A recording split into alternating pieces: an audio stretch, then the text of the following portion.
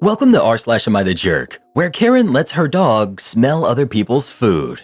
Karen lets her dog smell people's food in the restaurant, gets kicked out. Let me set the stage. It was a busy lunchtime in the bustling streets of New York City, and I was on a mission to pick up my salad from a popular chain. I love dogs, I really do, but there's a time and a place for everything, and near my food isn't one of them. As I entered the restaurant, I noticed a woman holding her dog in her arms. Not in a bag or a harness, but fully cradled like a baby. I didn't think much of it at first. This is New York after all, but then I saw it. The dog's nose and paws were practically in people's food. The pickup shelf was at the perfect height for this curious pup, and it was sniffing around like it was on a treasure hunt. And those flimsy lids that didn't quite cover some of the containers were no match for this eager snout. Then it hit me. Before I walked in, I had seen this very same dog outside. It had done its business. Yes, right on the sidewalk. Its paws had stepped squarely in the puddle it left behind. And now, those very same paws, glistening with New York City sidewalk grime and doggy dew, were dangerously close to people's food. My appetite vanished. I couldn't keep quiet. I said something along the lines of, "Hey, I don't think it's cool to hold your dog so close to people's food. That's pretty disgusting." I was polite but firm. I thought that would be the end of it. I'd pick up my order and leave, and she'd maybe reconsider her life choices. But oh no, she had other plans. I walked out, and she followed me like a heat-seeking missile, her voice echoing behind me. "It's a service dog," she shouted, as though that fact somehow invalidated the reality that her dog's urine-tainted paws had just been practically in someone's Caesar salad. I turned to her, still trying to keep my cool, and said, "What does that have to do with you holding it so close to other people's food? Service dog or not, it's unhygienic." She wasn't having it. She kept repeating her service dog mantra as if it were a shield against all logic and reason. I tried to suggest alternatives. Couldn't you just put the dog on the ground or in a bag or literally anywhere other than where people's food is? But no, she was not interested in problem solving. She was interested in shouting at me. At some point, I realized I was wasting my breath. This was a battle I was not going to win. So I turned and started walking away. But she wasn't done. She kept following me, yelling who knows what as I tried to make my escape. As I was walking out of the restaurant, I noticed the manager had been watching the entire scene unfold. He came over and told the woman that her behavior wasn't acceptable. He explained that the restaurant had a strict policy about pets in the dining area and that for health and safety reasons, she was not allowed to have her dog in the restaurant or in close proximity to customers' food. He asked her to leave, and she was escorted out. So while I walked away, feeling a bit victorious for speaking up, I was also glad to see that the manager took action and addressed the situation. The restaurant was still a place I could trust for a hygienic meal. And maybe, just maybe, that woman would think twice about holding her dog up to other people's food in the future. Not the jerk. Service dogs don't get up on counters to smell people's food. Service dogs are supposed to be well trained enough to be in public without causing health issues. Even if it was a service dog, unless it's helping her read her name on the labels, it has no business being near people's food. Personally, while I love dogs in general, the entitlement of some people with their dogs in other people's space is disgusting enough that I've told restaurant staff about the health violation of having a dog on a tabletop and had the staff make them put their dog on the floor. So you're not the problem here. She is, and her so-called service dog ruins the reputation of actual service dogs everywhere. Would I be the jerk for telling my wife to show me her phone after I got an email accusing her of cheating? Plus update. I, 47 male, have a comfortable and fulfilling life. I work a job I genuinely love, live in a nice suburb, and I'm blessed with 3 wonderful kids who are 8, 6, and 4, and a lovely wife, Emily, who's 45. I've always believed that Emily and I were an ideal match, but a recent email has deeply unsettled me, planting a seed of doubt in my mind. Emily lived in the UK between 2010 and 2015 while pursuing her PhD. During that time, she formed many close friendships and has since made it a priority to return every couple of years to maintain those connections. This past August, she traveled to the UK for 3 weeks to attend the wedding of one of her close friends. After some discussion, we decided it would be best for the kids and me to stay home. I couldn't take that much time off work, and the kids likely wouldn't have enjoyed the event much. Emily departed, returned as planned, and life resumed its normal rhythm. However, last week, I received an email at my work address that threw me off balance. The email supposedly was from the wife of Emily's friend, Jake, 44 male. According to this woman, she suspects that Jake and Emily had an affair during Emily's visit. The email detailed her suspicions. Jake picked Emily up from the airport, spent significant time at her hotel, and the two frequently went out for dinners alone. She also attached pictures to bolster her claims, including one of earrings she said she found in Jake's pocket while doing laundry. The earrings look identical to a pair Emily owns. There was also a picture of a lipstick stain on Jake's shirt in a shade I recognize as one Emily often wears. The email contained other points of evidence, but for the sake of brevity, I'll leave them out here. At first, I thought it must be some kind of cruel joke, and I tried to push it out of my mind, but it keeps creeping back. I recall that before her trip, Emily often spoke with her friends in the UK, and looking back, I think she might have communicated with Jake the most. I also remember Emily saying she didn't like Jake's wife, though I don't know the reason. I've never invaded Emily's privacy by looking through her phone or social media accounts before, but I'm finding it hard to resist the temptation now. Still, I know I'd feel awful if I looked and found nothing. At the same time, I worry that if I start acting suspicious, Emily might delete anything incriminating before I can see it, assuming there's anything to delete. I'm struggling with how to move forward. Part of me thinks the best approach would be to confront her directly and ask to see her phone on the spot, leaving her no time to delete anything. However, I fear this would deeply upset her, especially if she's innocent, and might not even yield any answers. I'm at a loss for what to do and would greatly appreciate guidance on how to navigate this situation. Would I be the jerk for telling my wife to show me her phone after I got this email? Edit. I forgot to include, my wife no longer has these earrings. She wasn't wearing them when she returned, and when I asked, she said she lost them. Update 10 days later. A few hours after sharing my first post, I confronted Emily and she confirmed my fears. She admitted to the affair and claimed she's in love with Jake. She told me she couldn't live a lie any longer. According to her, she still loves me and the kids, but she insists she can't stay with us anymore. She said she had been waiting for a better time to tell me and the kids. Apparently, this relationship has been going on since March, with Jake occasionally flying out here so they could meet in secret. We are getting divorced. Emily has decided to move to the UK soon. She revealed that during her trip in August, in addition to attending the wedding, she went to a job interview. She's set to start working there around the new year and has already applied for a British visa. She plans to live with Jake once she moves. As for custody, Emily has voluntarily agreed not to pursue full custody of the kids. She doesn't want to uproot their lives, so they will remain here in Canada with me. While part of me appreciates this decision, I'm also shocked at how easily she's walking away. She has offered to pay child support, but I feel conflicted about accepting it. I'd rather raise my kids without her financial involvement. However, the court will likely require her to contribute regardless of my preferences. Emily is also requesting structured visitation rights, which will almost certainly be granted. The tentative arrangement is for her to visit the kids during school breaks and holidays, along with virtual calls in between. Our lawyers are still ironing out the details, but it seems this will be the way forward. We're also discussing what to do with our family home. Emily wants to sell it and divide the proceeds, which seems inevitable since it was purchased during our marriage. While I would prefer to keep the house for the kids' sake, it's unlikely I can afford it alone. For now, no final decisions have been made, and our lawyers are working through the details. Until then, I've been advised not to make any financial moves. As much as I'd like to stay here with the kids, I understand that selling is probably unavoidable. Emily has temporarily moved into an Airbnb, and Jake has flown out to stay with her. They plan to travel back to the UK together at some point in the near future. Legally, my lawyer has explained that adultery doesn't play a significant role in determining custody or property division unless marital funds were used to finance the affair. It's unlikely this will make a difference in court since Emily claims she used her personal account to pay for her travels and other expenses. Unless evidence surfaces that she used joint finances, this matter won't influence the legal proceedings. I've been in regular communication with Eleanor, Jake's soon-to-be ex-wife. Initially, we spoke through email, but recently we've had a few phone conversations. Eleanor has apologized several times, saying she feels guilty for exposing the affair. She worries that if she hadn't said anything, my marriage might have been salvageable. I reassured her that, for me, knowing the truth was better than continuing in the dark. The gravity of the situation made divorce unavoidable, and I'm grateful she told me.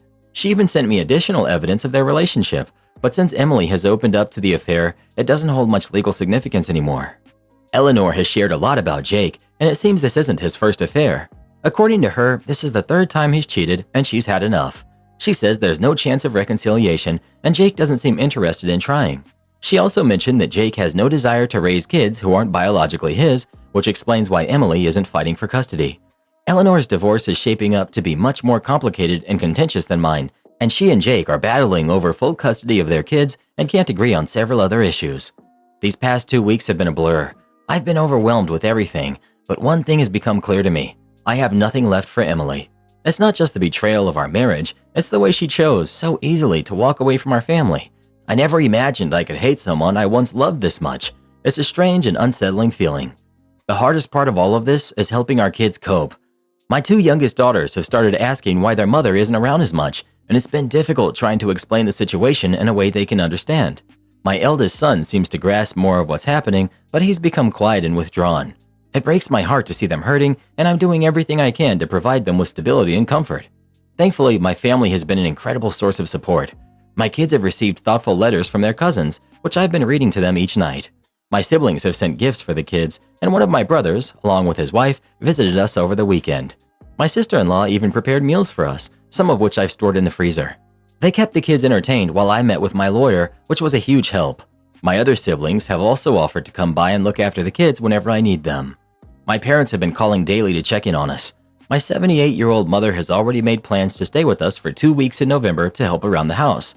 The collective effort from my family has made this ordeal much more bearable, and I'm deeply grateful for their support. To everyone who encouraged me to confront Emily after my first post, thank you. I was tempted to ignore Eleanor's message, but your advice gave me the courage to act. Emily has shown her true colors, and it's clear to me now that her idea of a better time to confess was simply when it would cause the least inconvenience for her and Jake. Update 2, 1 month later. I know that Emily often traveled back and forth to the UK during our marriage. She claims that her affair with Jake only began in March, but I'm convinced she's lying. It's almost certain this has been going on for years. Given how much she's already prepared by the time I confronted her, it's clear to me and everyone else that she had been planning this for quite some time. In fact, within a few short days of our confrontation, she already had certain legal documents prepared. Jake arriving in Canada shortly after I confronted Emily made it obvious they had planned for her to tell me roughly around this time. It makes sense that Emily was well prepared and just waiting until everything was better lined up for herself. She had long since applied for her visa, secured a job, secretly appraised her car, our family car, though it was under her name, and sent personal items with Jake to the UK during his secret visits, all right under my oblivious nose. I have a feeling I'm only scratching the surface, and I have no real idea of how far this actually goes, not that Emily would ever tell me the full depth of it. On top of all of this, Emily had already been in touch with her lawyer long before I confronted her. Taking this into account, I wonder if she secured her job even earlier than she let on, perhaps to make her actions seem less calculated. Two of Emily's friends have since reached out to express shock and disappointment over her actions. One of them, Janet, mentioned that according to another friend, Emily had been consulting her divorce lawyer as far back as late August or early September. This friend also confirmed my suspicion that Emily had been sending some of her belongings to the UK during Jake's visits. I've been losing sleep, replaying the past few months in my mind, driving myself a little crazy to be honest. Despite all of this, I was blindsided and I completely blame myself. Looking back, I can see the signs I ignored. I guess I didn't think Emily was capable of this sort of betrayal. A part of me wonders if this outcome could have been avoided had I been more assertive and vigilant in the past. The worst part is that my kids are now dealing with the consequences of my ignorance. While I twiddled my thumbs, my wife had essentially started a new life. Most people in my life now know about my separation from Emily. I've stopped wearing my wedding band and explained the situation to friends and colleagues who noticed its absence. One of my close friends, along with many people who reached out privately on Reddit, has suggested I get a DNA test for my kids, given Emily's travel patterns and tendency to lie. While I understand where they're coming from, this is something I'll never do. I could never assign my kids to another man. Nothing would ever change that. Life without Emily has been difficult so far. Mornings are a hectic rush. Between getting the kids ready and getting myself out the door, I'm barely on time for work nearly half the week. It's frankly exhausting trying to keep up with the extra parenting duties throughout the day. Our current home has a large driveway, and I'm already dreading shoveling it once the snow starts falling. The kids are feeling the strain too. They don't particularly like the food I prepare, and they hate how busy I always seem to be. It's incredibly frustrating to know that while we're struggling here, Emily recently departed for a relaxing vacation through Europe with Jake. Communication between us has dwindled, and I only learned of this trip recently. I have no idea if she plans to return to Canada after her vacation or settle directly into what will likely be a very comfortable life in the UK. On a more positive note, I managed to get the kids to see their doctor recently. She gave me a bunch of useful resources and advice, emphasizing that time and clear communication are the most important factors for their adjustment. While I'm optimistic, I'd be lying if I said I wasn't worried. It's still early, but they remain quite upset about the entire ordeal and act out regularly as a result. It's abundantly clear they're having a hard time adjusting to our new reality. One of the hardest aspects of all of this has been making decisions about our family home. After considerable thought and many conversations with my family, I'm leaning towards selling it. Emily has already offered me a bit more than half of the proceeds since she sold our USV right before leaving the country.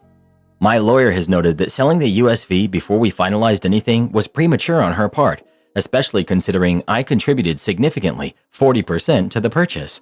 He thinks I have strong grounds to seek reimbursement elsewhere in our asset division, which aligns with Emily offering me more of the house. Getting more than half seems fair, given I contributed about 65 to 70% of the down payment and monthly mortgage payments. The family SUV was registered in only her name, but I covered a large portion of the costs. It's frustrating that she sold it like that. As I've learned over the past several weeks, my sedan is too snug for the kids and inconvenient for my mother when she runs errands. I'll need to trade it for something larger. In return, Emily has insisted I keep the furniture and appliances, which is the least she could do. While part of me would like to stay in our current home, it's probably better for us to move. I hope this might help us avoid future interference from Emily, though in reality, she's just as likely to interfere no matter where we are. I've been looking at townhouses closer to my work. This would cut down my commute and place us near a well-rated school. However, my sisters pointed out that moving now would mean the kids have to change schools and lose their friends, which would be another big change for them. I've heard nothing from Emily's family, and frankly, I have no interest in reaching out. As for Emily's future with Jake, I don't wish their relationship to fail. The longer her life is stable, the less likely she'll disrupt ours. But I take solace in knowing she remains unaware of Jake's infidelity history. I feel no moral obligation to warn her about his character, and Eleanor feels the same way. I've made a point to check in on Eleanor regularly. She doesn't have the same family support I do. Her immediate family is charmed by Jake's wealth and believes she should do whatever it takes to keep him, even though it's clear neither she nor Jake wants reconciliation. I'm so sorry, man. Nobody deserves that pain. I've been carrying it around with me for 15 years. I hope you're luckier than I am and meet someone new.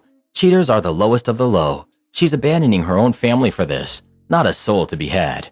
OP. It is what it is, I suppose. Cheating is one thing, but I'm still stunned she's walking out on her family like this. I would have never imagined she could do something like this. Am I the jerk for not changing our daughter's name? My husband, 29 male, was just 2 years old when his parents divorced. 2 years later, his father remarried a woman named Sharon. Sharon and my late mother-in-law, who passed away when my husband was 8, were on very bad terms. According to Sharon, my mother-in-law made her life miserable and tried to get custody taken away from her and my father-in-law. Sharon also claimed that mother-in-law attempted to remove her from the picture entirely.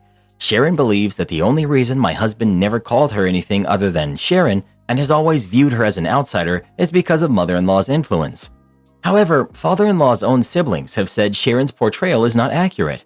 They stated that while mother-in-law and Sharon-in-law disliked each other, mother-in-law wasn't as malicious as Sharon and father-in-law claimed. At worst, mother-in-law could be dismissive of Sharon's role and didn't view her as an equal parent, but she wasn't the cruel person they described. When my mother-in-law passed away, my husband's relationship with his father and Sharon deteriorated significantly. My husband forbade them from attending the funeral and told them that if they tried to come, he would run away until other family members took him in. He recounted this to me himself. Father-in-law and Sharon said they feared my husband might lash out at them, and since Sharon was pregnant at the time, they ultimately gave in to his demands. They now claim my husband hates them for not being there. However, he has said that their decision to stay away was one of the few things they did right, though he hated that he had to resort to yelling and threatening to run away to get them to listen. By the time I met my husband in college, he had very limited contact with father-in-law and Sharon. This hasn't changed much, even in recent years, despite a slight increase in communication. He also made it clear to me early on that he never intended to be particularly close to them. Sharon refers to my husband as her son and even introduced herself to me as his mom. She seemed shocked when she realized I knew otherwise. I've only met Sharon and father-in-law a few times, as my husband is much closer to his extended family than to them or his half-siblings. Recently, I gave birth to our daughter, and we named her after my late mother-in-law. My husband chose not to invite father-in-law or Sharon to meet her, but they learned about her name through social media.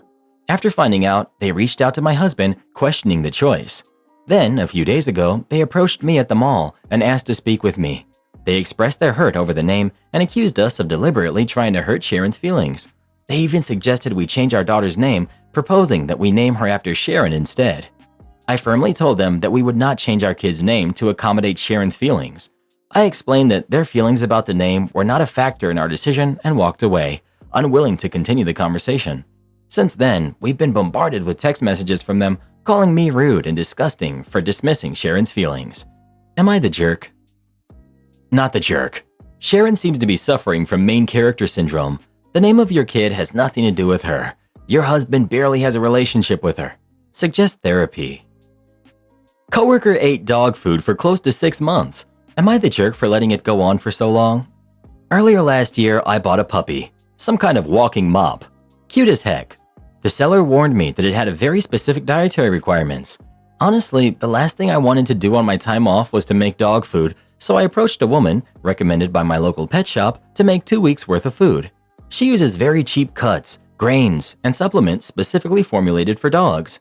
I pick up the individually packaged bags every second Monday morning and keep them in a plastic container labeled with my name in the community fridge, and then I take them home after work. It doesn't take up much room at all. A while ago, I noticed that some of the bags began going missing, then found the empty bags in the waste bin. They're marked with DF with the date in black Sharpie. I immediately knew what was going on and thought it was funny. Luckily, my mother is in love with Doggo Mop Face, and when she dog sits, around 3 times a week, she feeds her, so Puppers never goes hungry. So I let it go on, occasionally complaining to HR and colleagues about my specialty food being stolen. Other than a sternly worded email, nothing was ever done. Finally, during our 6-month productivity meeting, I loudly complained that my bags of dog food were still going missing on the regular, because now I actually was getting upset at the blatant theft. 2 young guys gave me horrified looks. Neither of them ever fessed up to stealing it, but since that meeting, my dog food has never gone missing. My close office colleagues thought it was funny, but said I was a real jerk for allowing it to go on for so long. So, am I the jerk? At least I know it must taste alright, and maybe I'm imagining it, but their hair does seem shinier. To answer some questions, this is a very small niche company, around 80 people total. 30 are on the road going to sites, and the rest stay in the office. The 2 guys suspected of stealing make well over 6 figures, so those concerns about them having to steal it, it's very unlikely. Mop Face is allergic to liver, pork, and corn. There are some spices in the food, turmeric and garlic, to name a couple, recommended by the vet. There are also some oils and vitamins specific to Doggo's needs. I admit to being amused every second Monday when I notice the missing bags. Sorry for my petty immaturity. I also replay the meeting in my head and chuckle. It was worth the money I was out. Not the jerk. If she didn't mind losing the amount of food she was losing, then it serves them right. New neighbor is demanding I cut down my peach tree. I, 46 male, have an apple tree in my backyard and a peach tree in my front yard. I'm currently living in my parents' house with my wife, who's 46. My mother and father planted them. They passed, and we decided to plant more. I only trim them when the branches get too big. They're mostly for the wildlife in the nearby woods. The deer love to come and eat the fruit. I don't spray them with any pesticides as they aren't for human consumption. I work during the week and don't get home until the evening. I haven't had any issues with the neighbors as the house is mostly in the countryside and surrounded by woods. A few weeks ago, a new neighbor moved into the house next door. I haven't had any interaction with them until now. I was not aware that the neighbor was coming over and grabbing fruit from my peach tree. I got home yesterday and the neighbor was standing on my porch. She comes storming over to my car and says the peaches made her and her son sick. I told her that the fruit was mostly for decoration and for the wildlife. She starts screaming at me and threatens to call the cops unless I take the trees down. I told her no, I'm not going to take the trees down. My wife suggested going out to the grocery store and buying her some peaches just to keep the peace. Not the jerk. Let her call the police, and if they show up, explain to them that she was stealing your organic stone fruit. Definitely don't buy her anything. That could be construed as liability. OP should contact the police to report the interaction regardless. This woman had the audacity to come onto your property and steal from you, then complain that they got sick from the fruit that they stole. Considering her angry reaction, she may try and cut the trees down herself. Keep your guard up, OP. Not the jerk. Not the jerk.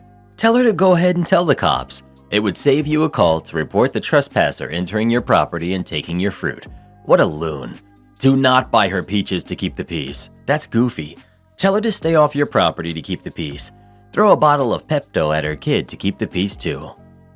Am I the jerk for feeding my dog table scraps from a dinner my boyfriend made for me? I, 24 female, have been dating Jay, 28 male, for 4 months. He's handsome, smart, funny, well-educated, has an awesome job, and he's a sweetheart. Sunday, he had a whole day planned for us. We were going to walk a nature trail and then go back to his place for dinner he was making. I was so excited because it was going to be the first time I'd be at his house. Since we were hiking, he said I could bring my dog, Shelby, with us. He made us a roast and some vegetables for dinner. I finished my plate before Jay did and took it to the kitchen. There was still about half the roast left, and it was close to Shelby's dinner time, so I took half of the roast and some still raw vegetables from the fridge to put on a plate for Shelby. I was carrying the plate to the back door with Shelby to feed her outside, and Jay asked me what I was doing. I told him I was feeding Shelby. Jay said something like, "Well, that's not dog food." Jay knows I mainly feed Shelby a raw diet. I opened the door to put the plate down for Shelby, and Jay got up, took the plate away from her, went to the kitchen, and came back with it wrapped up in tinfoil and told me to leave. His excuse was that he made dinner for me and him, not me, him, and my dog, and that I should have asked before I helped myself since he would have used his leftovers. I did leave, but not before telling him that he made that meal for us, so I could do with some of it as I pleased, and he knew darn well how I feed Shelby. I tried talking to my friend about it later that night, but she said Jay was right to be upset, but this friend has never really approved of how I treat my own dog, so I feel like she was probably a bit biased and the wrong person to ask. Am I the jerk for just feeding my dog like I normally would? Clarification: she does not get restaurant food daily. I eat out maybe 4 times a month. If what I eat is dog safe, or if the restaurant makes food for dogs on request, then I bring some home for her. Shelby's daily meals are a bit of brown rice, raw vegetables, and ground chicken hearts and beef livers. The hearts and livers are boiled just enough to kill bacteria, and that's all with the approval of Shelby's vet. I asked Jay how he prepared the roast so I could know if it was safe to give her. That's also why I got her fresh, unused vegetables from the fridge. Update: I accept that I'm the jerk for what I said and did to Jay. Some of these responses were harsh, but I see now how and why I was entitled, thanks to people that respond to the actual issue. Others going on about her diet, thanks for the concern, but I came here to ask about Jay, not get into a debate about dog food. Shelby's been on her diet for 6 years and is a healthy and active pup. That's all I and my vet need to know. As for Jay, I apologized to him, and he did accept my apology, but he broke it off. He said it was the last straw for him over me doing things without asking first. He's talked to me about taking things off his plate or his drink without asking before. I've tried to do better, but keep slipping up. I didn't realize I was that bad about it, so I'm going to work on myself for the next guy. For people that said not going to his place for 4 months was a red flag, that was my decision that he respected. I don't want to go to someone's house or let them know where I live within the first few months of dating and getting to know each other. Yes, you're the jerk. Your now ex-boyfriend made a special meal for you. You took a large hunk of that special meal and gave it to your dog. Not only that, but you did so knowing it would upset him. You should have brought dog food to feed Shelby. You should not have fed Shelby with people food, and you should particularly not have fed your dog with the special dinner your now ex-boyfriend had prepared for you. It is wholly irrelevant that Jay knows you mainly feed Shelby a raw diet. Edit. Also, the title of your post is misleading. Table scraps are what's left over on your plate after you finish eating. They are not a quarter of the roast your boyfriend prepared. You're the jerk. A quarter of a roast is not table scraps. How is the fact that you mainly feed your dog a raw diet at all relevant? Also, holy entitlement, Batman. Add, "You made the dinner for me, so I can do with it as I please." By that logic, it would have been perfectly acceptable to flush it down the toilet. Well, who do you think is the jerk? OP or her ex-boyfriend? Please let us know. Some people just have no social awareness whatsoever. My former crush married my brother and thought I'd be okay with it. I, 25 male, used to have the biggest crush on my childhood friend, Emily, who's 26 female.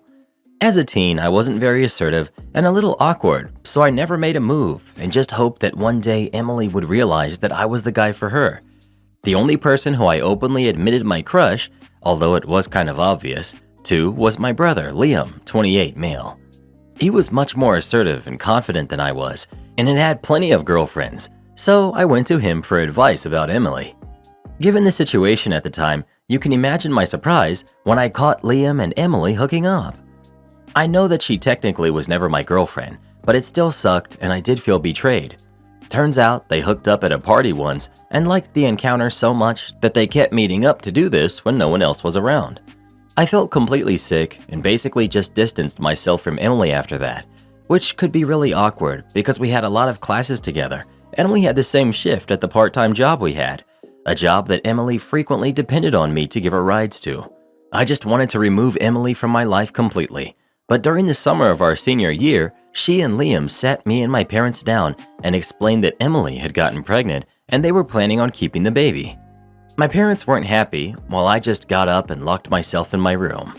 All I could think was, well, crap, now she's never going to go away.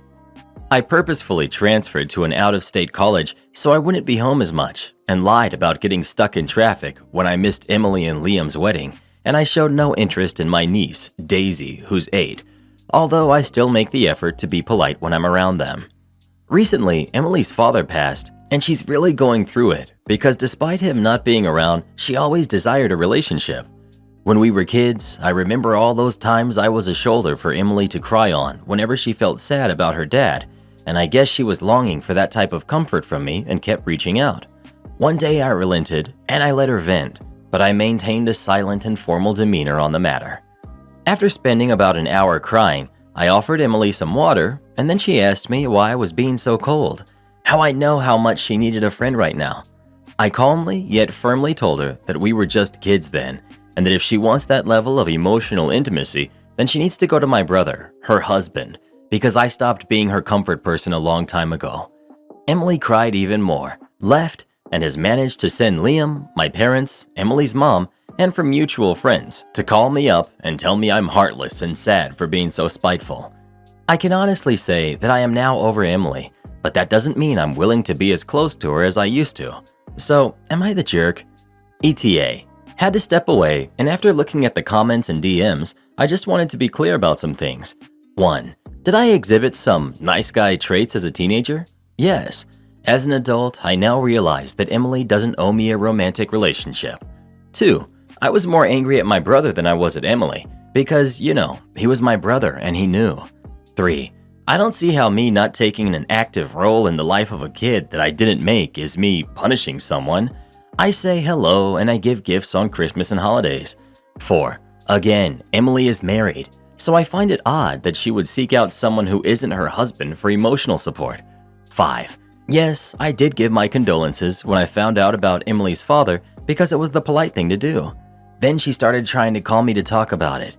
6. Emily and I haven't had meaningful contact since high school, partly because she was busy getting ready to be a mom, and I was hurt and trying to get over her. 7. No, Liam and I aren't close anymore either. ETA 2. 1. Yes, I have a girlfriend, and from what I can tell, we're both very happy. 2. Yes, my girlfriend knows about my former crush on Emily. 3. Also, in spite of everything, I did learn to be more forthcoming with my feelings, which is why I told Emily that I can't be her comfort person. Although I will admit that there could have been a better way and better timing to communicate that. You had a crush in high school on a girl, but never asked her out. Somebody else did, and she married them. It's a decade later, and you still ignore her kid, who is literally your niece, because you're salty about it. Dude, this isn't healthy. Please get help. I have to put you're the jerk, but this is beyond am I the jerk. You've spent 9 years being so bitter. That's really sad for you. I don't think you're the jerk for telling Emily you can't be that person for her, but you're definitely the jerk for spending so much time being angry and obstinate. Don't spend the rest of your life like this. It will only bring more of the same. When she came to you, she came to someone who she thought she could rely on, and you went, go to the guy that actually wants you. That's really immature. Edit 2. Replying to OP's edit. I mean, it really shows he still has some growing to do. I mean, he only said condolences because it was the polite thing to do. Dude, she's your sister-in-law and was your childhood friend that did nothing to you. How cruel. Big nice guy energy here. You literally friend-zoned her since, by your own words, you only kept being her friend because you were waiting for her to fall for you. She fell for your brother instead, and you got bitter about it because she suddenly was damaged goods to the point you don't even want a relationship with your niece. She never knew how you felt. Even your brother probably thought it was just a childhood crush. Then you act like a total jerk by kicking her while she's down after practically ghosting her emotionally for 8 years. Wow, she should thank her lucky stars she got the brother and not you if you're going to behave this way. 100% you're the jerk and you need therapy to work through this unresolved obsession. Going against the grain here, not the jerk. I've had besties and stepsisters that pulled the same crap as your brother. If she cared about your friendship that much, she wouldn't have been messing around with your brother. The fact that you had to catch on to this situation and she never told you as her bestie speaks volumes. Just because she had his kid doesn't mean the disrespect never happened, and quite frankly, you're right. She can't get the support from her husband that she needs and wants to play the bestie card now that she needs you to do emotional labor for free. No, she can get a therapist for her daddy issues. However, it's time to stop lying. Tell them both why you can never trust either of them. You really thought the pain of your brother and best friend lying to you and messing around behind your back would get better with time, but it's not going to. Your brother is a creep and you know it.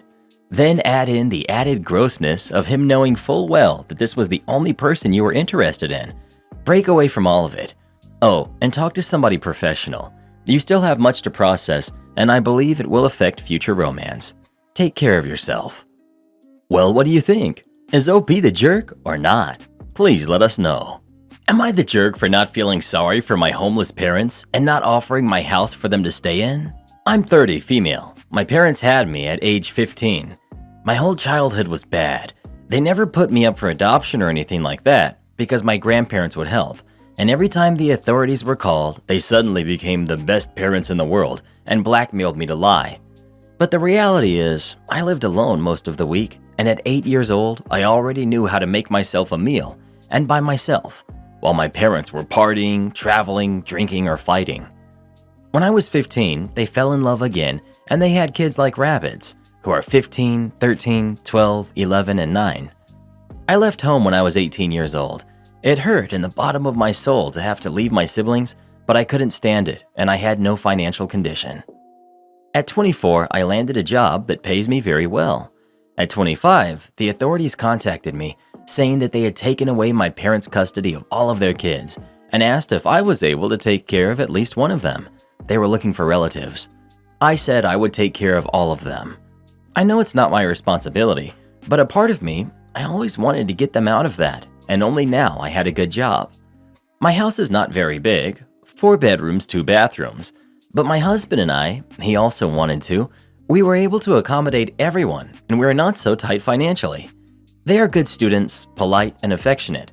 I don't regret having welcomed each one of them into our house, and my husband treats everyone as if he were a big brother or a father to the younger ones. My parents tried to get them back, as my grandparents cut off the help after they lost custody, but they couldn't, and custody became permanent for me. We haven't had contact with them for 2 years. My father's sister called me, saying that she was shocked seeing my parents being homeless, asking for money on the street. The family is moving to see if someone can shelter them, and they decided to come and ask me if I could shelter them or help financially, since I have a good job. I replied, nah, I'll pass. For them, no, and I'd rather give this money to their kids that I'm raising. My father's whole family started to fill me in with messages saying that I'm turning my back on 2 people who slept on the streets, how cold-hearted I am to do this, and I don't even want to help when I can. I blocked everyone. My husband said that he is on my side, but that I should give a symbolic amount so as to not have a weight on my conscience. Am I the jerk? Not the jerk. You've already had your life ruined multiple times over by these people and have taken on all of their responsibilities. You do not have to do anything else for them. Please get some therapy so you're able to unburden yourself for feeling responsible for these toxic jerks. Every single one of the family members shaming you should be taking in your parents. But have they? No. They could have taken in the kids too, but did they? No. Absolutely block all of them and don't look back. Not the jerk, firmly.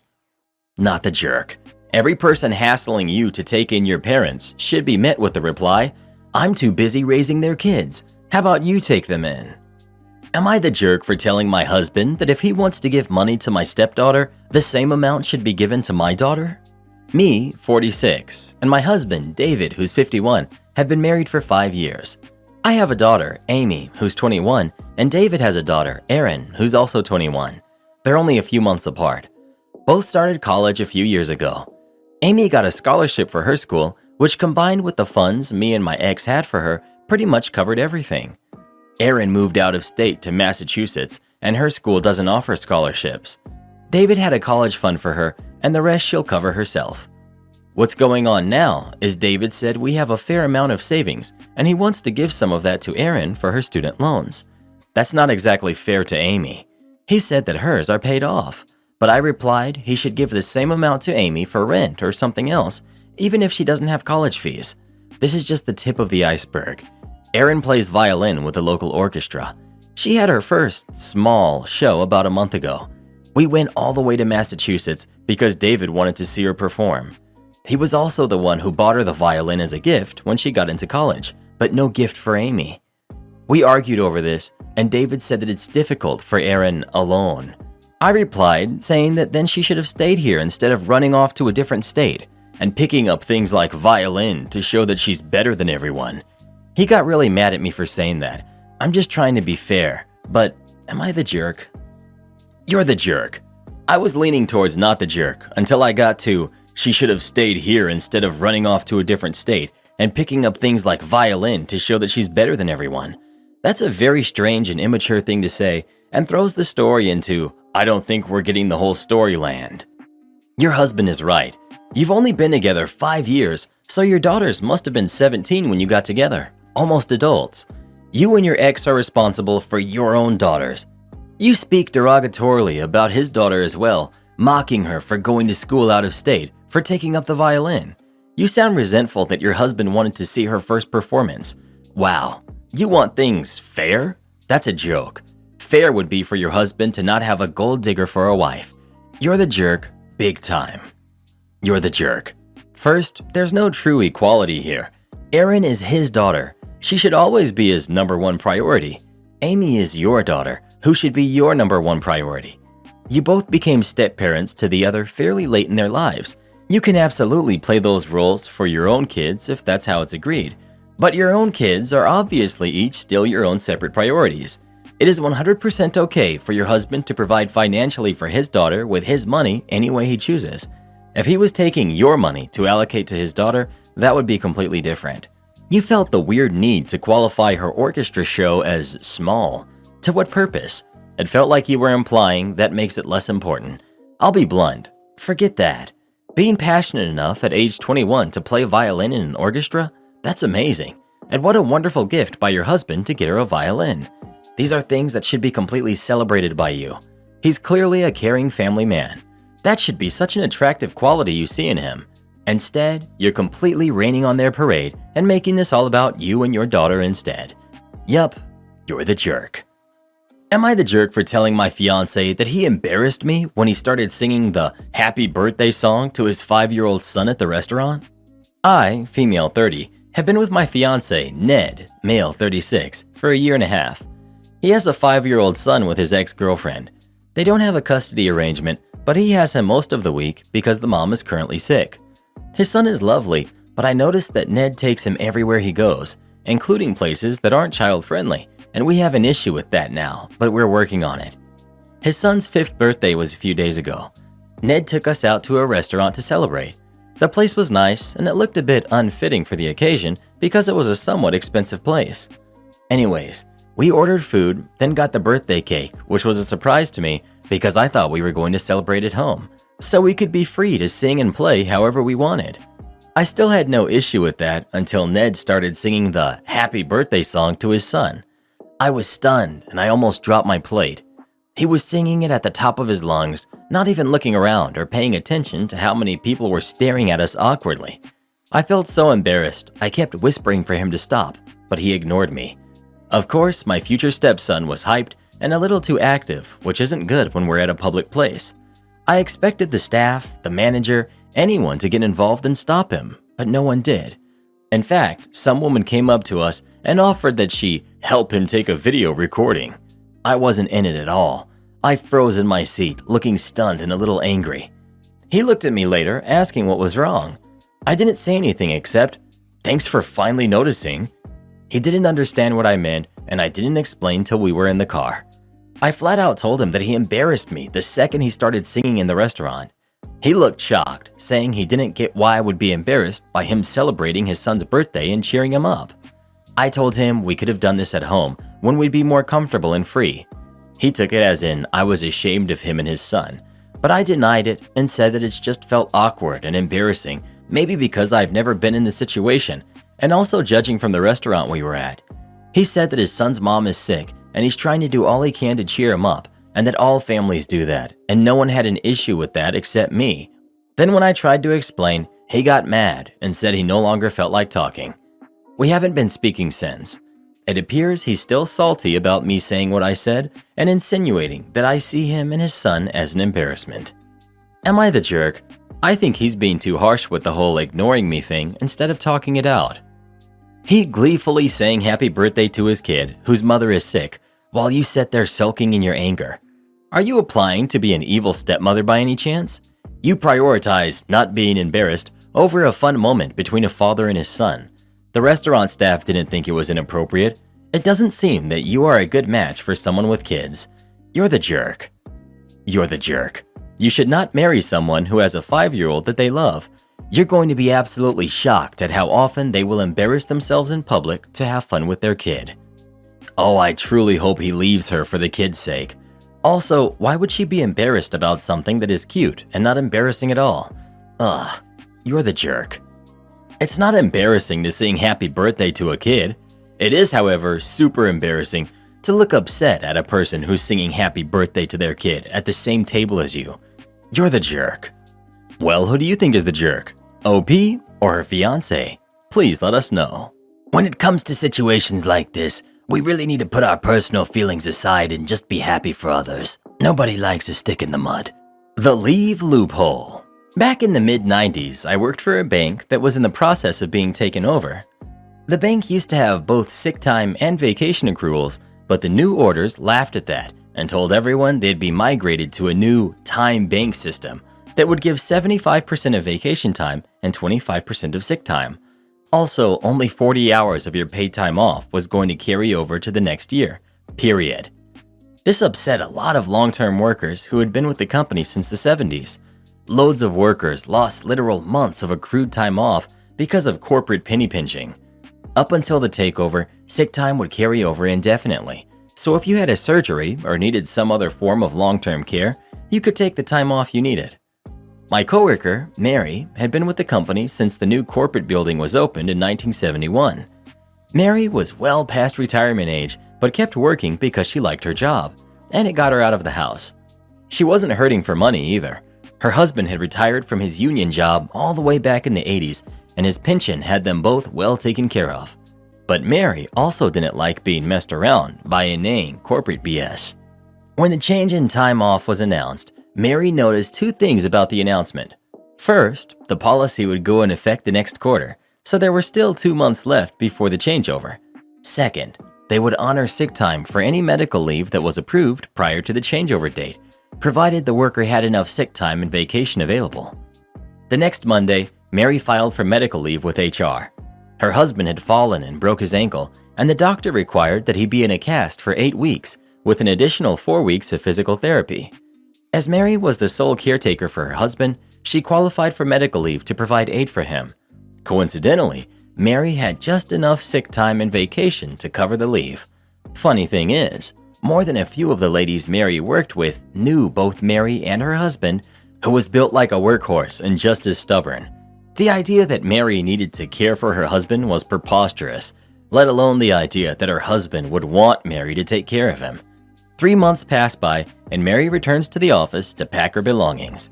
It turns out that after confirming her medical leave was going to be paid out, she timed her retirement to coincide with the end of the leave. You want it all for free? About 10 years ago, I had a metalworking project with 2.5-inch stainless steel tubing, and when it was done, I had several feet left. Made a walkway guardrail and some other stuff, including some large garden arches with plant shelves for my wife. The wife posts them on Facebook, and random woman shows up wanting to borrow one for a wedding arch. We don't know her. She saw the pictures and contacted my wife about them, and my wife told her they were too big to move around, but she showed up anyway. First it's borrow, and I tell her they're too large for a pickup truck, and being stainless, they are quite heavy. Took a forklift to put them in place, and they are anchored into the ground. She says she can get someone to pick one up, then wants me to get a forklift to load it. Nope, I have to cut it loose from its anchors and re-weld it when it gets back, and I never intended to move it. I have to move large landscaping stone blocks just to get to it. She's not having any of it. She must have that arch or it will ruin her baby's wedding. Then she wants me to paint it white. The point of stainless is you don't have to paint it, ever. And it's a pain in the butt to sand, prep, prime, paint, polish stainless. And afterwards, the stainless will need the sanding scratches polished out again, which I'm not about to do. So hard no. Begging, tears, accusations of permanently damaging her daughter, and screaming. My wife tells her she can have one made, cost is about $4,000, and have it painted someplace else, but she doesn't want to pay for the arch. We are supposed to lend it to her for free. Crazy lady goes dark for about 2 weeks. Then I get a call from my wife. Crazy lady is in the driveway with other people, a pickup truck, which the arch won't fit into, and the county sheriff. She's holding a receipt for the arches, both with a sale price of $200, which was obviously home printed, no business name, no business or home address, no signature, and is expecting the deputy sheriff to enforce. Deputy lives about 2 miles up the road, and I've known him for 30 years. Her family and friends are all arguing aggressively with my wife. The deputy is in between, and crazy lady is screaming. I told the deputy what had been going on, then he talked to my wife while I held the entitled jerks off, and the deputy finally kicked them off the property with the help of 2 more deputies. The first had to call in for backup. I can't tell you how the wedding went, but it wasn't under my wife's arches. Nope, I'm not moving 4,000-pound stone bricks, tearing up my yard, getting a cutting torch to cut the arches loose, getting my fork truck from my shop out to my home and back again, and reversing the process to lend the arches to anyone. As a side note, she did give ideas to some friends. There have been 2 sets of wedding pictures under the arches, but the arches stayed right where I put them, and no crazy momzillas involved. Karen fakes being pregnant to keep mooching off of me. I'm 20, female, and my brother, who's 24, has been on and off with his girlfriend, who's 27, for a couple of years now. It's been the same song and dance. They're happy for a few weeks, then something small happens, they argue, it gets really nasty, and they make up and are back to being a loving couple. When I learned my brother got kicked out of his apartment and needed a place to stay, I offered him the extra room in my apartment, and my brother agreed to pay rent, help with bills, and pitch in with food. For 3 months now, she's been announcing she's pregnant. She alone will eat a snack box with 50 small bags of chips in a week. I tried to reason with her and get her to cut back, not only from overeating, but she was running us low on food. But she insists she and the baby are healthy and it's just cravings, blah blah blah.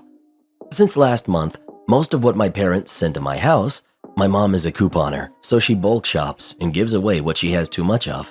My brother's girlfriend is the first to get into it, and a large portion of it is gone by a few days to a week. From a 24 case of Monster, the energy drink if you're not familiar, 8 will be gone in a week from just her. She eats a crap ton of food too, most of which no pregnant woman should be consuming so much of. And yes, I know all pregnancies are different, but words can't explain how much she eats in one sitting. So today, I had seen her drinking coffee, and after her second cup, I asked her if she should be drinking so much coffee, and she said her doctor told her it was fine and she had no worries. When I suggested she take on a healthier diet for the baby, she just scoffed and walked out. I went and asked my brother if he's been to any of her doctor's appointments or even seen a positive pregnancy test, and he said he hasn't. I confronted her about it, and she said she didn't have to prove anything and started to get defensive. I told her she needed to show a test or some proof of going to the doctor, or she needs to move out as she doesn't help at all. My brother started defending her and changed his answer from not seeing any proof to seeing her pregnancy test. My parents got word of what I said, and my mom says I was in no place to say anything, and everyone's body is different, and I wouldn't know since I've never been pregnant. Am I the jerk? I did talk to her a while ago about getting a job as well as helping out financially, and she said she'd start and never has. Shallow Karen begs me for my Snapchat after I lost a ton of weight. Me, 27 male, and Annie, 27 female, have been best friends since junior high school. We had different social circles, even though we tried to include each other. Annie was part of the popular crowd and has kept these same friends until today. I grew up severely overweight. I was heavy all throughout high school and college. I was lucky enough to have Annie as my friend, so I was always included in things. I was always the tag-along. Annie's friends mostly acted like I wasn't there. I'm still around her friends on a regular basis now. About 6 months ago, I made a lifestyle change. I was tired of being overweight and getting turned down because of it. I've now lost about 75 pounds and I feel incredible. Annie has been my biggest supporter and was my gym buddy. I haven't seen her friends since January because I was in gym mode, but Annie decided to host a party at her new place. I was invited, but I didn't want to go. I explained to her how I didn't want to have a connection with people that knew me when I was overweight. I wanted a clean slate, but she insisted, so I came. So I posted a gym selfie, totally unlike me, and one of Annie's friends, Claire, slides into my DMs and said, "Wow, you look so different. Congrats. How did you do it?" I explained a few of my tips, and then she asked for my Snapchat. I sent the laughing emoji and never responded again. I show up to Annie's, and all of a sudden, I feel like the new kid in school. All of her friends who previously never even acknowledged me wanted to talk now. It really upset me. One said, "OP, I had no idea you knew so much about cooking." I said, "You would if you had taken the time to get to know me the last decade," and walked off to go meet Annie. As I'm talking to Annie, the friend that DM'd me walks up. She says how great I looked and asked why I never gave her my Snapchat. I said, "Because I don't deal with shallow people." And she knew me for a decade and didn't want my Snap. So that's why I laughed. She excused herself and Annie followed her. I waited outside and Annie came back furious, saying she talked to her friends and they all felt embarrassed. I said they should, because they are shallow. Annie got all offended and said I'm being a jerk. I said she is far too good of a person to have these types of friends and she should be embarrassed. She asked what I meant. I said she has shallow friends who treated her best friend like a ghost for a decade. But now I'm supposed to give them my attention? That she's a bad friend to me to have to keep these friends. She started crying and said something about how I used to have the best personality, but now I'm a jerk. I said, maybe I am, but better than being a part of a shallow friend group, and I left the party. Annie's sister, who I am close with, called me today, saying that Annie is upset and felt like she lost her best friend, but that I said some pretty messed up stuff and I need to apologize. Am I the jerk? You're the jerk. In this scenario, you are 1. Being really rude, 2. Acting smug and cool because you've lost some weight, which I doubt the younger you would approve of, and most importantly, 3. Doing a disservice to the person who's been a very good friend to you for much of your life, and essentially telling her it's okay for you to act like a jerk at her party because her friends, people she presumably likes, all suck. Sorry, mate. Good luck on your fitness journey, and I hope you can do as much work on your interior as you have on your exterior. But her friends do suck, and why is it rude to call it out? He was asked a question and he gave an answer. He doesn't sound smug at all. He sounds like he grew into the confidence to not feel like he was better tagging along with the in crowd than being outside of it. Props. The only problem with that interpretation is that he went to his friend's party at her invitation, then proceeded to go off on the other people she invited. They are her friends. If he doesn't want them to be his, fine. But he owes Annie the courtesy of not dragging her into a wholesale, let alone implying she's responsible for it. He answered the question honestly. He didn't give her his Snap because she was shallow. When they said they didn't know anything about him, he pointed out that they could. I'm shocked that people see this as going off, but to me, it's a perfectly reasonable reaction to being treated like a human being by people who have actively ignored you. That they all gave him these opportunities just shows a lack of self-awareness. When I'm around people I was a jerk to in high school or who were a jerk to me, I just keep it to small talk and get out of the conversation ASAP. She insisted he go, and he could have been fairer to her, I agree. But equally, she cannot be entirely unaware of how they have treated him over the years. She never noticed that she was the only one who invited him, that she was the only one who spoke to him? I don't buy it. They probably talked smack behind his back too. For her to act as if he was completely in the wrong is frankly pretty callous. Perfectly reasonable? His friend of many years, whom he admits has always been good to him and supportive, is now furious with him. So is her sister. and he's basically burned every bridge possible with people who may not actually have deserved so much. We only got his clearly biased word that he was treated so badly after all. This isn't the outcome of reason, of weighing up the possible consequences of one's actions. This isn't even the studied self-control you describe of polite coolness. This is just OP lashing out and reveling in the chance. Never mind who he hurts. It can be debated whether he was justified, but certainly he was unwise. You're the jerk for telling her she's a bad friend when she has personally been good to you all these years, as you have said. Not the jerk where the rest of them are concerned. They most definitely are. Cannot stand people like that. In the future, I would skip any gatherings like that. Something Annie will need to understand. You should apologize for calling her a bad friend and making her feel bad though. Well, who do you think is the jerk? OP or everyone else? Please let us know. As anyone who's ever made an epic body transformation will tell you, you will be treated differently by a lot of the people who you interact with. Most people just treat you differently when they find you attractive, because they're, attracted to you. Am I the jerk for making my 15-year-old daughter get a job to pay our dog's vet bills? I have 3 daughters, Phoebe, who's 19, Allie, who's 18, and Janie, who's 15. We also have a 2-year-old Chihuahua wiener dog mix, Pebble. We were in the middle of a heat wave 2 weeks ago with temperatures hitting 107. Small dogs are more sensitive to heat, so we don't let them go to the backyard for long periods of time, and the deck is off limits because there's no shade on the deck. The problem is, Pebble loves the deck because he can watch the cars, people walking on the trail behind our house, and he can see our neighbor's chickens. Janie doesn't have first period and doesn't leave for school until 10 a few days a week. Both Allie and Phoebe leave between 9 and 9:30, so it's Janie's responsibility to make sure Pebble is inside, the fans are on, and that he has water. 2 weeks ago, in the worst of the heat wave, Pebble was crying at the deck door. Janie got annoyed and let him go on the deck. Then she left for school and forgot him on the deck. Allie came home a few hours later and started looking for Pebble. She found him passed out on the deck and called me crying. I left work early, took him to the emergency vet. They treated him for heat stroke. He had to stay at the vet for a few days, and Allie was inconsolable while he was gone.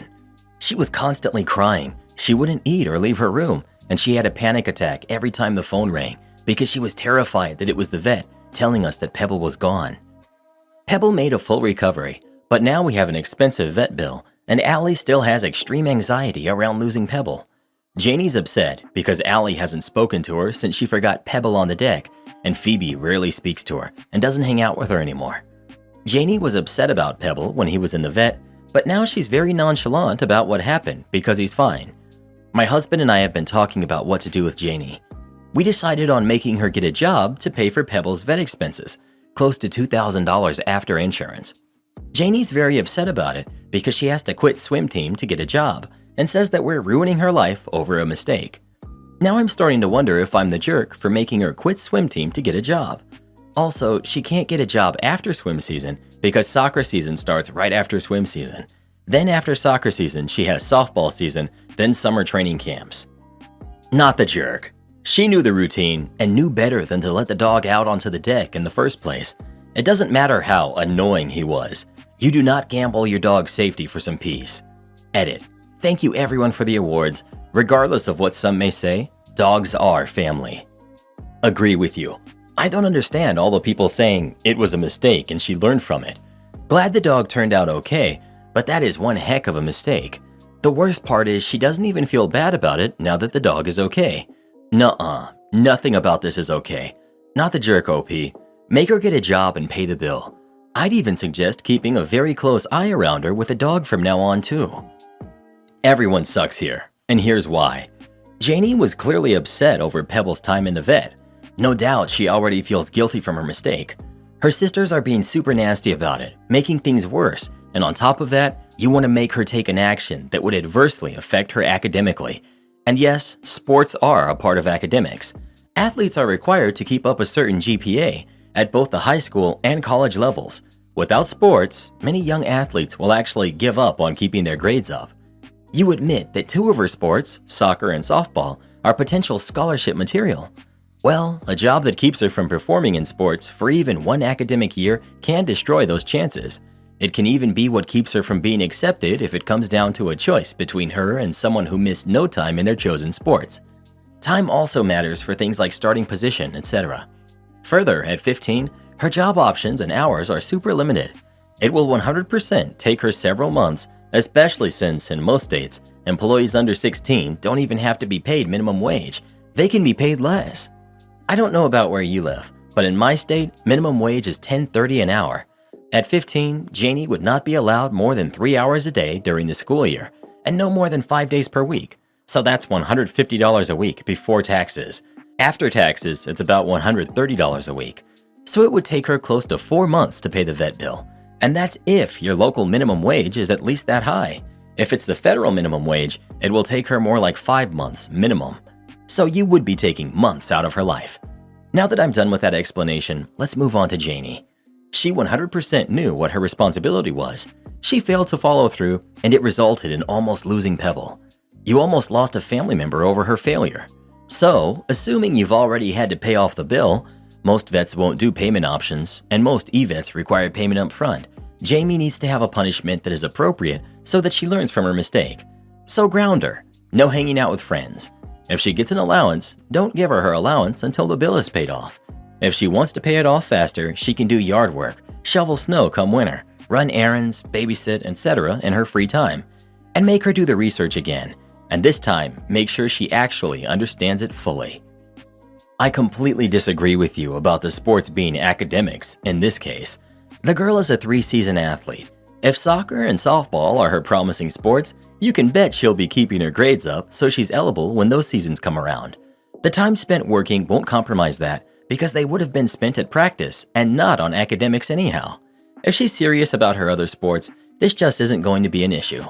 Also, babysitting is very lucrative and could make it possible to earn money far more quickly than your calculations. I think a compromise of paying off half of the vet bill would be valid, with the experience of having a consequence making up the other half. A $2,000 debt is overboard for a teen who doesn't even have a job offer. $2,000 is a huge debt for many adults to tackle. Find a way to punish her, or find a way for her to repay or something, but make it doable for her age and circumstances. I have 4 kids. The youngest is 14. Here are some questions. Are you sure she is nonchalant? Maybe she was scared and was protecting herself by trying not to think about it. And once everything was okay, the relief helped. No one likes to know they messed up so bad. Instead of doubling down, try therapy. It may have really taken a toll on her, but she couldn't talk about it. Do you really expect 15-year-olds to never forget something like this? This is within the realm of accidental. Teens are people. People make mistakes. Your teen might get in a car accident someday. Personally, I would ask the teen to contribute $300 towards the vet bill. I would offer to pay for extra chores at home, or they could find other jobs. I would also talk to her about how she's feeling. Does she feel like everyone is mad at her? How does she feel when she sees the dog? Is it hard to be around the dog? Talk to her about her sister's feelings. Does she feel like her sister will be able to forgive her? How does she feel about taking care of the dog? Does it feel like this mistake will help her be a more careful person? Or does she feel angry and upset whenever she has a dog chore because she's angry that the little one could cause so much horrible stuff, and now she hates knowing that she still has that responsibility? I would ask questions slowly and leave pauses. I would be gentle and make it safe. I would tell her that I know she tries so hard to be a responsible person, and I see how hard she tries. I would hug her and tell her that I know she is a good person, and I'm devastated for the dog and for the sister. But I'm devastated especially for her because it must have been really hard to find out it had happened because of her mistake, and how hard it is to feel guilty about something that you can't go back and do over. I would talk about why people who love you are willing to hug you and forgive, some quicker than others, but sometimes we need time. Well, what do you think? Should OP make their daughter pay the vet bill or not? Please let us know. Actions have consequences. Everyone's saying OP is too harsh. You'll one day look back and ask yourself how it was that you raised a Karen. Take my car without permission? Get the cops called on you. This happened last night and I am extremely annoyed. I'm 34, female, and I'm a doctor, and part of my job entails being on call for 1 to 3 nights a week, twice a month. My fiance, Dale, 30, male, has been saving with my stepson's mom to buy him a car for Christmas. My stepson, Rex, 16, male, has a license already, but always has to borrow his mom's station wagon or his dad's beat-up pickup truck. His mom's car is lame and embarrassing, and his dad's car can only hold 1 passenger, not practical for a teen. On to the main conflict.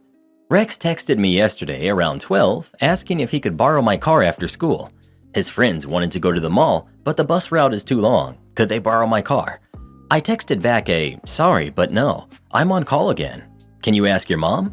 He says no. I told him sorry, but my answer is still no. I'm sure you'll find a solution. Ask your friends and you can all figure it out. If you see where this is going, you're less shocked than I am. I was up in my home office, the room where I keep my Switch, sewing machine, and laptop, so not an official office, when I heard Rex and his friends downstairs after school.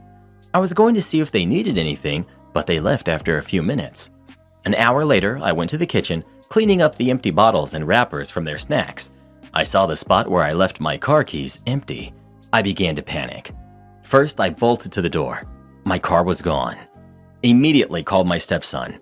He picks up, and it's obvious he's in a mall store that plays loud music.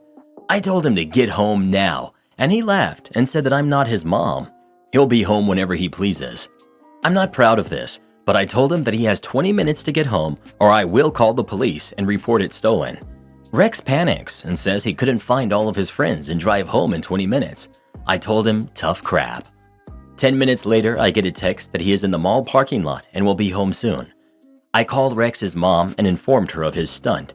She was madder than me when I told her that I was on call. She apologized and promised to talk with Rex and Dale ASAP. Rex came in, threw me my keys, locked himself in his room. Dale finally came home around 8 and said he had been on the phone with his ex. He demanded to know why I punished his son. I put my foot down and explained I'm on call. That means I need my car. Rex stole my car. Dale disagrees. His ex agrees with me and decided she will not be buying Rex a car anytime soon due to his entitlement. Dale thinks that I'm making a big deal out of nothing. I didn't end up going into work, so why did I have to threaten Rex? I've only gone in twice this year while on call. Just because nothing happens doesn't mean that I am always clear. Rex is now grounded. Fiance barely speaks to me, asks me when I'm going in today. I'm not, and if I will apologize. I'm not budging, and I'm still upset that he doesn't get it. Am I the jerk? Edit, because it came up in the comments. Dale is 30, not 29. But yes, he was 14 when Rex was born. Don't get hung up on this. It isn't about teen parents. Rex's mom was 15 when they had him, and is one of the best moms if you ask me. She's who introduced me to Dale. Edit 2.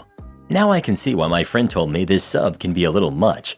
I'm very thankful for these responses, but I think I'm going to leave the comments now and have a very frank discussion with Dale tonight. Rex is with his mom, so he won't be in the middle or get involved. Kids still wouldn't look at me and called me a jerk who won't let him get his own car now. Not the jerk. Rex took your car even after you said no, and Dale is okay with that? Teenagers need boundaries and rules, and parents need to enforce those. Dale is the jerk, and he's setting Rex up to be one too. Rex owes you an apology, not the other way around. He demanded to know why you punished his son? Agreed that Dale is the jerk, while OP is not the jerk. OP didn't even punish his kid. She simply demanded that he return the property that he stole. The son rudely refused, so OP had no choice but to let him know that there would be consequences for his actions if he didn't return the car. Dale is completely off base if he thinks his son did nothing wrong and that OP should apologize. Even the ex thinks he's being 100% unreasonable. What would OP even be apologizing for? OP's fiance is just telling his son that he co-signs his theft, disrespect of OP. OP. So apparently Dale reads through this subreddit on his work breaks. He texted me a link to my post during his dinner break. A short time later, I first received a call from Rex's mom, who said that Dale called her and ranted about how I made him look bad online.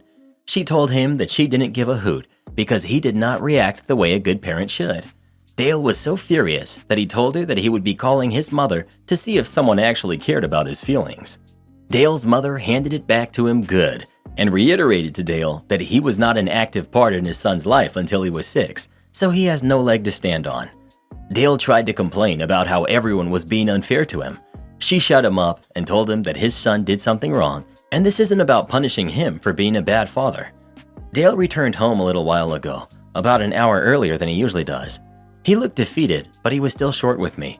Said he was disappointed that I posted, and now everyone who knows will think he's a joke and a bad father. I didn't think this conversation could end up with my ending the engagement and relationship, but it did. The house is all in my name, so Dale is packing up his stuff and crawling back to his mom's house. The wedding wasn't set, so no money or time was lost there.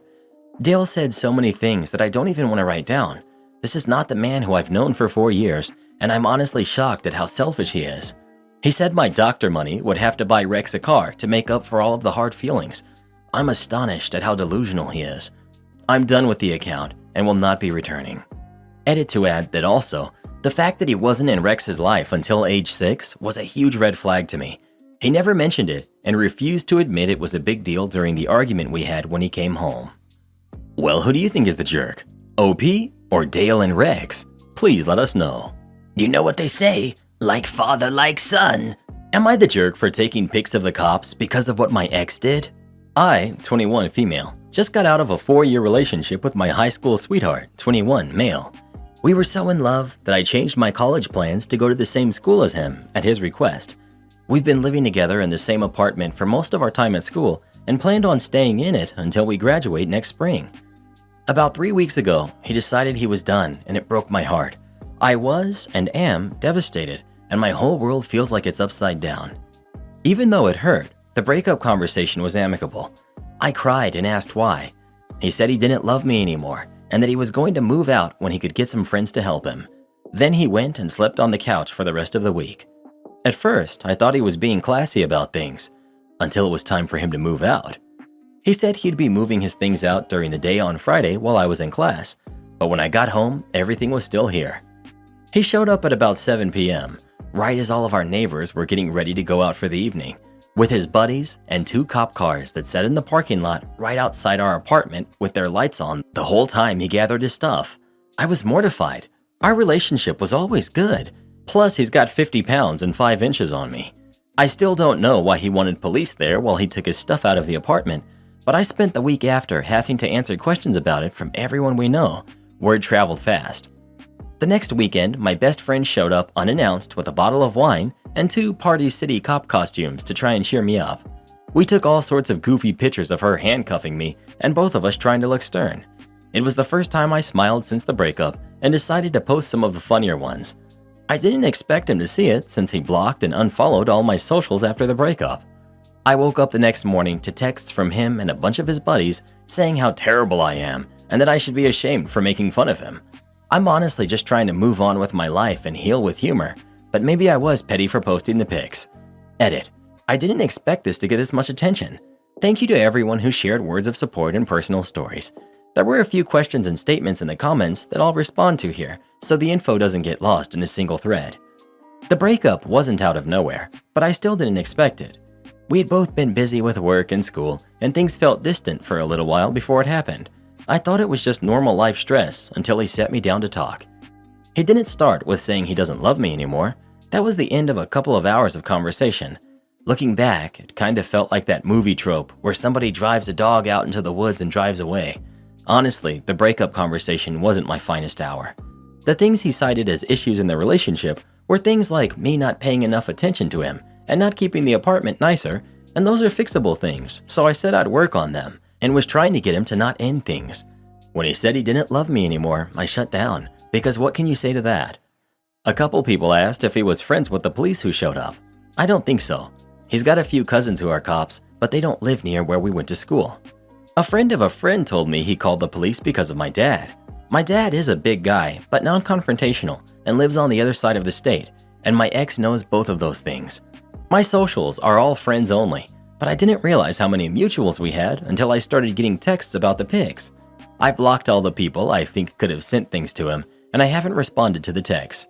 I just want to put my head down, get my degree, and move somewhere far away from all of this. Not the jerk. He's your ex now. He doesn't get to comment on your posts. Even if he did though, you were just trying to have fun. Well done on bouncing back. Info. Did you ever learn why he brought the cops? Not the jerk. What a drama queen. You dodged a bullet here. He can go be dramatic somewhere else. So homeboy can dish it out by having a police escort for no discernible reason, but can't take it when you have a hilarious, adorable, cathartic photo shoot? So not the jerk. It ain't even funny. But the photo shoot is. Good on you, OP. Entitled sister wants me to provide for her and her baby. So I, 27 female, moved to the US almost 7 years ago. I have 2 half-sisters from my father's side, all from different women. We used to be very close, and despite both of them being illegitimate, I shared with them part of what little inheritance I got from my grandparents. They never recognized them and left them with nothing. 2 years ago, my sisters also moved to the US. My middle sister, 28, let's call her Mary, got a company to host her with a work visa.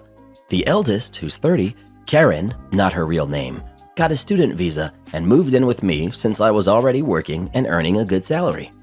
The arrangement was that I would pay bills, she would get a job at the university since she's not allowed to work outside, and that was her spending money. I would cover all bills and food. The only thing I asked was to help with some minor chores. I have a dog and a cat, and I told her she had no responsibility while she had work and school. It was fine, since I work from home and I have a step family that helped me maintain my home, mostly because I'm the free babysitter for them. Pretty sweet deal for a student, right? Well, apparently that wasn't enough. While she was in school, Karen met Ken. I knew Ken from the time I went to university. He's a creep, but I thought he was harmless. Karen was head over heels for him. I warned her Ken had a bad reputation at the university, but she didn't care.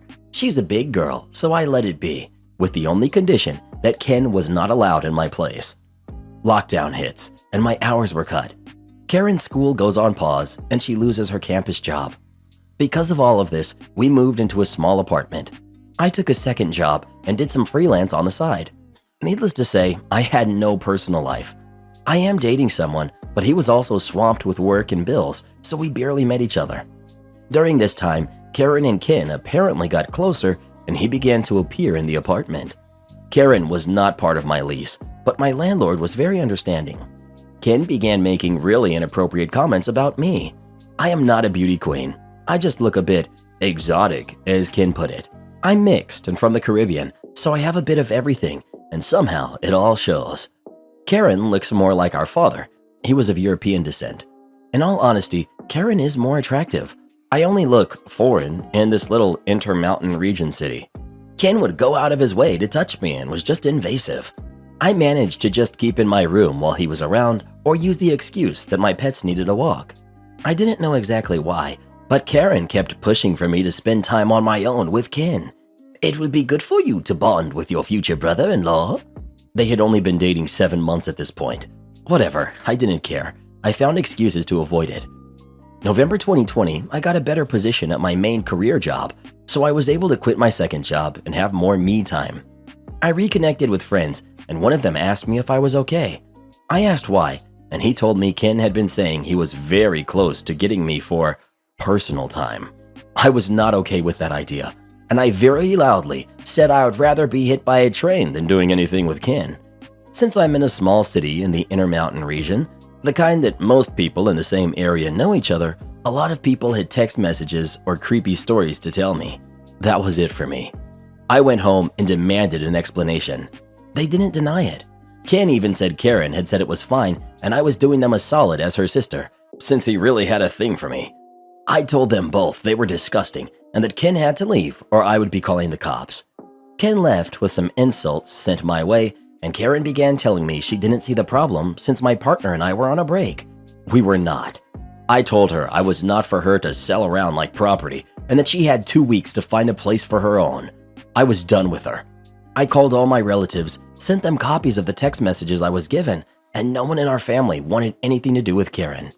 She moved in with Ken a few days later. It took me some effort, but I was able to get a restraining order for Ken.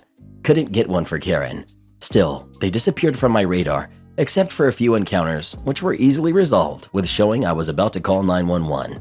And then today happened, and I had to hold back my laughter. Mary had kept tabs on Karen, since sisters and all, and she messaged me with a notice. Hey, Karen just called me. She's pregnant and Ken kicked her out. I just stared for a few minutes and responded, oh, that's sad. Mary knew and supports that I don't care or have any intentions to help. Karen used Mary's phone to call me. She begged me to help since Mary is only letting her stay for a week before she moves to another state. Said that she missed her little sister and had no one else to go to. That she knows I have family health insurance. I pay for private health insurance for 2 relatives that are in hard times and have health conditions, and that I should do something like that for her pregnancy bills. This baby is a blessing and I should want to help her raise it, meaning I pay for everything. I let her pour her heart out for a good 5 to 7 minutes, then said, "Nope." I ended the call. She tried calling again for a while, then stopped when I got a text message from Mary saying she had left her phone on the counter and she was sorry for the spamming. Most of my family agrees with me, even Karen's mom. The only one that disapproves is Karen's aunt. She's not my aunt, but I called her aunt anyways since I've known her for so many years. She's been putting pressure on me most of the day. She only stopped when I told her one more message and I would show her text messages to my stepfather, who was her landlord. I feel bad for the baby to a point, but this is one of those moments that all I can think is this is not my circus and these are not my monkeys. Edit 1. Someone mentioned the region inconsistency. I never looked into it since I didn't really care, but where I live I heard Midwest and Northwest interchangeably. As far as I was concerned, it was the same thing. We don't have that type of region in my country, so I decided to Google while at work and found out neither is right. I live in the Intermountain region. Thanks, random stranger, for making me check on the messy regional system. Not even Google agrees on it. Also, a small explanation of my grandparents. They were very old traditionalists. By the end of their lives, they didn't have much to give, so they chose to give it to the legal grandchildren. My father had many kids. I might not even know all of them. Grandparents were just tired of every other year having a new grandchild appear, and in some cases, a moocher mother attached. Last, Karen's visa. She had an extension since lockdown, but that is over. She's overstaying her visa. This is very common. I have relatives that do it. I don't agree, but I also had one foot in since my stepfather is American. My Karen ex demands I pay child support for a kid that's not even mine. My sister is on her side. Some years ago, I dated a girl. The relationship was bad. She was very controlling and she mistreated me. It ended up really bad and we broke up.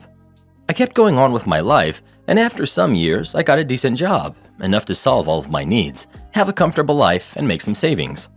The thing is, a couple of months after getting my job, my ex contacted me. She first asked me to talk, and I believed that she may want to reconnect or something, but she showed up with a 5-year-old, claiming that he was my son and demanding that I pay child support. I didn't believe her, but the kid's age matched the time that we cut contact. I got advice from a lawyer, a friend of mine, to try to solve this out of court. I offered to take responsibility, pay all of the costs, and be an active part of the kid's life, only after taking a DNA test. Everyone was okay with this, except for my ex. She acted offended and demanded to just give her the money that she deserved. She used all the excuses she could. She even contacted my family and told them I was trying to avoid taking responsibility of my kid. When she ran out of excuses and the DNA test was finally done, surprise, surprise, I'm not the father. She was so mad with the result, and she cried about the money, saying it was unfair and she deserved it, but she didn't accomplish anything. Moving on to the last week, there was a little party at my parents' house. My brother, a friend, and I were talking, and my brother started to joke about the situation with my ex. My friend and I started to joke about it too. Some of our comments were a little dark and bad, but we were far away from the rest of the people. Literally, we were on the opposite side of the house, and nobody else could hear us. At least that's what we thought. We were laughing like crazies when my sister appeared very angry and she pushed me against the wall. She spied on us and heard our conversation, and she was really mad. She started to yell at us about how horrible people we were for making fun of a poor woman. A few hours later, when the party ended, she asked me to go to the kitchen with our parents, and she started to say how awful I was for the previous situation. Apparently, my ex had been in contact with her, and she believed her version, and that was her way to have an intervention. My brother and I were like, "Are you serious?" when she started to say how I forced my ex into being a single mother, and that I have the moral obligation to help her. My dad only said that maybe we were being too cruel making jokes about her, but that I wasn't responsible for her kid. My mom then surprised all of us when she said, "Even if the kid is not yours, you are making more than enough money to support that kid. You should have helped her." Since then, I've been receiving texts. My dad and my brother are on my side, saying I'm not responsible for the kid, but my sister is telling me how horrible I am for ruining their lives. My mom only said, "It's your decision, and I respect it. I'm just very disappointed that you ended up being so selfish." I'm aware that she doesn't deserve my money, and I'm not planning to give her any, but the constant harassment of my sister trying to guilt me, it's just exhausting. Tell your sister if she's so concerned, she should give your ex money, since she has as much to do with conceiving that baby as you did. It's not just that, but she also clearly cheated on him while they were together, and then she tried to scam him into claiming that the child was his, so she doesn't deserve a penny from him. You're the jerk. I know this opinion won't be popular, but hear me out. You're obviously a dude, and you made it clear that you make a lot of money. Big surprise there with the pay gap and whatnot. Guys can basically walk into anywhere and get hired on the spot. With that in mind, this is your ex. She at some point meant something to you. Now she's asking you for help and you refuse to help, even though you can't afford to. You're no better than Elon Musk or Jeff Bezos. Men with too much money and no desire to help others are not making the world a better place. Your sister is right that you are heartless. This is why I never agreed to paternity tests. I live a good life and have multiple sources of income through child support through multiple men and my unemployment due to my social anxiety. Is there a chance some of these men might not be the fathers? Sure, but at the end of the day, they are manning up and helping provide for kids who need them. I can't wait for paternity tests to be outlawed. You mess around, you will find out. You want the reward of what we can offer, but refuse to support us when we need help. This is why I don't feel bad about the $60K a year I bring in off guys like you. Somebody's got some issues. Well, who do you think is the jerk? OP or his ex? Please let us know. I think that last commenter is the biggest jerk of them all, but that ex is a close second. Why not go after the real baby daddy for child support? Am I the jerk for sending my son to school with less food and explicitly telling him not to share with his best friend? This situation began a year ago, and it blew up in our faces last week. My son, Gregory, is 13 years old. He just began the 8th grade. His friend, Peter, is also 13, and he began the 8th grade also. Gregory and Peter have been friends since elementary school. Last year, I noticed that Gregory would be ravenously hungry after school every single day. He would come home and eat a frozen dinner or something, and then help himself to seconds at dinner time. I chalked this up to him being a growing boy, and I let it go. Something about this situation was nagging at me though, and while Gregory wasn't clear about why at first, he eventually came clean. Peter was being sent to school every day with no lunch. It looks to me like a typical case of neglect and unfit parents. The one time that Gregory went to their house, he came home with comments about it smelling really bad, and Peter's parents locking themselves in the garage for hours. Feeling bad for Peter, I decided to discreetly begin giving Gregory more food each day, just about doubling all of his food. Over time, I became less discreet and began packing a separate lunch for Peter. I was never thanked for this by anyone, but I knew Peter was eating the food that I sent. This year, things are different. Money is tighter for personal reasons, and frankly, with how expensive things are, I've decided not to spend exorbitant amounts of money supporting someone else's kid. I set Gregory down and told him that I would be packing him one lunch, which is for him and him alone. I made it extremely clear. Do not share with anyone, and this includes Peter. Gregory followed my instruction until one day last week I got a phone call from Peter's mother. She was livid that I had cut Peter off without a single word. I asked her when it became my responsibility to feed her son, and she responded that if she had known I wasn't sending Gregory to school with too much food, she would have handled it herself. I asked if she remembered why I began sending him to school with 2 lunches in the first place, and she hung up on me. I feel conflicted. I know I'm having my kindness thrown back in my face, but did I approach this situation incorrectly? I'm thinking you are about 50-50 here. It's understandable that you can't take on the burden of feeding Peter, but you didn't mention that you contacted anyone at the school and made them aware of the situation. They have people who deal with this type of stuff. That's the part of you that is the jerk. I was thinking you're the jerk for not having reported this to the authorities already, but the school administration would be a good plan too. Especially when OP's son said that the friend's parents locked themselves in the garage for hours. This is backwards. Where's the blame on Peter's actual mom or the school counselors? How is this somehow only OP's problem? This sub is a mess, blaming OP when she's the only one who stepped up. No good deed goes unrewarded. I hate to say you're the jerk in this situation, but you are. Not for how you handled the mother, but because as far as Peter himself knows, you did cut him off without a word. He's the only one who suffered here.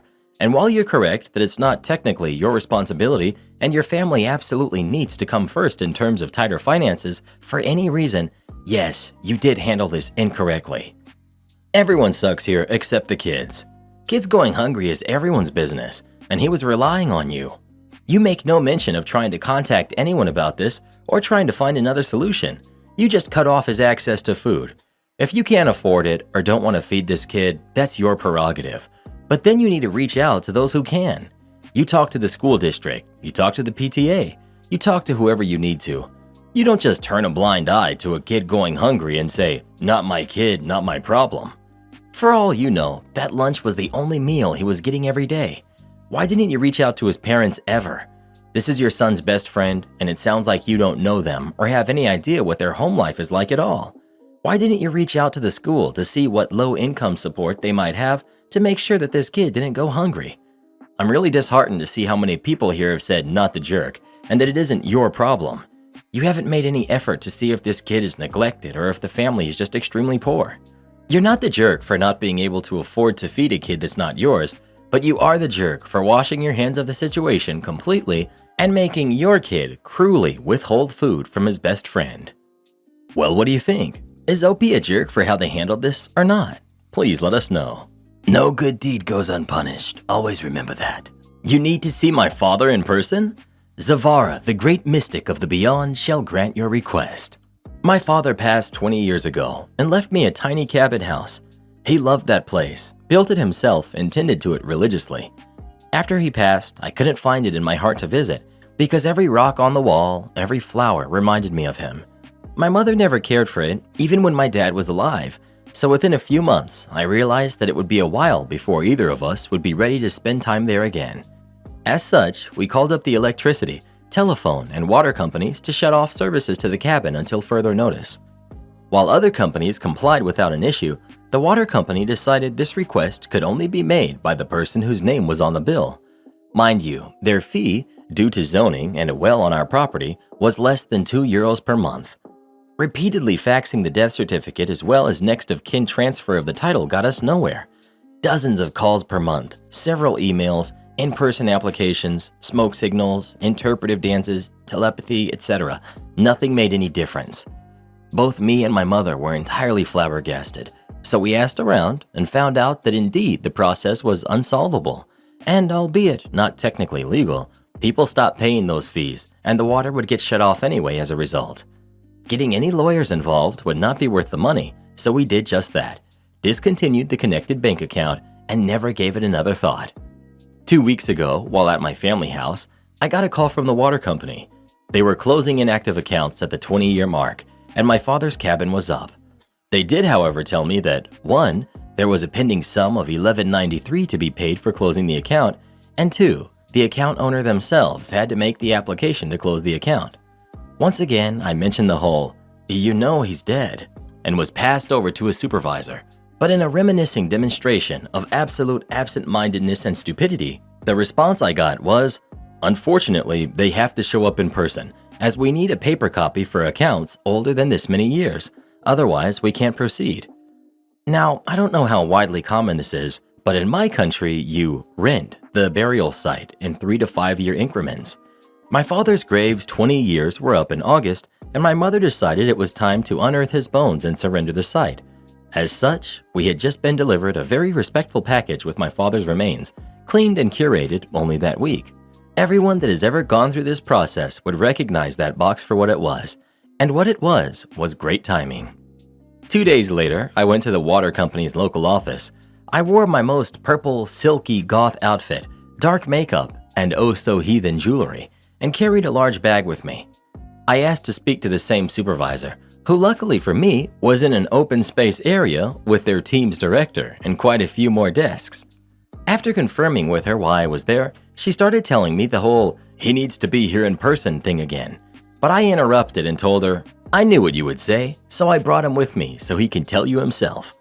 I plopped a Ouija board on the box with my father's remains on the desk and loudly shushed the area. Heads turned. Her director looked up with a "what?" expression, and the supervisor herself was frozen and wide-eyed. I placed my hands on the Ouija board and just started loudly asking my father's spirit to communicate with me, showing me a sign he was there with us, reach out to me from the grave. Everyone was silent. People walking by the door stopped and stared. I threw a few "Papa, Can you hear me? In there as well for dramatic effect. In comedic timing that happens only once in a lifetime, I think a pen or something small fell down from someone's desk behind me, which against the silence was quite startling. Excitedly, I moved my hand to yes and proclaimed I needed his help in the form of his signature from the beyond in order to close the account. Finally, the director snapped out of it and came over with an, "All right, I can help you over here.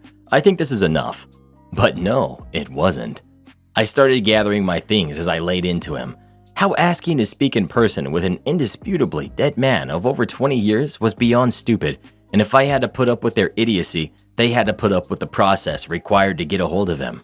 I also mentioned that denying someone's legal title claim was lawsuit-worthy, so he immediately changed his tune that I could, of course, close the account.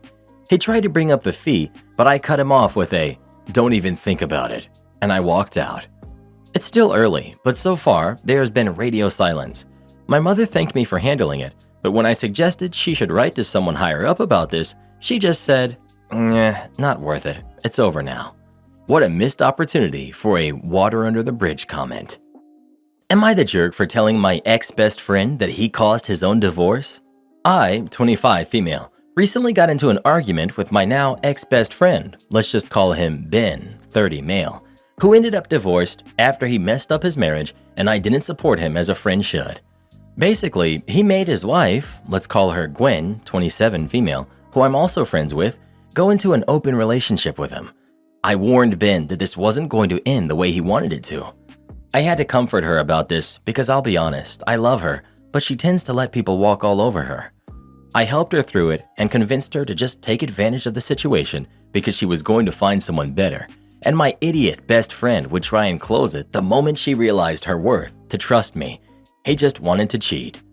Well, 6 months later, Ben comes complaining that his wife won't close the relationship and has been seeing this guy Martin for 4 months, and how he stopped seeing other women and has tried to give her more attention so she'll dump Martin, but she won't, and asked me if I could talk some sense into her so that he could close their relationship.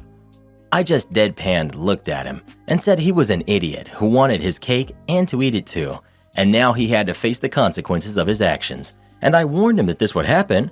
He called me a jerk and he left. Well, it's been 3 months and Gwen filed for divorce. They don't have kids and they had a prenup, so it went easy. Ben was complaining to me again, and I told him he now has what he wanted, the freedom to mess around. He got mad at me for rubbing the divorce in his face and told me not to contact him and that all of us women are alike. I myself don't see myself as the jerk, but some of our friends are saying I shouldn't be rubbing it in his face and being so smug about it. So, am I the jerk for telling him the truth about how this was going to end? I believe that Ben has experienced the literal definition of mess around and find out. Not the jerk. Not the jerk. You warned him and he didn't listen. Open relationships can work if you're doing it for the right reasons. Ben just wanted to hook up with whoever he wanted, but then instantly changed his mind when she started doing the same thing. Ben has no reason to be mad here. Well, who do you think is the jerk? OP or Ben? Please let us know. Am I the jerk for making my wife cry on her birthday? Last night, I was playing with a band at our local bar. My wife came in and immediately latched onto a band member's wife in the corner of the bar and spent 2+ hours not leaving the area. She's maybe met the band member's wife one time. Maybe 20 feet away was a group of our friends. She says they are my friends and her acquaintances. She would not leave the corner of the bar and waved hello to them. It was not a crowded bar. During a break, I asked her if she would go and say hello to our friends. She told me that she waved. I again said it would be great if you said hello to them, considering they came out to support the band. A little backstory. These same friends invited us to their house 2 weeks ago, and we spent hours at their house hanging out. After the gig, I guess I was visibly annoyed, but I didn't want to say anything because our birthday is today. When we got home, she pressed me on it, and I told her I felt it was pretty rude to not have the courtesy to say hello to our friends. She challenged me, saying why does she have to go and say hi instead of them coming up to her? Well, they were already there sitting at a table and it was a group of people. It made me very uncomfortable how cold it felt that she couldn't take 1 minute to go and say hello and seemingly hid in the corner on purpose with someone who is a relative stranger. Now it's her birthday and she's crying, saying I was very rude. I don't believe I was rude at all and just told her on her request how I was feeling. I'm ready for your judgment. Am I the jerk? You're the jerk. She waved and was hanging out with someone she considered her friend. This was also her birthday, and it was nice of her to spend that time supporting you. This is the case of making a big deal out of nothing. Just let it go. It would make me so nervous to have my social interactions monitored and policed like this. OP, are you always watching her this closely? It's super weird. Even the language is weird. His wife latched on and hid, etc. Creepy and controlling, OP. You're the jerk. Even if she hid, that's her option. It sounds like he expects her to act as a promoter to the band, be the social director to the fans, and encourage people to come watch them with her as an attraction. He sounds like a grade A user. She spends her birthday coming out to watch your band, and you get upset with her for not interacting with certain people exactly like you want her to? Yeah, you're the jerk. If you're even going to have this stupid conversation, maybe ask why she preferred your band member's wife's company over theirs, or why she views them as more your friends than hers. You're the jerk. Old musician chiming in. Your wife is not a member of the band. It's not her responsibility to come to your gigs. It's not her responsibility to go thank other people for coming to your gigs. If you want to thank someone for coming, you go thank them yourself. Because if you want your wife to be your PR person and glad hand everyone in the bar, then you need to start giving her an equal cut of the gig money and tips. Well, who do you think is the jerk? OP or his wife? Please let us know. She came out to your gig. She waved at them. She hung out with someone she liked. Stop overthinking this, bruh. Just let it go. Am I the jerk for moving my money to a different account after my stepmother threatened me with taking it from me? I'm 15, female. Stepmother and I obviously don't get along. She's been my stepmother for 1.5 years now. The money that I have was in a joint account, me and my dad, but stepmother had access to the debit card and PIN number. I earned this money myself by selling handcrafted items. I broke curfew a few days ago, and she suggested that she's considering whether to take 20% of my money out of the account as a fine for punishment, and every time this happens, she will take 20% more until nothing is left. I was very upset about her threat and decided that I should move my money before she takes it away. I logged in online and I transferred all of it to my big brother's account that night, and the next day we went to open a joint bank account with my brother and we moved the money there. So she doesn't have access to it anymore. So upon learning what happened, my dad and stepmom are furious at me and at my brother. Stepmom is focused on the fact that I've taken away her means of punishment, and my dad is upset that I didn't trust him enough to protect my money. He insists he wouldn't have allowed her to do this. Stepmom has banned me from seeing my brother. It's meaningless. I don't accept her authority to do this.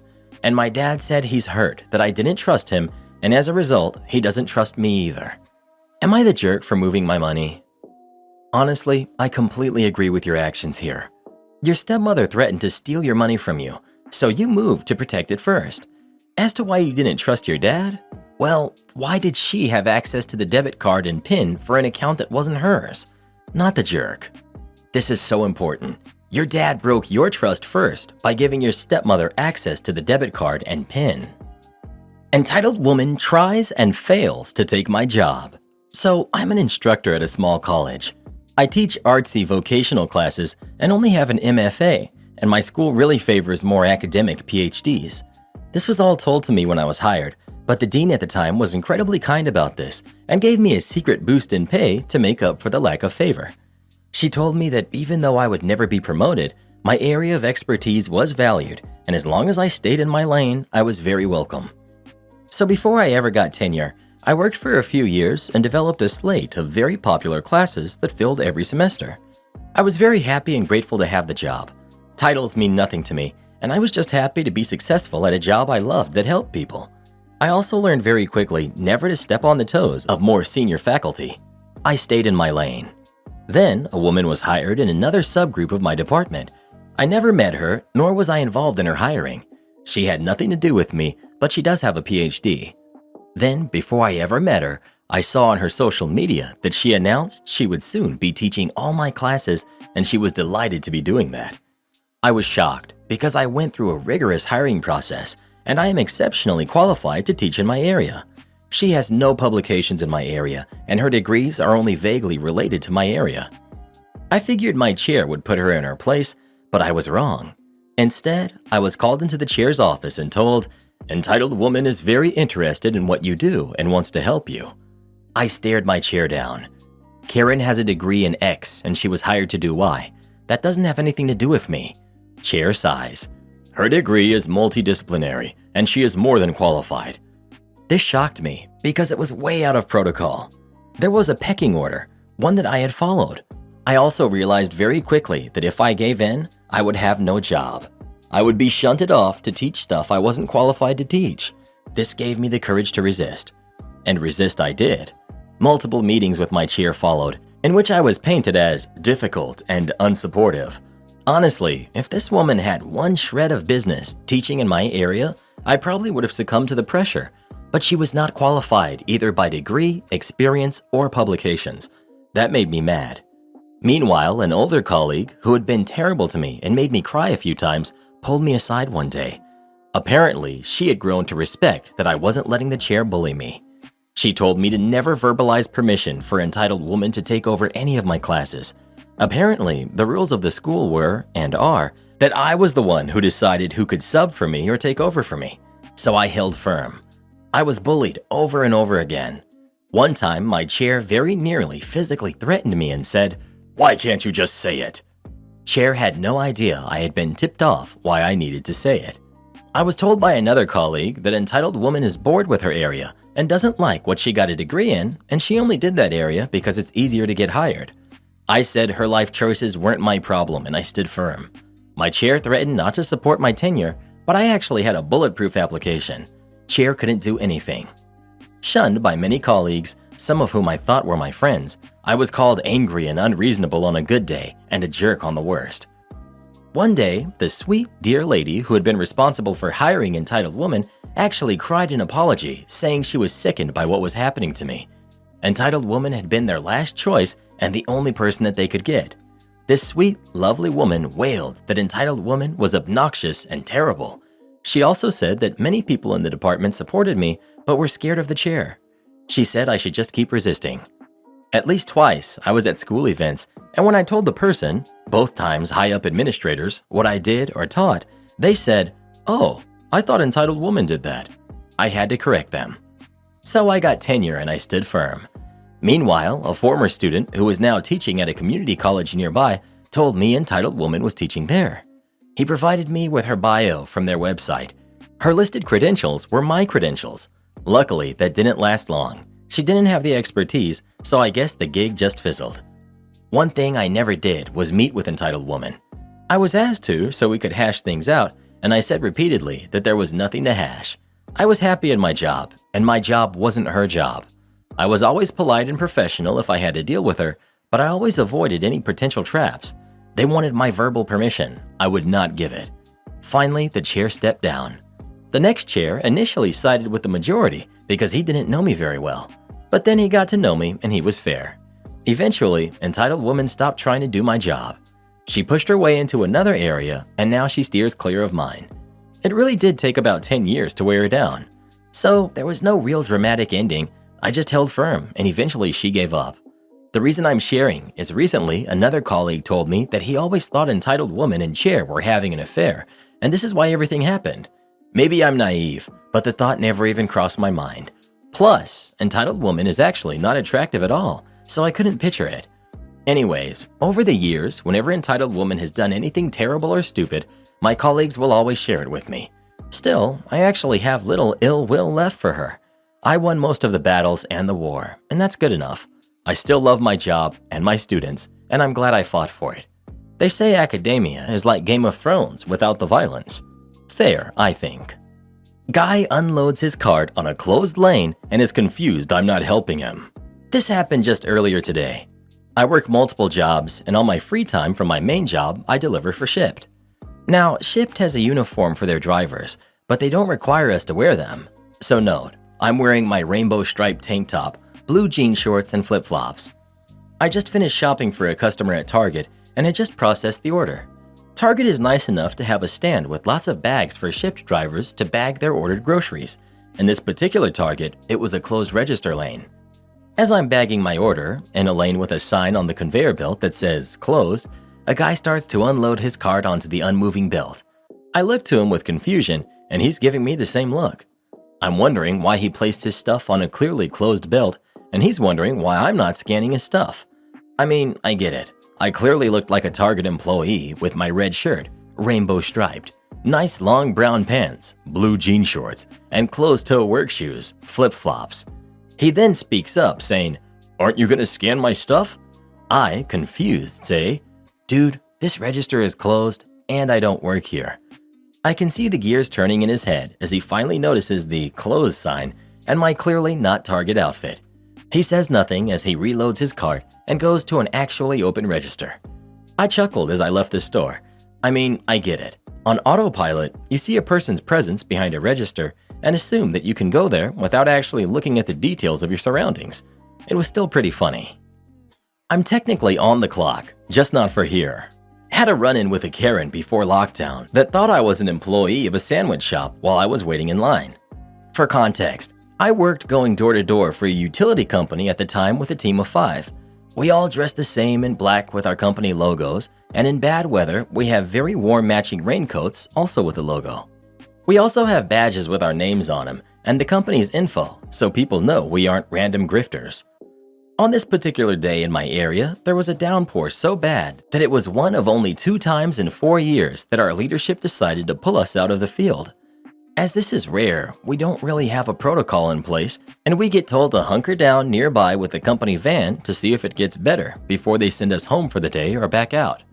Due to this, we decide to check out a small sandwich shop one of the guys swears is the best in the area. All of us being wet and hungry thinks that this sounds great, and we head right on over to get some food while still on the clock and getting paid till we hear back. Place is small, but it looks decent. Also part convenience store. They don't have a counter you order at, but an employee that walks around and takes orders, and with someone already talking to him, I know it's going to be a minute until all 5 of us get our orders in, so I elect to go last and check around the store as I'm in no hurry. After looking around, I see my coworkers have all their orders in, so I go up to do mine. Due to this, my order is done last and has a bit of a delay. My 4 coworkers are all sitting down and starting to eat at this point while I wait for my sandwich when an older lady walks up to me and starts saying a sandwich order without as much as a hello. I cut her off to say, "Oh, I don't work here," to which I get the confusing reply, "So, you're working? You just don't work here?" "Uh-huh, sure." And an eye roll followed by her starting her order again. I respond by simply putting my hand up to cut her off, point to the logo on my jacket, which is still soaked by the way, and ask, "Does this look like the name of the store to you?" I don't remember if she said anything back, but my order got announced at this point, so I stepped away, grabbed my sandwich, and smiled at her as I walked by her again to sit with the 4 people dressed identically to me that were already eating and dig in. Now you'd think that this would be the end of it, with me just eating my sandwich while basking in Karen's indignation. But no, she stomped off and finds the proper person to speak with, drags him back into view, and starts complaining about me to him, while he desperately tries to explain that I don't work there. By the time we finished eating and were leaving, I still don't think she had placed an order. My Karen ex is demanding my Disney Plus password. I know my ex-wife has been using my Netflix account for many years. I didn't really mind. I'm now remarried, we have a kid, and I live far away. I basically have no contact with my ex, though I still do regularly stay in touch with several of her siblings and her father. When I signed up for Hulu and Disney Plus, I reused my Netflix password. Turns out my ex was using those services as well. I signed up to those after we were divorced. I got a notification that another password was breached and decided to begin using a password manager to make new passwords for everything. I'm also turning on 2-factor authentication anywhere I can. My ex just texted me and asked for the new password. Her kid, from her subsequent marriage, really wants to watch something on Disney tonight. I've not responded, but my plan is to say no. I'm certain she'll make a production of this and complain to her family members and our mutual friends about how I'm somehow in the wrong, but I don't really care anymore. I'm not being a jerk though, am I? She's a grown adult. She can sign up for her own account. You're the jerk. It's a darn streaming service. Just share the password and get off your high horse. You obviously have the money to pay for it, and maybe she doesn't. Have you even considered that? This is also a way to stick it to these big corporations. You literally have the chance to get back at these greedy clowns, But because you can't get over your feelings for your ex, you choose to be bitter about something that happened years ago. If I were you, I'd call her up and apologize for how selfish you've been. I'll never understand how men like you can be so greedy. You remind me of my sorry excuse of a father I had growing up. He wouldn't share anything with anyone. His snacks, pops, magazines, stamps, we weren't allowed to touch any of his stuff. Long story short, once my father was so old he couldn't take care of himself any longer, he got into a low-income assisted living facility. We finally had the chance to take all of his stuff that we always wanted. I even live in the old man's house now, and once he bites the dust, it will be put in my name, whether he likes it or not. Power of attorney is all that matters, and that belongs to my big brother. Sorry, Dad. Looks like we got the last laugh. I even burned his entire stamp collection in the backyard, and I sent him a video of it. Haven't seen the old geezer smile since. Congrats! You have more issues than Windows 10. Well, what do you think? Should OP give his new password to his ex or not? Please let us know. Never share your passwords with anyone, especially your ex. Am I the jerk for stealing a name from my sister to use for my baby? I, 25 female, had a couple names picked out since I found out I was pregnant. Mindy if it's a girl and Derek if it's a boy. However, in my last few weeks of pregnancy, I added another name to the list for a boy, Morgan. My sister, who's 28, and I have had a close relationship for a long time, so I let her know that I had another name I was considering for a boy. And when I told her, she was shocked, saying that Morgan is the name she wanted if she ever got pregnant with a boy. She has fertility issues, so it would be a while before she got pregnant, if at all. She pleaded with me to not use that name because it was a family name on her husband's side of the family, and asked me to use the name I had originally chosen for a boy, and I told her that because she's not pregnant and might not be able to even have kids, then it wouldn't matter if I chose that name or not, and she got upset by this. A few weeks passed, and I was past my due date, so I was scheduled for a C-section in a few days. After I told her this, she again asked me to please not use that name, and I told her that I wasn't sure what name I was going to pick yet, but my husband and I had already decided we would be using that name. After I gave birth, my husband and I named our son Morgan, but I didn't tell my sister because I knew she would get upset. This was my baby, and I shouldn't have to give up the name I want for the slight chance she could maybe one day get pregnant. She messaged me to congratulate me on the delivery and asked what the name was. I told her we still hadn't decided what name, so I could avoid drama as I had just given birth. My mom called her the next day to tell her about the baby and mentioned the name to her before I could tell her, and of course she got upset. She messaged me asking why I didn't tell her that we chose that name, and why did she have to find out from Mom. I told her that it was what my husband and I decided, and it has nothing to do with her, so I didn't see the point in telling her when I knew what her reaction would be. Her husband was devastated, and so was she, and now we barely talk, at least not like we used to. I told her she needs to get over it, because I was the one who was pregnant, not her. She's being really immature about it by not talking to me and getting this upset over a name. Our relationship isn't the same now, and she says it's my fault. So, am I the jerk? Edit to answer some questions. I only found out that it was a family name after my husband and I had decided on it. I wasn't trying to throw her infertility in her face.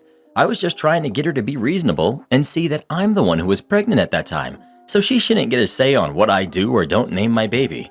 I didn't choose the name to hurt her or to be spiteful. I just really like the name. She still talks to me because we are family. She was my maid of honor after all of this happened, so I think she's moved past it. Or at the very least, she doesn't bring it up anymore. She doesn't seem very attached to my son, but she's very involved with my other sister's kids, which hurts, but is ultimately her choice whether or not she wants a good relationship with my son or not. I don't think that's up to me at all.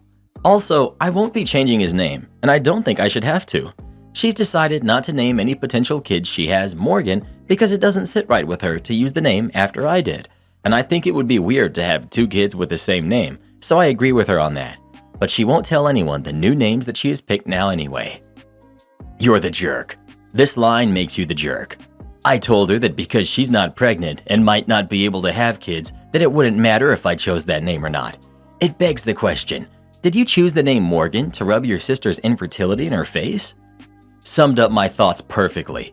Using the name was also a bit iffy given the sister's explanation, but possibly forgivable on its own.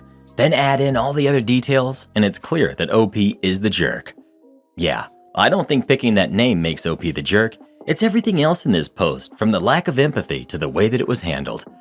There's something just evil about the way it was written too. Just so insidious and matter-of-factly, without a care in the world or any kind of concern or kindness or empathy. It is pretty horrifying. I couldn't do this to my high school bully, let alone my sister. You're the jerk. If you were as close to your sister as you claim, you'd understand that this name was important to her and her husband. You're also throwing her infertility in her face and acting like the chance of her having kids are slim to none. She could adopt the baby too and name that kid as well. That's crappy. The state of the relationship is your fault. Normally, I'm all for people naming their kid what they want to, but it sounds like you're purposely adding salt to the wound. Well, who do you think is the jerk? OP or her sister? Please let us know. If the story had been written a little differently, they would all be siding with OP, saying that her sister has no right to decide what she names her own kid. I made my parents homeless for getting rid of my dog. I, female 27, lived with my parents until last week. I have a dog that I love. She's been my best friend since I graduated university. I'm not very social, and I prefer her company to most people I know. I have had boyfriends and even a short relationship that ended amicably. I'm just not really interested in much beyond my work and my dog. My parents think that this is a shortcoming, but I do not. My brother also lives with us. He's in high school and he doesn't pay rent. I pay about 50% of everything in the house, including groceries. It's about the same as rent would cost, and I get the basement suite. It isn't a legal suite in the sense that it could be rented, but it is fine for a family member. It's because of building codes and stuff. It would cost a bunch of money to make it suitable for a renter. So my mom decided that the reason I'm not actively looking for a husband is because my dog takes too much of my attention. My pup has some health problems, but nothing I can't afford, and nothing that affects her quality of life. So my mom gave her away. While I was at work, I came home and she was gone, along with all of her stuff.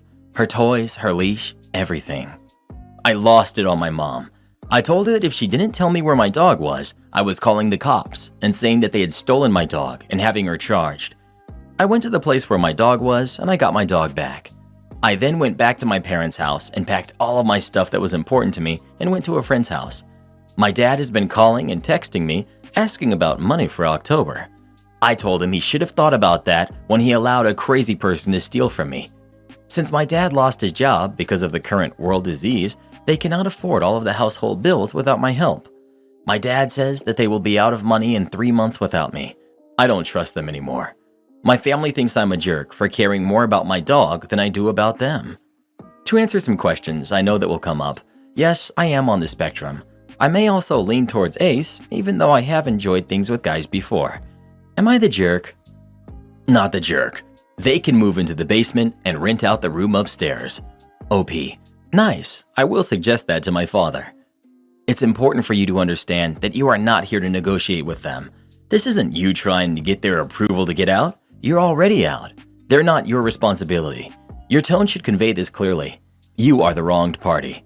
You stole from me. It isn't my job to figure out your problems that you create. You can try to get a roommate or rent out the basement, but this is your mess, and you two are old enough to solve your own problems. You're lucky that I haven't pressed charges. If you continue to harass me, continue to behave poorly, that will change. I have no problem with letting law enforcement decide who's right and who's a criminal. Any more missing property of mine will be met with additional charges. If you have a lawyer friend, maybe have them type up a formal-sounding letter if they don't stop. Also get some friends to go with you to move your stuff out. Warn your brother of them possibly trying to guilt him for rent, steal his future income, or using credit cards in his name to pay off their financial obligations and messing up his credit score. Make sure he secures his social and all relevant future financial documents and accounts, as should you. Am I the jerk for refusing my coworker's apology and being nasty back? I have ADHD and autism. I've been with my job for 12 years. In July of 2021, the company hired 4 new people, Tom, Jamie, Alana, and Deanna, fake names, to make the team that I work on. Unfortunately, none of the new people on my team are very nice to me because I'm odd. The only person who is ever kind to me is the new manager of our team. The new people started holding potluck meals. The first time I found out after the fact, while they were eating without me. I asked them to let me know next time and I would bake something. The second time it happened, they said it was an oversight. Oops. By the third time, I got the hint. I wasn't welcome. I was hurt, but I let it go and I just did my job. Our new manager asked why I never participate in the team potluck. I told her the truth. I'm never invited, but she swore that Alana texted me. I told her that none of them had ever contacted me except for essentials by email only, and they make a point to avoid me. When my manager confronted the group, they lied and swore they had asked me, but were unable to produce the promised text. My manager and boss decided to no longer permit potlucks on company property. The next day, they cornered me in the break room when I went to eat lunch and began to shout at me for ruining their lunches. I ended up having a meltdown. I told them I didn't ask our manager to do anything about it, that our manager said they called it a team lunch, that I was part of the team too, and she was bothered that I was excluded and took it upon herself to do something about it. I said that I knew I was weird, and that was why they didn't like me. I told them that I'm doing my best I can to fit in, but I'm not stupid. I know I'm always being left out on purpose and lied to and about, and that it hurts to never feel like I fit in no matter what. By the end, I was sobbing myself sick, and my mom had to come pick me up early because I was panicking so badly. I found out later my coworkers were put on administrative leave without pay and forced to go to sensitivity training before they could come back to work. A few days later, Tom approached me to apologize and said his nephew was autistic too, and he should have realized and done better. I asked him, if someone treated your nephew the way you treated me for over a year and only apologized after getting caught and punished for it, what would you tell your nephew to do? Would you tell him to accept that apology? He quietly admitted that he wouldn't, that he'd tell his nephew to tell them to go buzz off. I told him to go tell himself that, get back to work and leave me alone. No one else even tried after that. My manager is now saying I overreacted and I should just accept the apology and give them another chance to keep the peace. My job coach says I should apologize too, but I really don't want to. Am I the jerk? A year? And your manager is saying you're overreacting? They're underreacting. Sensitivity training isn't enough. Your coworkers did this with intent for over a year and then had the audacity to shout at you when their crappy behavior was called out. My own anger at your treatment aside, I would accept the apology in time. I do think that what you said to Tom was perfect. You are 100% not the jerk. Exactly. OP didn't reject the apology directly, just put a mirror up to it. Let them invite OP out the next time and show that they mean it with kindness instead. Not the jerk, OP. Tell them it's not that you're rejecting Tom's apology, you just prefer to see it in changed behavior before you can accept it wholeheartedly. Your company can accept that as both professional and reasonable, as well as your colleagues. You don't owe anyone an apology. Never. Not for this. And please note that others didn't bother. Don't assume it's because of what Tom said. Why are they even talking about it? They should each approach you anyway and apologize. You have the right to respond, and they the duty to at least hear it. I'm so sorry you went through that. Kudos on your resilience and standing up for yourself. I hope you see it now too. It wasn't just a meltdown. Fingers crossed, they change. Accepting an apology is a personal choice, not something that should be subject to a superior's order. For that alone, I have to say, not the jerk. I think you need to ask yourself if Tom's apology was sincere, and if it would benefit you to offer forgiveness. Forgiveness is not for him, it's for you. When you've thought about it, do what feels right to you. Based on what you've written, none of the other 3 people have apologized, so there's nothing to accept. I'm not sure what you would be apologizing for. If you don't have Dijon, I'm not paying. So this is from a few years ago. I worked in a chain pub/restaurant, fairly cheap, but we did pretty good roast dinners on a Sunday, so we would normally be full. On the day this happened, we had been stacked, as in no table left empty for more than 2 minutes all day. It's about 8:20 p.m. and we close at 9 on a Sunday. A couple walks in and the guy demands the nicest table we have with his first words to me, which I take as an odd start, but oh well. I sit them in a fairly private corner of the restaurant. We are only now starting to have a few empty tables so they can have a table for 4, which I consider nice. I take their drink orders and I come back to take their food order. Like 95% of our customers on a Sunday, they then order roast dinners. He gets the beef, she gets the lamb. He then asks if we cook to order, obviously trying to sound like he knows what he's talking about, to which I say no, the roasts are not, as you can't really roast meat to order. He finishes ordering by saying, "Well, it better be hot." Someone else took their food out, but I go to do the check back and ask if everything is okay with their meal after a few minutes. He then goes, "No, my meal didn't come with any sauce." To which I reply, I'm sorry, what kind of sauce would you like, sir? He had gravy, and I know the server would have asked if they wanted any sauce when they brought out his meal. He goes, mustard, Dijon mustard, like he's James Bond. I go on the hunt for some. As I say, it had been a busy day and we had run out. Our main food order with all the sauces, etc., came on the Monday, and frankly, it's not something many people ordered normally, so we didn't have a massive stock. I go back and I tell him, me, I'm very sorry, sir. It appears that we've run out. It's been a very busy day. Him, what do you mean you've run out? I want Dijon mustard. Me, like I said, sir, we've been very busy and it's late in the service. Unfortunately, we've run out. Rubbish. Go and buy some then.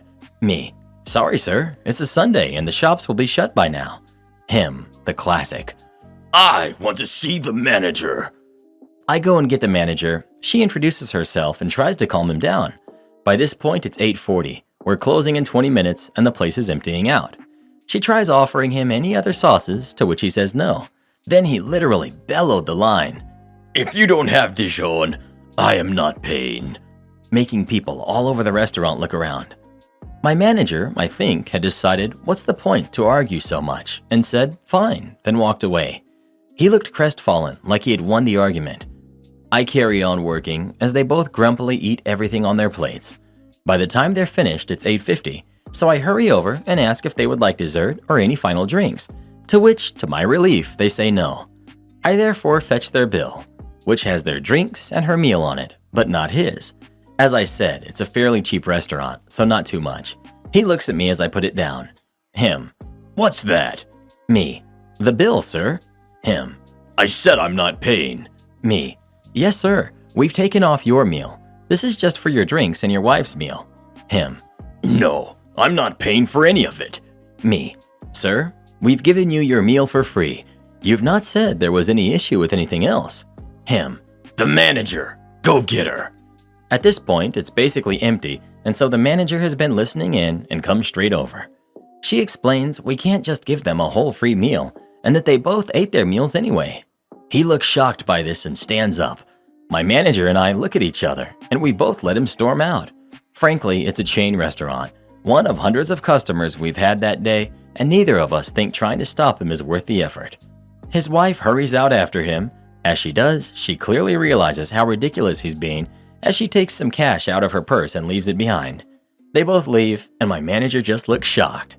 Turns out she had left more than enough to cover the bill, even with his meal included, so I made a fairly good tip off of them.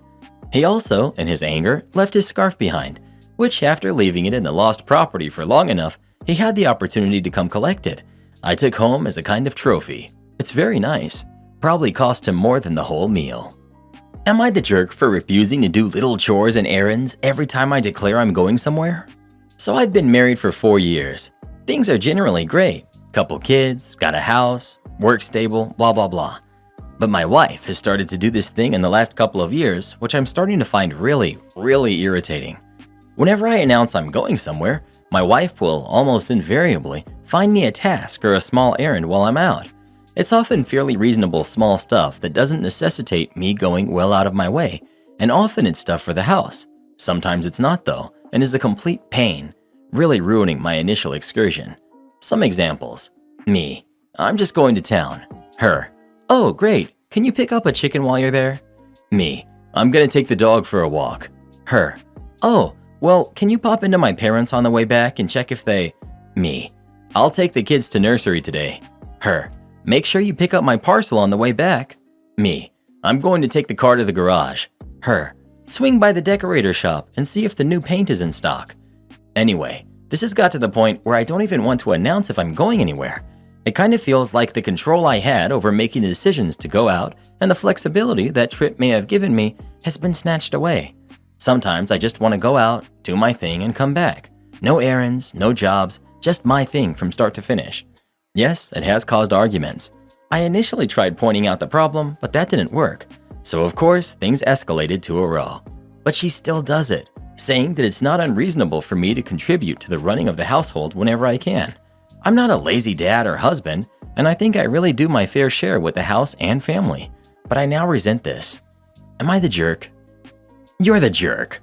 There's nothing wrong with occasionally saying, "You know what, hun? I really just wanted to enjoy a walk with the dog and not do something extra. I'd rather not pop into your parents this time." But what you don't seem to be considering is that every single little chore and errand that you refuse to do on these occasions is something that she then does have to do. They don't magically get done by the chore fairy when you refuse. She's the one who's picking up your slack. So when you claim that you really do your fair share, but then resent her even asking you to just do an occasional extra small thing here or there that she has to do if you don't, and I'm assuming that there are plenty of chores on top of these that she's not even bothering to ask you about because they're not on your way or near where you're going and require her to actually just go out and do them. Yeah, no, you're wrong, and you're the jerk. Not to mention that she's already shouldering the mental load of managing these extra chores that need to be done, since he seems to be totally unaware they exist. You're the jerk.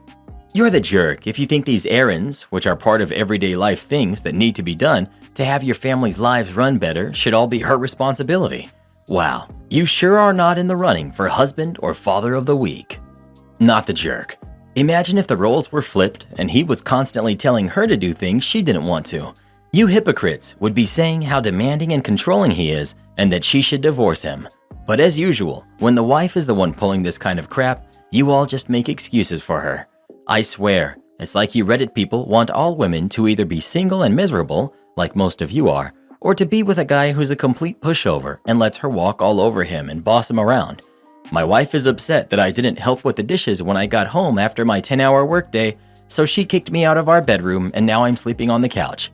The modern day man, just sad. Well, what do you think? Is OP the jerk or not? Please let us know. Maybe the OP from the other day with the man cave will let you come hang out with him for a while. Am I the jerk for being mad my husband ate without me? My husband took me out to a birthday dinner, my birthday. While we were waiting on the food, I saw an old coworker and told my husband I wanted to go speak with them for a moment. While talking, I kept looking back towards our table to see if our food was out and to check on my husband. No food that I could tell. I'm super nearsighted, and he seemed to be reading something on his phone. I wrapped up the conversation, may have been 10 to 15 minutes, only to come back to him finishing his food. I asked if he was done already, why didn't he let me know the food was out, etc. And he started saying he had small portions, didn't think it was a big deal, didn't want to interrupt my conversation, etc. I asked why didn't he motion towards me or something. He said he didn't think it would be a big deal for him to just eat. Now, I understand what some may think about me walking over to speak to the former coworker. It was a quick 10 to 15 minute conversation and moving on. I even asked him if he minded if I went over and spoke to them for a few minutes because I hadn't seen them in quite some time. They are older. This wasn't a super fancy sit-down restaurant either. Our budget was tight, so we went to Cracker Barrel. I feel like he could have at least let me know the food was out or something. A little more context. We've been married 16 years. We have 2 teens, etc. Nothing like this has ever happened before. You're the jerk. Walking away for 15 minutes when you had food ordered and were supposed to be celebrating with your husband is way more rude than your husband eating his food while it was hot and fresh. You should be apologetic, not indignant. Well, who do you think is the jerk? OP or her husband? Please let us know. Pro tip, while on a dinner date, give your undivided attention to whoever you're with. That's what I'd do if Reddit boy ever took me out to eat. But he never does. He never will. You got that right. Force the student to do your job for you? Enjoy losing your whole career. I work in a healthcare facility with different disciplines, and we have the main clinicians and assistants as well that do treatments. For the longest time before lockdown, clinicians would take students from schools because they need to have some hand-on experience before they graduate and get to take their state exams. The players of this are, we've got me, OP. We've got Dory, the clinician teacher. We've got Hannah, the student.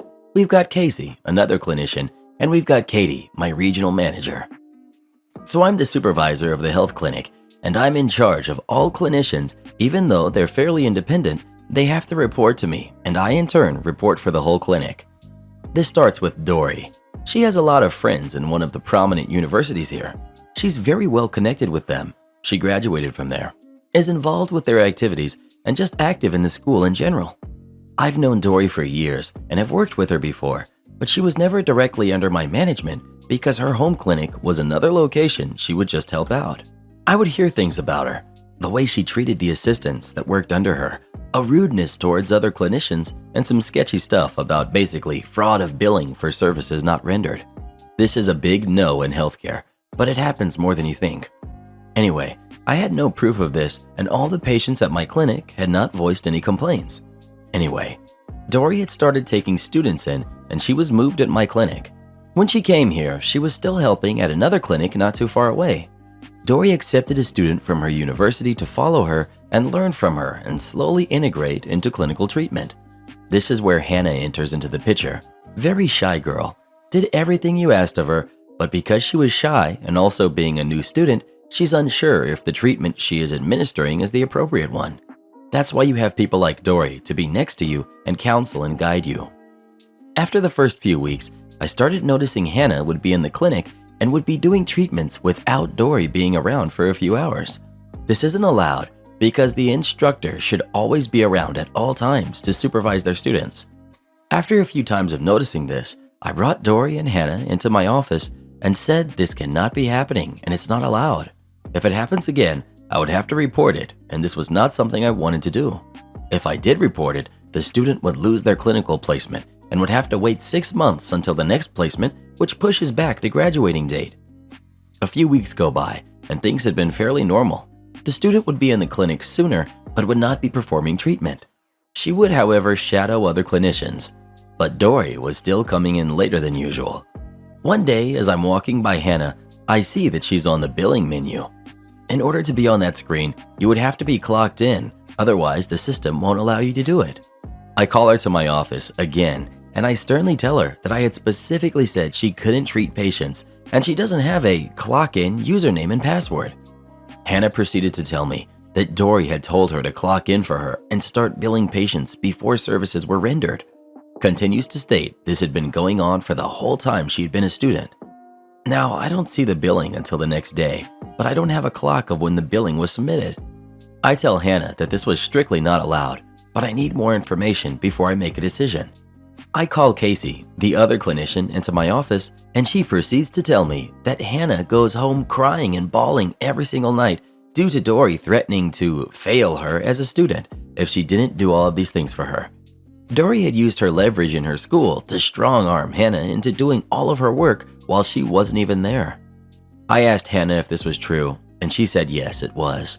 Hannah then goes on to tell me that after the first meeting with Dory, Hannah, and myself on what they shouldn't be doing, Dory brought Hannah to the side and told her, "He's cool. He knows what's really going on, but he has to say that as a manager, so keep doing it." At this point, I asked the student if any of her evaluation or letters of progress had been submitted to her school, so they know she's been making progress. Hannah says that Dory has never submitted the necessary paperwork to the school and has gotten away with it because of her connections to the school. So if I fired Dory, she would in turn take revenge on the student and fail her at her clinical. She would be 6 months to a year from being placed into another clinic, meaning she would be either very late or just fail and not be able to graduate. I called Katie and reported everything to her, told her my fear for the student and what she was dealing with every single day, crying and being threatened and retaliated against. Katie was also fearful of this, but also worried the liability this put on the company, also how long it had been going on. So she didn't have an answer on how to handle the situation without it affecting the student. So here was my revenge. I started watching everything Dory did, treatments, time, and complaints, etc. One weekend, Dory had to work without her student on a Saturday, Sunday, and Monday. When I come in on Monday, I notice a patient having been to the hospital since Friday, but she had still been billed for services. I checked the clinician. It was Dory. How was she able to treat a person that wasn't even the clinic and also be able to bill her? So I had my reasons to fire her. I had the evidence I needed, but I still wanted a bit more. I texted Dory and asked if she had seen said patient.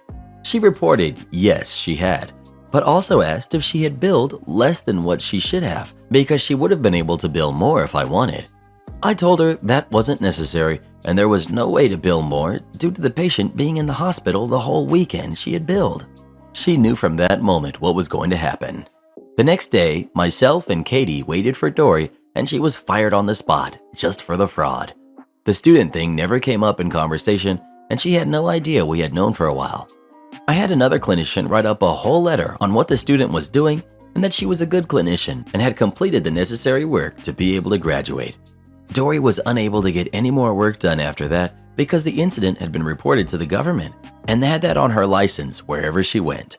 Her new employers would look at the license and not want to hire someone with that on their record. Last I heard, she was working at an Amazon warehouse as a manager. From a doctorate degree to a warehouse manager, after many years, I'm sure, of fraud. The best part is that student has graduated and gotten her degree and is working in the field. She's a great clinician, has done great work in her field, and I still keep in contact with her. She's very thankful for being pulled out of that situation. Karen Squatter tried to steal my brother's house. Several years ago, my brother Dan moved from California to Washington State, and he built a 3-bedroom house on one of 2 parcels of land he had bought when he was 18 years old. He lived in a nice community with a small lake, and they had an HOA. During the 2008 economic crash, he ran into financial trouble, so we helped him. To repay us for the help, in March of 2016, he came down to California for an extended period to work on our house, which was neglected because of helping him. He was very proficient at renovating houses, and he did fantastic work. In November, my brother's friend, Jake, called him and asked if a friend of his, Tuna, could stay in one of the rooms for $400 per month.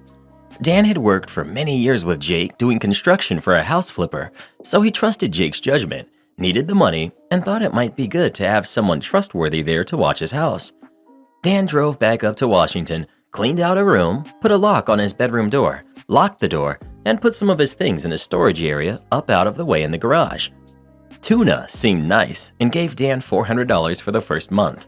There was never a written rental agreement. It was just verbal and meant to be temporary because Dan was going to return in 6 months. Tuna never sent another payment. We would call and ask her, and she always said it had been sent, but nothing ever arrived. So what was going on at his house? We pieced together that something wrong was going on after Dan's neighbor called and after questioning Jake. The neighbor complained that the house had turned into chaos, full of people and cars coming and going all hours of the night. After the beginning of June 2017, Dan drove back to Washington and handed Tuna a 3-day eviction notice. She left, stating that she had somewhere else to live and would get her stuff later. He was allowing her to retrieve her stuff at a later date. He just wanted her out. He started working on repairs and cleaning up the house. I mailed Dan a care package with some clothes, a California-themed shopping bag, and gift cards for gas and food. 5 days later, Tuna showed up with 2 men who beat up Dan. They wanted to take the house back by force. Dan went to the neighbor and they called the police. The police came, and instead of arresting the men and Tuna, they took Dan to jail for missing a child support court date, which then put a warrant on him. Before coming to California, he thought everything regarding child support back payments for his independent, successful 23-year-old adult kid had been completely taken care of. He had no idea about a court date since they notified by mail, and Tuna had never forwarded his mail, which was one of the things she promised to do. The child support scam on Dan is another issue I will have to submit later. So the police essentially handed the house over to Tuna. She and her cronies went in, changed the locks, and placed a long metal bar across the inside of the garage door so that it could not be opened from the outside. They stole the package I sent to Dan and they spent the gift cards. Meanwhile, my family and I were on vacation in Hawaii, and I received a phone call from Dan in jail. I spent a whole day of my vacation in the hotel room trying to figure out how to get him out of jail. Bail bonds could not be used for child support cases. Finally, they let him out when I paid a child support payment of $350. He had been in jail for 3 days, and the squatters had dug themselves in. So when he returned to his house, he had to call the police to arrest them for trespassing. After all, Tuna had been evicted, left, and no longer had permission to be there. They were squatters by all accounts, but the state defers to people who just claim they are renting, therefore requiring a landlord to go through the court system to remove the so-called tenants, who are actually just squatters. The police came and did him over once again. Tuna claimed she was renting the entire house, and the police believed her instead of Dan. She told the policeman that she would leave in 10 days, and the policeman told Dan that he would have his house back in 10 days because Tuna said she would leave by then. Are you kidding me? Dan was instructed to leave the premises or be arrested. It was his house. She was trespassing. He got into his minivan and he drove away with nowhere to stay but in his van. Of course, Tuna did not leave after 10 days. Dan went back after 10 days and called the police again. Once again, the police told him to leave or be arrested. We didn't know what to do next. One of the HOA board members, who had some experience in managing real estate properties, attempted to help us. She said that he needed a 20-day eviction notice, then Tuna would be out, and this had always worked for her when she had to evict tenants. Okay, so the 20-day notice was posted and we waited. Tuna did not leave. Dan went over to his house and started cleaning up trash thrown all over the yard, waiting for her to leave. Tuna called the police, stating that she was a renter and he was disturbing her. Once again, Dan was asked to leave or be arrested. This time, Dan put his phone on speaker and I heard the whole interaction between him and the police. Yes, he had to leave or be arrested. Dan could not even get his construction tools out of the garage and could not work without his tools. And with being homeless, how do you even work? What was going to happen to all of his possessions, his sentimental things? His room had been broken into long before, his things removed, and people had used the room. It was near the end of summer. We were paying his mortgage payments, and it was getting so hard on everyone. Then something nice happened. A kind friend, Adam, asked him to stay at his house, which Dan did. During this time, Dan worked for Adam with loan tools and also went to some landlord and tenant educational meetings. The people at the meetings were helpful and instructed Dan on how to proceed by taking the matter to the court. The police would not go further without a court order to physically evict Tuna. It would be difficult to afford the case to hire a lawyer, but eventually we did end up getting a lawyer. Dan posted a court appearance on the door of his house, since Tuna never answered the door, and that is what you do legally in this case. Every time he posted a court appearance, he had to legally give her 1 week notice, which he did. He showed up at court and Tuna failed to show up, so he won by default, right? Wrong. The judge said that Tuna was not given proper notice because the notice was posted by Dan instead of an anonymous person. Dan walked out of the courtroom. The lawyers from the landlord and tenant meetings were there and they couldn't believe it. Unfortunately, Adam had to move out of his house he was renting, so Dan had to go back to living in his van. It was autumn in the Pacific Northwest and getting cold. The police had started harassing him if he slept in his van. We rented motel rooms for Dan. One night at a motel, Dan heard a knock on the door in the middle of the night. He thought it was the motel staff and opened the door. 2 men burst into the room and proceeded to beat him up and they robbed him. They broke his finger and they gave him a concussion. Dan ran to his van, drove it to a parking lot, and he slept. He refused to go back to the motel. Things were starting to go downhill in a very bad way. I found a lawyer from a nonprofit who worked for free to help. He actually used that 3-day eviction notice that Dan had given Tuna back in June as a basis for the case. I had found it online. The wording was appropriate and it had been served properly. The lawyer had to jump through endless hoops in court appearances. The same judge presided over every case that had to do with evictions, and she always favored the tenants, including entitled ones. This took forever, like 3 more months, and Dan became haggard, homeless, sick, depressed, and at times he had gone missing. Once I called every hospital, jail, homeless shelter, and even the food bank looking for him. His van was impounded 4 times. He was hospitalized 4 times. He was endlessly hunted down and harassed by the police. 3 times I found him because I was listed as his emergency contact on his state insurance, and he showed up at the hospitals. While all of this was happening to Dan, my husband was in a serious motorcycle accident, and I had to take care of my husband, changing his dressings, etc. Okay, I'm crying right now. This was so hard to endure, remember, and difficult to write about. I couldn't leave and fly up to Washington to help my brother, but I was doing everything down here to get his house back with the lawyer. I got him motel rooms at other motels when I could. I paid 4 times to get his van out of impound. I sent him cell phones and care packages, delivered at UPS stores. One time, Dan was lost and didn't have his van or phone. He ended up at a hospital who contacted me. He told me that he had felt really sick and had gone to the hospital earlier, who released him after examining him, even after he pleaded with them to let him stay because he felt horribly sick. He ended up collapsing on the sidewalk by the Salvation Army shelter, who wouldn't even let him in, and another homeless person called 911. So he was back at the hospital with a very serious condition affecting his heart. I told the hospital to please call me at release time so I could arrange a motel for Dan. They didn't. He was then found in a park in frigid weather, dressed in a pair of scrubs, a t-shirt, a hoodie, and 1 shoe. A city policeman called me and took him to a motel, where he stayed a while. I sent a care package there. Dan told me that one time when he was being harassed by the police for cooking food in a park, he mouthed off and told them that they were jerks and it was their fault that he was homeless because they gave his house to a squatter. A fire truck arrived, so he was not arrested with the firemen there, but I don't think the police liked him much for saying that. In October, Dan was arrested for drunk driving while he was sleeping in a Walmart parking lot. I had to bail him out of jail over that.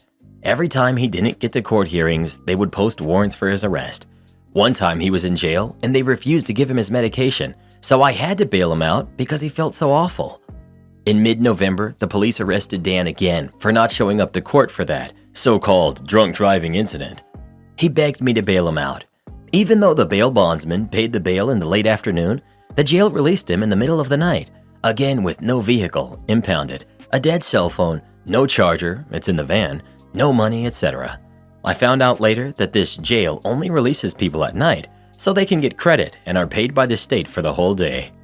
That night he was released, it was our deceased mother's birthday. Dan was then found unconscious in a ditch by a seawall in a Starbucks parking lot.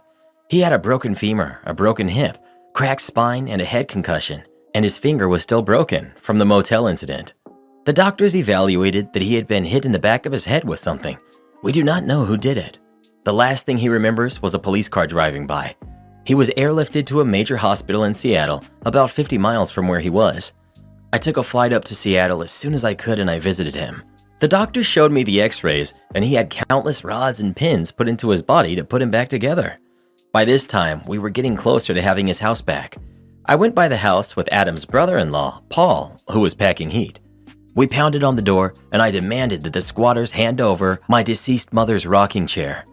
The stupid friend, Jake, was there and he handed it to me through the door. It was a big heirloom mission-style chair and they had burned into the chair in 4-inch letters the word wasted. The court order finally became available, but then we had to schedule the eviction according to when the police had time to do it, which was another 2 weeks. It was scheduled for the beginning of December. I went back home to California briefly and returned the night of the eviction. Dan was in the hospital for almost 2 weeks. When he was released, I arranged a nice long-term stay-type hotel back near home for him to live at until the police evicted the squatters. Paul helped us a lot. He was with the police at the eviction, changed all the locks, and secured the house. He picked up Dan at the hotel, and Dan got to witness the eviction of that entitled jerk. She was the only one left in the house. A notice had been posted on the door to warn everyone to leave, but as usual, she didn't think there would be any reason she would have to leave. It took her completely by surprise. The police pounded on the door and demanded she leave immediately. She asked if she could get this and get that, but no, she couldn't. She grabbed her little dog, purse, and left with nothing else. The police put a notice on the door after Paul secured everything. Dan was driven back to the hotel, and then I arrived. I wish I could have seen the eviction, but I couldn't get a flight early enough. The neighbor said that a bunch of people came to the house that night pounding on the door trying to get in, but they couldn't. They almost called the police, but the people left. We went over there every day for about a week to clean up. Dan was confined to a wheelchair, and he was on heavy meds, so it was hard. He couldn't help too much, but he did his best. The house was a disaster. There were literally 5 tons of garbage in the yard around the house. The trash disposal service was not activated during this time, so they just piled it up around the house. On one side of the house was a huge pillar of trash made out of wire fencing. It was about 8 by 8 feet and at least 12 feet high. The front yard was awful, with several piles of trash about 4 feet high. Tuna left every single thing in the kitchen, in the cupboards, and rotting food in the pans. The carpets were soaked in dog pee.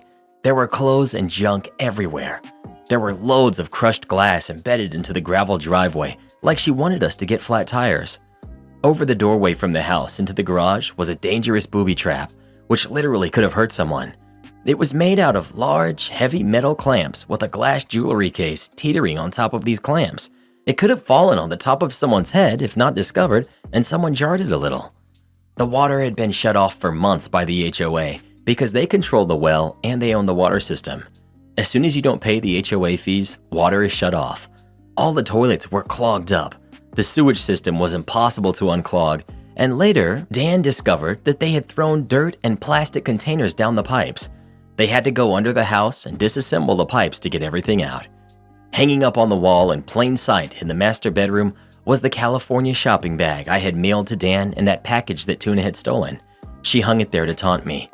I'm not super religious, but I felt the worst kind of evil there and had to pray and rebuke the evil spirits from that house. I stayed for weeks there, cleaning up, and hired some people to do some yard clean out to get the front yard clean. Later, Dan and Adam dealt with a pillar of trash at the side of the house. Every construction tool that belonged to Dan was stolen. He couldn't work much from a wheelchair, but he needed the tools to repair his own house. Dan persisted though. He finally got to the point where he could walk. Now he can't walk for long periods, he gets tired easily, but he can do things slowly. He has some nice roommates that drive him places and take care of him at times. Many of his tools have been replaced. He sanded off the word wasted on Mom's rocking chair. We have sunk a lot of money into helping him, but what else is one supposed to do? It was a life or death situation. That was his house he had built so many years ago. This was the most wicked thing I've ever encountered. It was coming from all directions. We heard that the creepy squatter passed a year ago. No one wanted to take her in, and she went from person to person, staying wherever she could. If she would have been decent and kind, she probably could have been a roommate and had a place. But she thought that she could just take someone else's house. Am I the jerk for my no plants or animals in the house policy? My kids really wanted pets, and so did my partner. They got a mixed breed puppy from the pound and 2 kittens. As these animals grew, none of the humans in my house did anything to care for them besides playing with them and cuddling. I got up at 5:30 a.m. to walk the dog before work. I cleaned the kitty litter boxes out. I took them to the vet. I had to buy and serve all of their food and cleaned up their eating areas afterward. People would just forget otherwise. Naturally, I also had to clean up after them when I'd arrive home, and inevitably, no one had bothered and there were messes all over the floor. If I made my partner or kids do it, they'd do a horrible job, to the point where they might as well have not even bothered. Same way with the plants. Partner wanted houseplants and to start indoor herb and vegetable gardens. Had fun with it for the first week, then totally ignored it. Dead leaves, spilt soil, bugs, etc. now proliferate in the garden area. If I don't water and groom the plants, it doesn't get done. I'm busy, and these are not my chosen hobbies. I like animals well enough, but they're a lot of work, and when they aren't attended to, destroy the house. I grew up with a family that hoarded pets, and our house was always nasty and smelly and embarrassing. I swore when I had my own place it would be different. The cats pee and spray everywhere, and I can't get to the litter box in time, and the dog chews up stuff and leaves big messes on the floor if I don't walk it. I'm the only one who will walk him when it gets cold. We have a fenced-in backyard. I bought a doghouse and announced he'll live outside from now on, till they can prove that they can take care of him better. Same with the cats. They're now outdoor kitties till my humans can show me they're ready for indoor ones. Of course, if the weather is extreme, I'll let them in. Plants are all going out. I'm done. Am I the jerk? New remarks. Hi, I've read all the responses, and I'm now going to stop with comments because I get the overall consensus. I'm going to copy and paste here what I put in another comment. I have no idea how to rehome these adult pets besides Facebook or Craigslist, and you don't really know who's going to take them. You don't know anything about the people showing up. They could be going from a bad situation here to even worse. Rehoming adult pets is not as easy as you're all making it out to be. I don't have abundant resources of time or energy to address this. It's causing problems, and this is the best solution I can come up with for now to calm everybody down. I've tried for over a year to do the best I possibly could for these pets, but I just can't anymore. I don't know how to force other people to do the right thing and be more responsible. Pets aren't just for snuggles and cuddles. They require a lot more attention and devotion. And yes, I've tried punishing my kids and withholding privileges for lack of care. I told my partner they weren't ready for pets. He brought them home anyway. If finding other homes for them is the best long-term solution, then I'll look into that. But I'm not taking them any place they can be put down, and I don't want them walking away with just whoever. I have a nice landscaped backyard with a big covered deck and patio, where he'll have a dog bed in addition to the doghouse I bought. And the cats will have little cat cozies too. It's not like I'm tossing them into the jungle. We live in a temperate climate, and of course I'll bring them inside when the weather's inclement. Where I live, which is in a countrified area, most people have a great deal of lot acreage and live down private dirt roads. It's not unusual at all to keep outdoor pets. Many people love and care for their pets, but it's very common for them to not have animals in the house. I didn't want to be like that, but I don't know what else to do. My pets, including the cats, have been indoor and outdoor all their life. The cats were not exclusively raised indoors. Now those are my excuses, and I won't give any more. I completely understand that many people feel like animals should never live outside. I'm listening to everyone here who is saying just give them away, giving them away is better, and even to people saying return them to animal control or the pound, where there's a responsibility. If they aren't adopted, they will be euthanized. Even though I do not see it like this, that's definitely a majority opinion here. So I appreciate all these responses, and I will give more thought to this, but that's all I have to say for now. And honestly, I've gotten some very horrible inbox messages, calling me all kinds of names, as well as really mean stuff people shouldn't be saying to me. Not the jerk for being frustrated or implementing a no pets or plants rule. You are the jerk for putting the animals outside though. They'll likely just be even more neglected than they are now. Outdoor cats are a public nuisance. Take them to a shelter or rescue or find them a new home. You're the jerk. Rehome the animals instead of throwing them outside.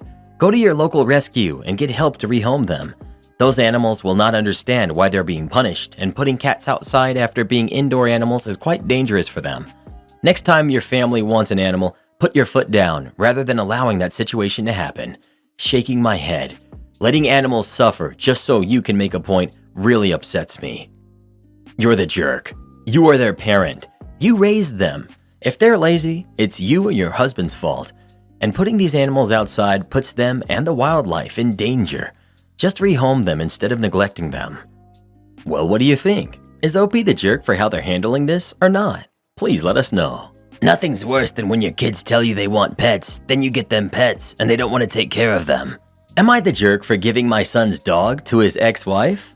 To begin with, I love my son with all my heart, but he blew up his marriage by cheating and has moved back home. I, female 55, have 3 kids. My oldest is my daughter, who's 30, then my twins, who are 25, male and female. My oldest just got married to a wonderful woman. My younger daughter is going to grad school overseas, and that leaves my son. Let's call him Carlos. He's always been a handful. He got married when he was 20. His ex-wife had a 3-year-old daughter whom I love, and no matter what, I am her grandmother. They later had a baby together, my other grandchild, who is 2. Lockdown caused a lot of stress in his life, and he works in a fly-in, fly-out camp job. He's gone for 2 weeks at a time, then home for 2 weeks. He makes very good money and enjoys spending it, maybe a little bit too much. Carlos cheated on his wife with a coworker. I'm not judging him. I'm not perfect, but he chose to leave his wife and kids and move back home. It doesn't really make sense for him to rent an apartment or something for the 12 days a month he's home, so I allowed it. But he decided to be a jerk, in my opinion, and bring his dog with him. My grandbabies love the dog, but he's trying to punish his ex for telling him to leave. It is a beautiful border collie, and it's the perfect dog for their home. Huge yard, lots of walking trails nearby, even an off-leash park only a 10-minute drive away. I live in an apartment downtown. I am allowed a dog, but if I were to have one, it would be something sedate and non-shedding like a Maltese. I swear, I tried watching this dog, but my son is irresponsible. He doesn't walk him much. He doesn't brush the dog. He's just holding on to the dog to lever his way into his ex's life. The last straw was this last time off work. He was away for 2 weeks and then came home for 1 day before flying off to the United States for a vacation with his new girlfriend. So I called my daughter-in-law, checked that she wanted the pup back. She almost cried with joy, packed up everything that belonged to the dog and took him over there. My grandkids were ecstatic. My son just came home for 3 days before he has to leave for work and asked where his dog is. I told him the truth. He's calling me a jerk for giving away his pet. Also because I said that if he tried to go get the dog back and bring it back, he was not welcome in my home. Am I the jerk? Not the jerk, in my opinion. He's only thinking of himself, not you, not the dog, and not his kids. Also, calling you a jerk? You're nice to let him back into your home at all after all of that. OP, he's always been hot-headed. I love him, but he is a pain in my backside. I wish his father had been around longer to help raise him. I tried, but it was hard. He's always been a hothead because he, likely, hasn't suffered real consequences. Tell him that if he's old enough to get himself into this mess, he's old enough to figure it out. Stop letting him live with you. Time for him to handle himself and his own life. People are so quick to blame the mother, But sometimes people just have kind of a bad temperament, or they have mental health problems that make their behavior challenging socially. It's not 100% nurture. If her other kids are great people, I would be inclined to believe that he may just be a mean person. I'm not generally supportive of unilaterally giving away someone's pet, but I think it was entirely justified in this case. He brought it into your home without asking you, and he's literally never home to take care of it. He was intentionally making you, the dog, and his own kids upset just to get back at his wife for not putting up with his cheating. Good job, Grandma. Not the jerk. Well, what do you think? Is OP the jerk for giving away her dog's son or not? Please let us know. Sounds like a very happy ending to me. Am I the jerk for losing it on my husband for lying about an emergency to get me to leave my brother's wedding early? My husband has been sick for a few days. He got sick around the time of my brother's wedding. I took care of him 24 hours for days. He's on meds and can move and go to the bathroom and eat on his own. I told him I was going to my brother's wedding and he threw a fit, saying I couldn't leave him alone while he's sick. I told him he was not that sick. It's just some stomach issue that he's getting treatment for, and suggested he call his sister to come stay with him. He said no and told me to miss it. I got upset and bluntly said no, and that he could survive for a few hours while I attend the wedding. He sulked, and as I was leaving, he said he hoped I won't ever come back. It hurt my feelings, but I knew that he was just mad and he didn't mean it. At the wedding, I got a text from him saying he lost balance and fell off the stairs and hurt his back. He said he was in a lot of pain and he threw up and he couldn't move, and insisted that I get home ASAP. I freaked out and started calling his phone, but he didn't answer. I thought he must have passed out, and I freaked out even more. I got in my car and drove back to our house immediately. When I got home, I rushed towards the stairs while calling out his name, but he wasn't there. I really started to get freaked out. I rushed into the bedroom and found him in bed, drinking juice. And as soon as he saw me, he put the phone down. I instantly knew he lied, so I lost it on him, and I started yelling, saying that he freaked me out and caused me to miss my brother's wedding for nothing, absolutely nothing. He said that he had already told me I couldn't leave him alone in the house, and that this very scenario could have actually happened if I stayed there any longer. I yelled at him, calling him horrible, which made him cry. He started crying and throwing his juice all over the place. Throwing his juice? I had to step out and call his sister, thinking she'd come help, but she came and started going off on me, saying that I had a lot of nerve, expecting her to back me up after I so carelessly left her brother alone at the house in that state just to attend a party. We got into an argument, and I went to stay with my family. My brother understood when I explained the situation to him. My husband and I haven't seen each other since then, but his sister kept saying I had no right to scream at her brother and cause him a panic attack, and said he at least was clear with me from the start, but I chose to be dismissive. Was what I did dismissive? Edit. I'm 26 years old. He's 23 years old. Not the jerk. He lied. He's manipulative and he mistreats you. The only reason to go back to that house should be to collect your belongings. Sis, get out of this relationship. This is only the tip of the iceberg of what he's going to put you through when you don't do what he says. He's a controlling person, highly likely manipulative, and is actively seeking to destroy your relationship with your family. Let's be clear, this was about control. In a functional family, a sibling's wedding is sacred. You move heaven and earth to be there to support your sibling and to celebrate the start of their new life with their spouse. Your husband hurt your brother, pulling you away from what should have been about him and his wife. He created a scene because I can guarantee that the conversation became about your husband's injury and the emergency. He robbed you of special time with your family. This would destroy any trust I had in my spouse permanently. If a person is so highly manipulative that they could pull this crap, I'd be gone. Please seriously consider where your future with him is going. A person like your husband will do this again. It could be calling your boss at work to get you fired because you can't go on a work trip with him. It could be destroying friendships with close friends because he doesn't like them.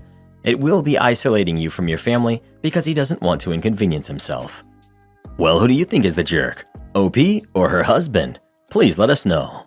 I'm still wondering what flavor juice that was. Juice. Boss says I can't come in early to set up my cart, so I come in right at clock in. Coworker who leaves early gets mad at me. So this happened back in 2015 through 2016. I, now 28, female, was working as a phlebotomist in a local hospital, and I worked first shift, which was about 3 a.m. to 3 p.m. I love to come in about 10 to 15 minutes early and just set up my cart. Nothing fancy, just metal wired shelving types, and we had our own personal phlebotomist trays that we put in the top section of the cart. I didn't always restock my tray before leaving my shift, so I typically come in early to organize it and get my metal cart ready. It usually took me maybe 5 minutes to put my tray on a cart and put the handful of tubes I needed back in place. Then I'd spend the rest of my time waking up in the break room with coffee. Well, one woman, I can't remember her age, who came into work a few months after I started and I had issues. I found her lazy and rude. Examples: she would come in and snap at people when they tried to help her. She would take a book with her during the morning rush, which was 3 a.m. to 6 or 7 a.m., and sit on the floor to read and not come back to the lab to help after collecting her labs. She would hang out during the nurses' celebrations and not come back for hours at a time. She wouldn't clock in until the last second, and then she'd clock out the earliest minute she could. When it was time to start the morning rush, she'd get mad if someone took the stack of labs she wanted, and she'd go demanding them. She and I worked the same overnight shift, but I got tired of her attitude and switched shifts. Well, like I said, I like to come early and set up my cart before I clocked in, and she figured this out quickly, so she would try and hand me the stroke or trauma pager, something that needed to be handed to the next phlebotomist who was scheduled to take it that shift. But she'd try to give me hers even if I wasn't scheduled for that one. But I refused, saying, "I'm not clocked in yet." So she just left it on my cart a few times without telling me, which led to it going off for a call to the ER, and I had to clock in early. And when I saw her in the lab again, I told her to never do that again. The conversation got heated, which led to a meeting with me, the coworker, and our supervisor. Our supervisor took her side and said, "Just take it, and if it goes off, you clock in, and then I will adjust the clock in on your computer," saying that she had shortened my time on the clock. So I said fine. I set my alarm for later in the morning, and I started coming in the last minute I could to clock in at 2:59 a.m. Yes, it made me start my rush a little later, but the look on my coworker's face when she saw me later, right before she was to clock out, as she was trying to hand me a pager I wasn't scheduled to have, and I already had the one I was supposed to, was priceless. She complained to the supervisor, who tried to talk to me, but I said, "Well, I'm not supposed to be here until 3, so that's when I get here and clock in now. I don't want my hours messed up." She didn't even try to argue. The coworker was very upset. She even screamed through the lab, demanding someone take her pager so she could go home. It was still 20 minutes until her shift was done. My Karen wife won't let me buy the coffee I want, even though I'm the only one who works. I've lately come to enjoy some nicer coffee than I usually drink. I brew it at home, so we're not talking daily $7 drinks or anything. Instead of getting a giant bulk bag of Kirkland coffee, I've come to enjoy a $12 bag from the grocery store. It lasts a bit over a week, maybe 2, instead of $15 for about 5 weeks. My wife doesn't work. I work from home. She also unfortunately isn't doing a lot around the house right now because of a medical condition. I've been picking up most of the slack while she sits around. This has been going on for 6 months for the household, years for the job. Yes, she has depression. Yes, she's getting treatment for it. I try my best to do what I can, but oftentimes I have to ask her multiple times to help with even simple tasks to share responsibility. We've had discussions on how I know she's working on the issue, but I can't do everything on my own. I make plenty to be able to have my coffee be a splurge. She'd previously commented on the cost, and I said, "It's well within the budget, and I like it. It's fine." Edit. I'd shown her the grocery budget, which is nearly always under budget every month for the past few years. I brought home another bag the other day, and she made another comment along the lines of, "You're spending way too much on this fancy coffee. You need to go back to the other stuff." Having had to make the grocery run again, after doing other household chores that morning, I snapped. The one with the job gets to make the grocery choices. Work again or contribute to the household, and you can have a say in what we buy. She called me a cold-hearted jerk and stormed out of the room. So, am I the jerk for my reaction to being called out on coffee buying? Everyone sucks here. For your part of it, it's only for saying the one with the job gets to make the grocery choices. In my opinion, that is cold-hearted. But if it really is the difference of $4.50 a week and that's within the budget, then she's being unreasonable. Not the jerk for buying the coffee you want, but a statement like that makes you sound like an obnoxious jerk. You get the jerk rating for that. If the situation were reversed, would you want your wife to be so dismissive of your concerns? You and your wife are life partners, for better or for worse, so what's yours is also hers and vice versa. Explain to her that you enjoy this coffee and it's under budget and continue to buy it if you want to, but don't act like some egotistical jerk. Everyone sucks here. As long as you're not about to lose the house or in financial troubles, she should not be dictating what you can and can't buy. It doesn't sound like this coffee is going to break the bank. She's a jerk for that. Maybe worth talking to her about why she has such anxiety about finances. It could come from her background or possibly from feeling guilty about not being able to work. On the other hand, you are absolutely the jerk for saying because you are in the money, you make all the financial decisions. You agreed to support her and she has valid reasons for not being able to work. If you don't like this situation, divorce her. But saying you get to make all the financial decisions because you're making the money is heading down the path of financially mistreating her. Comments like this are only going to make her more worried about your finances. You're the jerk. You sound like a monster, to be honest. Why do men still think it's our job to be your maids? Newsflash, it's not the 50s anymore. As a married couple, whatever money you earn is just as much hers as it is yours. When I was growing up, my dad tried the same crap, telling my mom that because he was the one working while she was watching TV all day, that he got to make the big financial decisions. Long story short, she decided to leave him and he's still paying her alimony to this day. Instead of retiring early like he planned to, he's still working at almost 70 years old and she gets to enjoy her life like she deserved to. That's what I call a win, and I hope your wife does the same thing to you for how horribly you're treating her. And they wonder why the marriage rates are declining so much. Well, who do you think is the jerk? OP or his wife? Please let us know. Am I the jerk for firing an employee returning from maternity leave? I really don't think I'm in the wrong here. I feel like the devil right now, so I'll accept whatever judgment you all have. I run a team of about 6 people. Our company offers a large amount of maternity leave, 10 months. One of my employees got pregnant recently. I'll call her Jess. Our team does project-based work, and in the period between her leaving for maternity leave, we finished up the project we were working on when she left and started working on a project without her. During this period, our team had to adapt to working without her expertise in certain matters.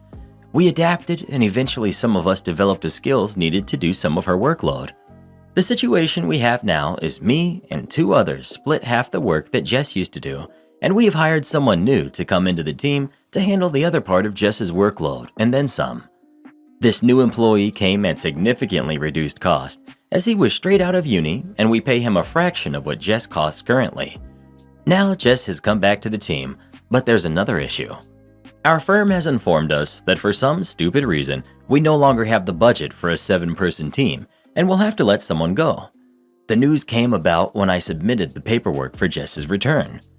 We are 5 months into a project that should take an estimated 10 months, and my decision came down to Jess and the man we hired to replace her.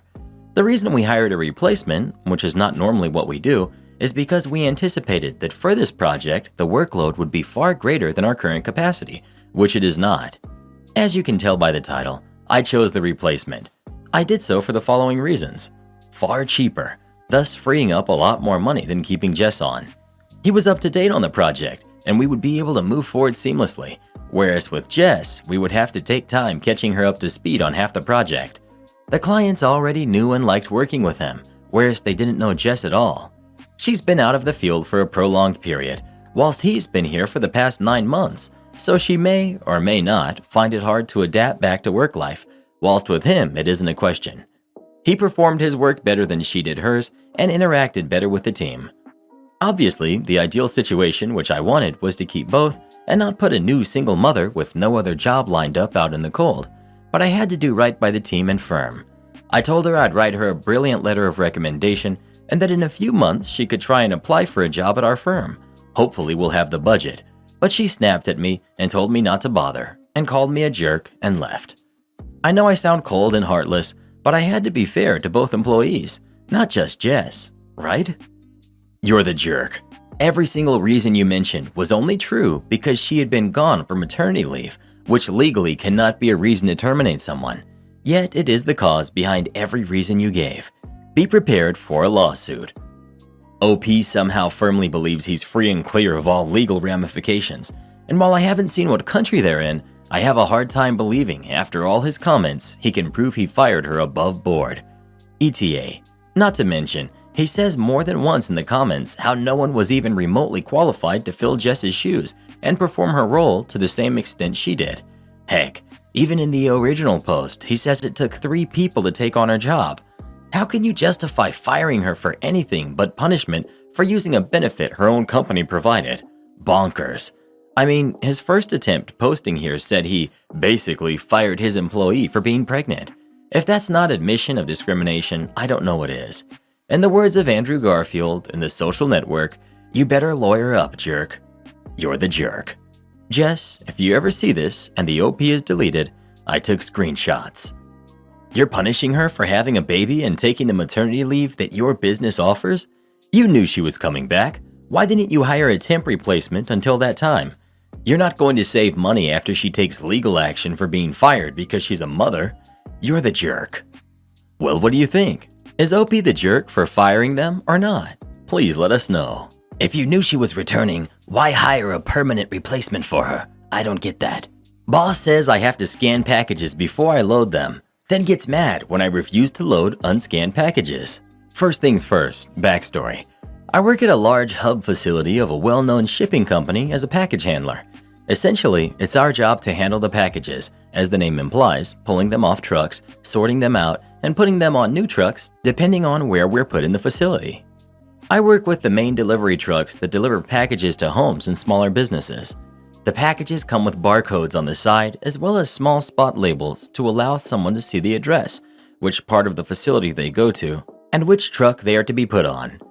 We used to be given small scanners that would scan the barcodes in order to ensure we didn't put the packages on the wrong trucks or get a package that didn't belong in our area, as sometimes the labels could be wrong due to errors or a package might lose its label. The trucks are even fitted with sensors, so if you scan a package and try to walk into a truck where it doesn't belong, the scanner would start to whine. With that setup, now enters our main antagonist of the story, Alan, my former supervisor. Alan is a short, skinny guy with a thin mustache and is a micromanager of the highest degree. He always walked up and down the trucks to watch us work, watched us from a distance or close by with his arms crossed to get us to work faster, constantly told us to grab all of our packages as they come to us, despite the fact they go around on a moving conveyor belt that literally loops them back if we miss them. Told us to load up our larger packages as soon as we get them, despite the fact it makes it harder to move through the trucks and place other packages on the shelves, and even hopped into some people's trucks to move packages around the right way, his way. I can go on and on about Alan, but today I'm here to vent about just one of these events, or we would be here all day.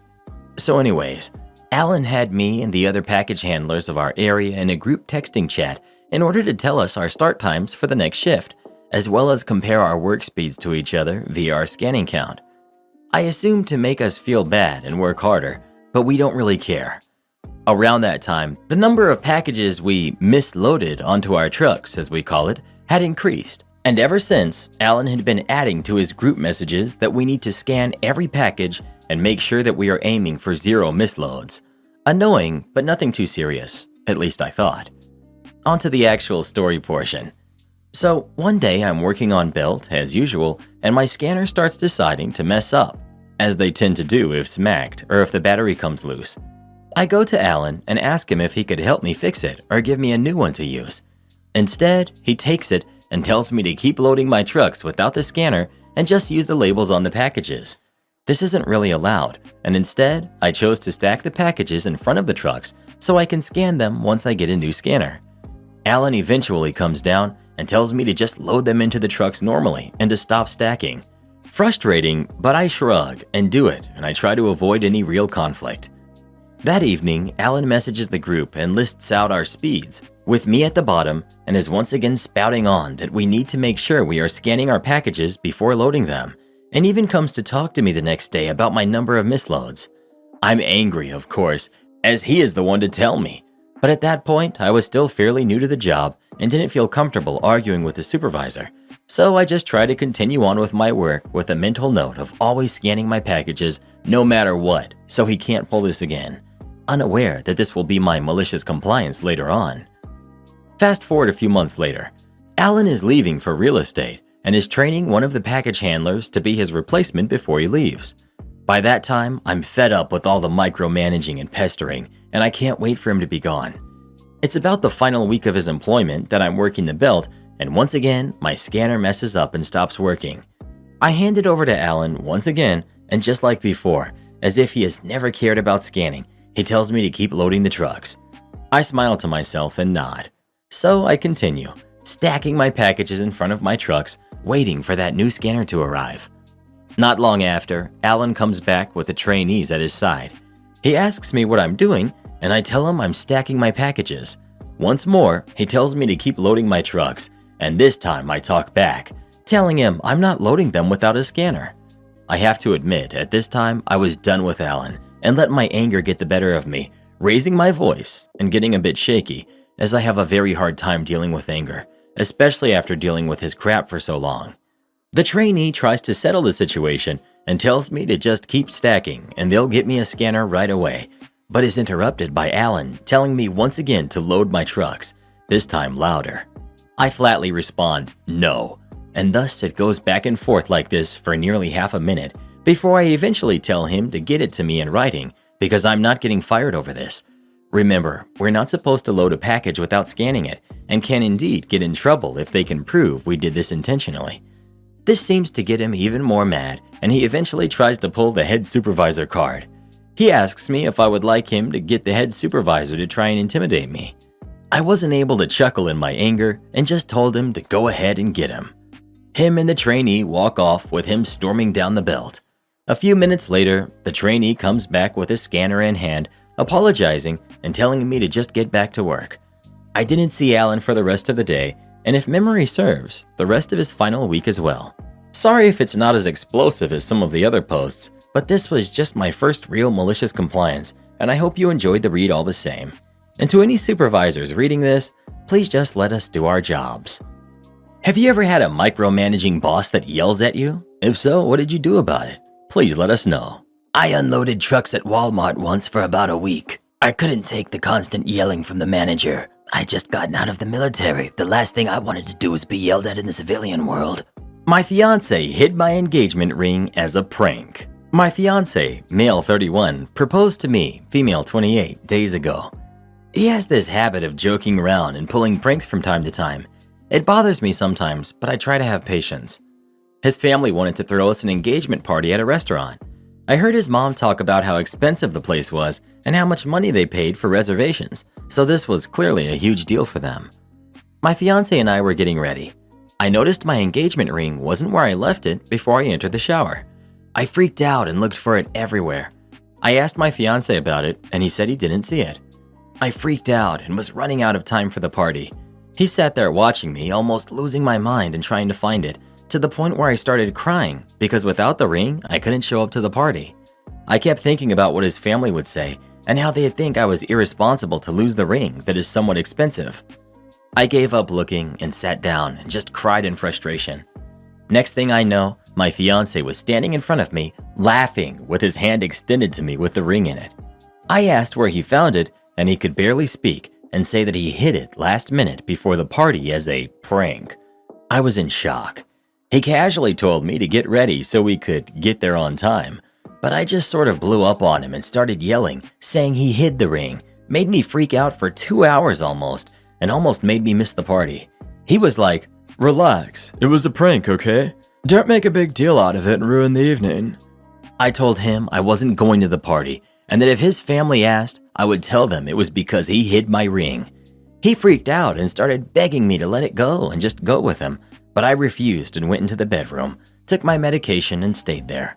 He lost it and kept saying that I blew this out of proportion and that I ruined my own party and cost his family money and disrespected them by not attending. His family found out and they were mad at him, but also me for choosing to not attend and getting over it. But I was in a horrible state emotionally and couldn't handle being in a public place after what had happened. Am I the jerk for choosing to not go after he hid the ring? Info. Why would you marry someone who thinks making you cry is funny? OP. He said that I'm prone to crying and that I get emotional and cry over every little thing, which isn't his fault, basically calling me a drama queen. I do tend to overreact sometimes, but I genuinely was worried about losing the ring. Every single sentence of this comment sent shivers down my spine. Get out while you do not have legally binding ties to this man. 1. It doesn't matter if you're the biggest drama queen in the world. There is no excuse for being deliberately cruel. Making someone cry on purpose and then belittling them for crying is deliberately cruel. I really hope you do not marry someone who treats you this way. 2. Unless his family paid for the ring, it's absolutely none of their business whether you lost it. They sound like very unpleasant people, honestly, and if your fiance isn't sticking up for you when they're out of line, well, see point number 1. Not the jerk. A prank that results in a loved one's emotional and physical panic for hours is not funny, not okay. You did not make a big deal out of it. It is a big deal that he likes to be cruel and finds it amusing to see you suffer. He ruined a special evening because he wanted you to be stressed out and suffering instead of wanting you to feel loved and happy as you deserve to on such an occasion. And he disrespected and tainted the ring that is supposed to represent your unity and love for one another. This is fully on him. He made a mistake in believing that he could manipulate you into relaxing about his cruelty, but you respect yourself too much to play along. I'm proud of you, OP, for valuing yourself when he clearly does not value you. I would never put that ring on ever again. He ruined everything, but at the end of the day, you dodged a bullet. He doesn't deserve you. You're the jerk. You're still engaged to a person who thinks it's funny to watch you panic, suffer, and cry. Your partner likes to make you suffer. It amuses him to see you like this. Does this sound like a partner you can trust to have your back and support you? Because he keeps not having your back and supporting you in small things, so why should you trust him with big things? You're a jerk for accepting the ring, saying yes, and remaining engaged to him. Stop being a jerk. Everyone sucks here except your in-laws. Your fiance sucks because a prank is about 5 minutes, not 2 hours. You, because your in-laws spent a lot of money. If you were going to punish them for their son's actions, you should have the courtesy to call them, or pulled it together and just gone mad or not gone.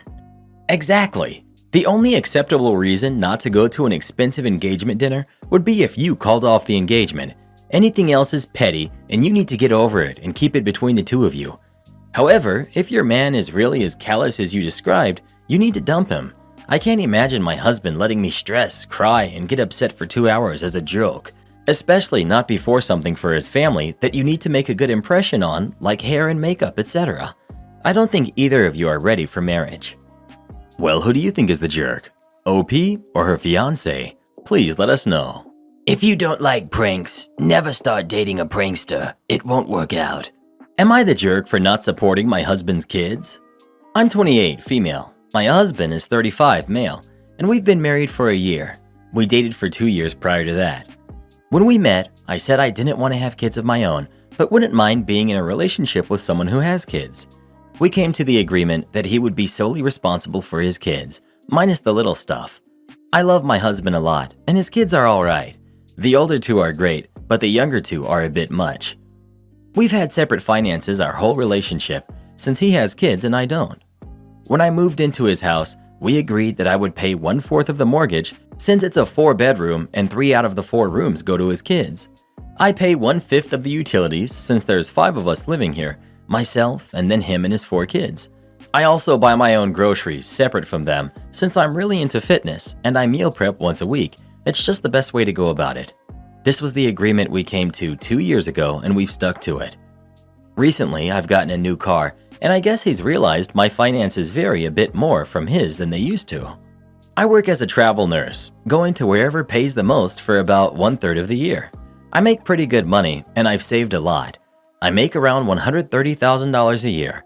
Meal prepping and responsible spending has helped a lot. I don't buy myself a lot of luxuries other than my new car. My husband works as a mechanic and he makes a fair amount considering we live in a low cost of living area, around $40,000 a year. Well, he wants me to start setting up college funds for his kids, and he wants to have a joint account and pay our bills based off our income. Essentially, he wants me to pay 2/3 of everything related to the household and him pay 1/3. I don't think it's fair at all. He decided to have 4 kids, and I decided not to have any because I would rather spend my time and money on myself. He thinks it's not fair that I can buy myself an expensive car while he still drives an older car that needs work. Ultimately, I asked why he agreed to the split we have now if he wasn't okay with it, and he just changes the subject. Am I the jerk for not wanting to support his kids? So he's below the poverty line, and you're at the upper class income threshold. You're married and completely comfortable seeing your stepkids struggle because your income blocks them from student aid and FAFSA that they'd more than qualify for if you weren't in the picture.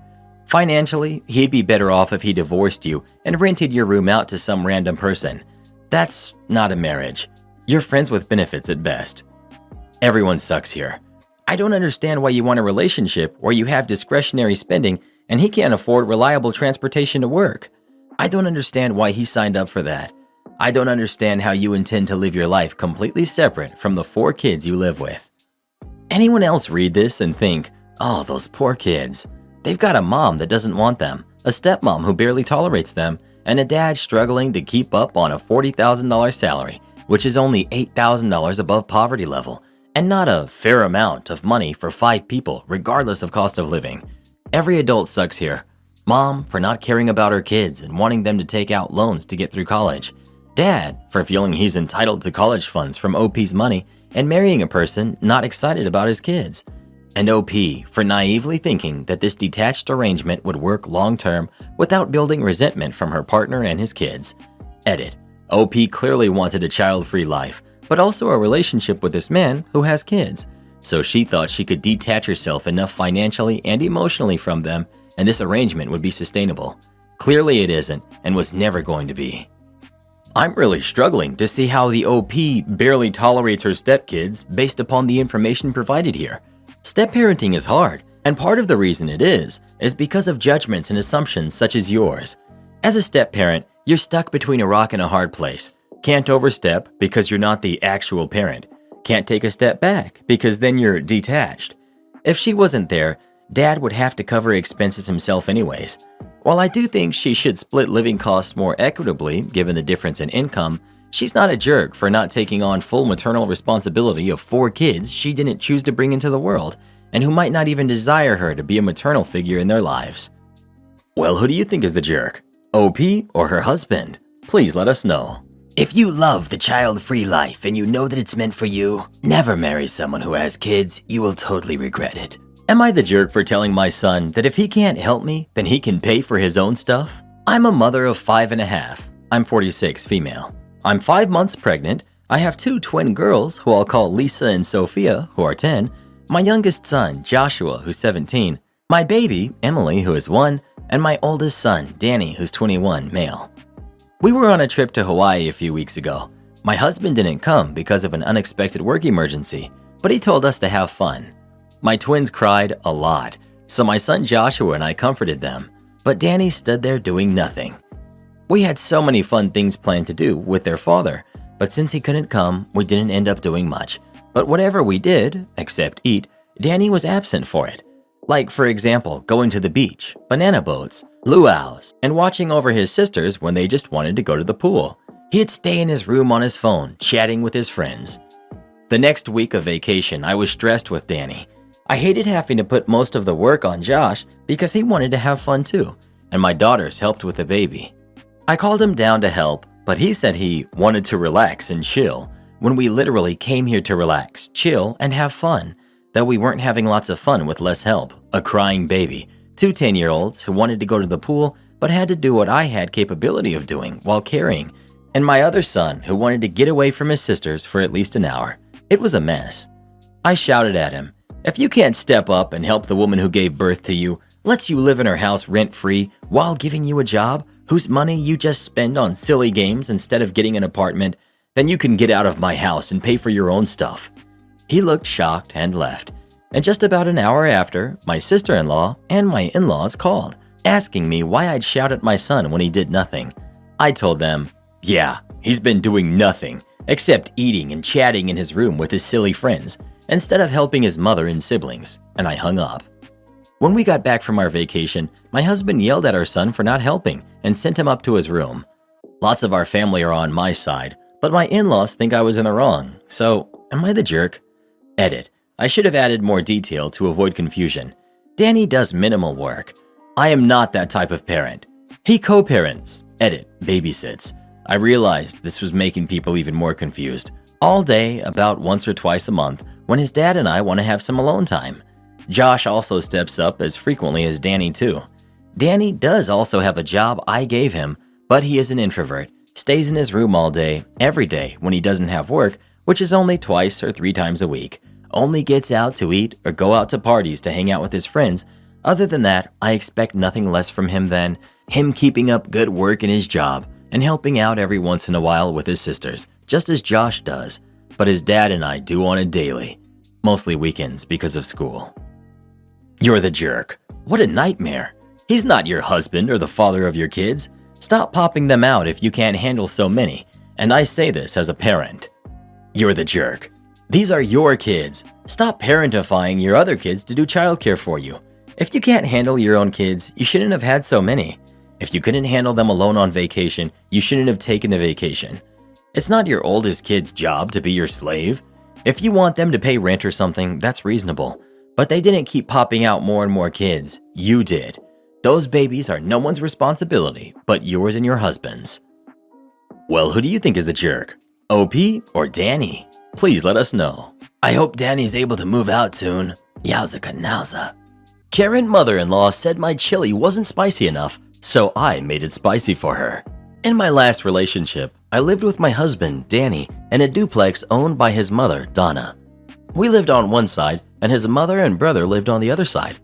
Donna was a very horrible person and took great joy in belittling me and tormenting me every chance she got.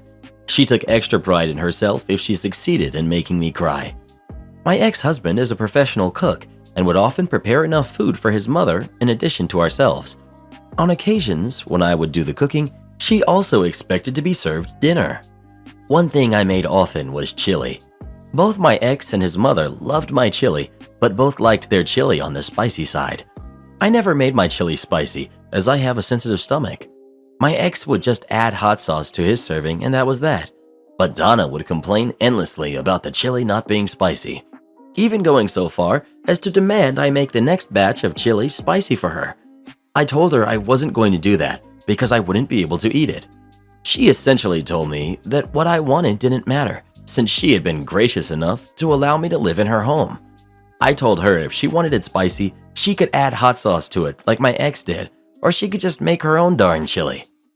So next time my ex told her I was making chili, she came over while I was making it and watched me like a hawk, demanding I add this, that, and another thing. I told her I would be making my chili the way I wanted to, and she could go home and wait for it to be done, or find something else to eat. She left, and I continued tending to my chili. Now, my ex is somewhat of a hot sauce connoisseur, and he's never met a hot sauce that was too spicy for him. So the previous Christmas, I bought him a bottle of Carolina Reaper puree.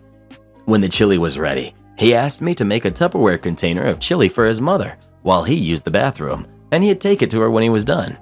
So, like the good little wifey I was, I put the chili into the container with a heaping tablespoon of Carolina Reaper, mixed it up really well, added some shredded cheese on top, and closed it up, ready to be delivered next door. Ex finished in the bathroom, delivered the chili, and we sat down to our meal. We had just finished, approximately 30 minutes later, when his phone rang. My ex liked to have his conversations on speaker, and I was glad of it this time. Danny, something is wrong. What's wrong, Mom? This chili. Oh, it's burning me up. What did your wife do to this chili? Ex looks at me confused. I just shrug. She didn't do anything to it. It's just our normal chili. What did you add to it, Mom? I added a little sriracha, but that shouldn't be hot like this. Well, maybe you added too much. That hateful jerk did something to my chili, Danny. I'm going to get her. Calm down, Ma. You're overreacting. I want her out of my house. You can't kick her out over chili, Ma. Watch me. She hung up. My ex looked at me and asked, "Did you really do something to her chili?" I smiled sweetly and said, "She wanted it spicy. It's spicy." There were no real repercussions from this other than her losing it on me.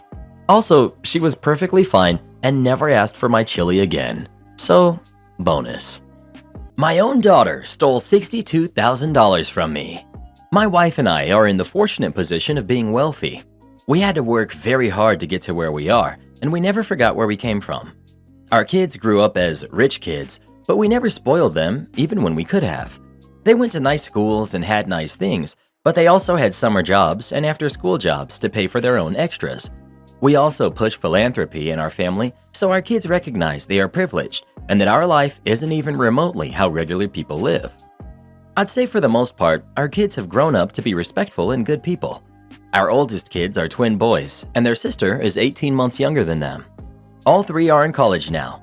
Our youngest two are in 8th grade. I got a call from our bank a couple days ago saying that someone had cashed a check that was charged to our bank account in the amount of $61,347, and that the check had been made out to the tuition office at the university my oldest three kids attend. Naturally, I investigated the matter myself with the university, and I got some answers. I pieced together that one of my kids snagged my checkbook and wrote a tuition check for a friend of theirs. There's a much bigger story behind why this kid couldn't pay, but that's private, and my wife and I agreed to fund this young person's education because of their private struggles. I grilled my kids and figured out that it was our daughter, Joanna. Joanna was apologetic, but she was also quite insistent that she stood behind her actions. I respect my daughter for her convictions, and she really did have good reasons for why she did it. But the fact remains that she stole, and then she hid it from us. Joanna asked what her punishment is, and I told her to get a job because she now owes her mother and I $62,000. Here's the thing. I don't expect Joanna to pay us back, and if she came to me tomorrow with the money, I wouldn't even take it. What I want is to see her make an effort, an acknowledgement of her actions and the consequences. If I see that she's actively trying, I'll tell her that she doesn't have to pay me back. She's my kid, and I love her, so all I want is for her to learn a lesson. But Joanna doesn't know any of this. All she thinks is that she now owes me $62,000, so naturally I'm a horrible father and a very mean person. Am I the jerk? Not the jerk. I actually think you should follow through and expect her to pay it back in full. Same. Otherwise, she'll think from now on, oh, I just have to do what he wants for a couple weeks and I'll be good. My husband saw this post as well and thought of a good idea. OP lets the kid get a job and lets her pay him back for a year. Don't tell her it's just for a year, but at the end of the year, forgive the rest of the money. So she gets to spend a whole year learning the value of $1, as she clearly doesn't right now, and see how little a minimum wage job will even make a dent in that kind of money. And he can either keep the money or put it in savings for her for a later event. I think you're on spot for how you're addressing the sneaking, stealing, and lies. I'm sure you made it clear had she come to you and made a case for helping this person out, there would have been no consequence, but that the disciplinary action is a result of the dishonesty and the theft, not the jerk. Well, what do you think? Is OP the jerk for the way they're punishing her or not? Please let us know. I think this is what you call great parenting. Am I the jerk for evicting our tenants of 22 years? Our son is 22 years old. When he was born, we bought a second home, always with the intention of gifting it to him when he was an adult. It's a modest home, 2-bedroom bungalow with a developed basement that has an additional room, about 10 minutes from where we live. When we bought it, we listed it for rent, and a lovely couple started renting. They went on to have 6 kids. They chose not to move and continued living in the 3-bedroom home with the kids. The dad works, the mom stays home. Important to note that we bought this home in the year 2000. Even with a 15-year mortgage, the mortgage was quite low, and the rent not much more than the mortgage. We've only raised the rent 4 times in the 22 years that they've lived there, and the rent is still well below average for our area. I did look it up. An average rent where we are for a similar house is $2,000 to $2,600 a month. Our renters have only been paying $1,300 a month. When they started renting, we did talk to them. We did tell them that this house was eventually for our son. We never actually expected to have the same renters for 22 years. Our son graduated university in June and has been staying with us since then. But he's a responsible young man, and we decided that Christmas would be a good time to gift him this home. At the beginning of September, we talked to our tenants and gave them a 2-month election notice, figuring we'd have November and December to get the house cleaned on any repairs done. Understandably, they are not happy.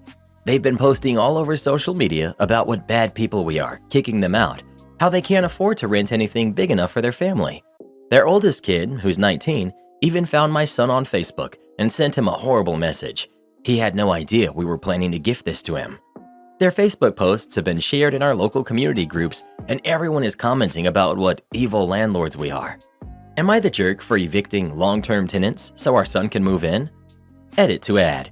We did mention gifting the house to our son when he started university, so we told them when they moved in back in 2000 and when he started uni in 2018. Edit 2. It wasn't a legal eviction notice. We also didn't break the lease. 5 years ago, they decided not to renew as they thought they might buy soon and move to a month-to-month lease. Edit 3. It seems 2 months is not long enough notice. I have sent them an email giving them an additional 2 months, bringing it up to 4 months notice. Edit 4. I sent this to my husband. He told me when he was there in April installing a new hot water tank that he told them, well, the dad, that we'd likely be giving notice this summer. What kind of entitled nonsense is going on here where people are calling you a villain? All renters know that they aren't paying for their own mortgage and they have no entitlement to your property whatsoever. They're on a month-to-month lease. You're telling me that lease is ending. They should have saved up money for this. 60 days is a great deal of notice for people who told you years ago that they wanted to buy a house and didn't want to resign the lease. This BS about getting a house you didn't pay for is just a load of BS. You did. Your credit is on that house. You did the down payment, which is what allows the mortgage to be so low, and the home loan is in your name. Not the jerk. These comments are so entitled. Not the jerk. You literally gave them 22 years to prepare. How could you be the jerk? Everyone here saying you're the jerk is insane. You've been more than fair, even keeping them at a low rent. How could they say you're the jerk? You aren't responsible for providing them housing. Based on their actions, I would hold firm on a 2-month deadline. Had they been civil, I would have extended it, but they do not deserve it. You will be lucky if they don't wreck the house at this point. Everyone sucks here. It's your right to evict them, but I feel like 2 months is way too short notice given that they've lived there for 22 years, they have 6 kids and only 1 income. The holidays are coming up, and we're in a recession where inflation is insane.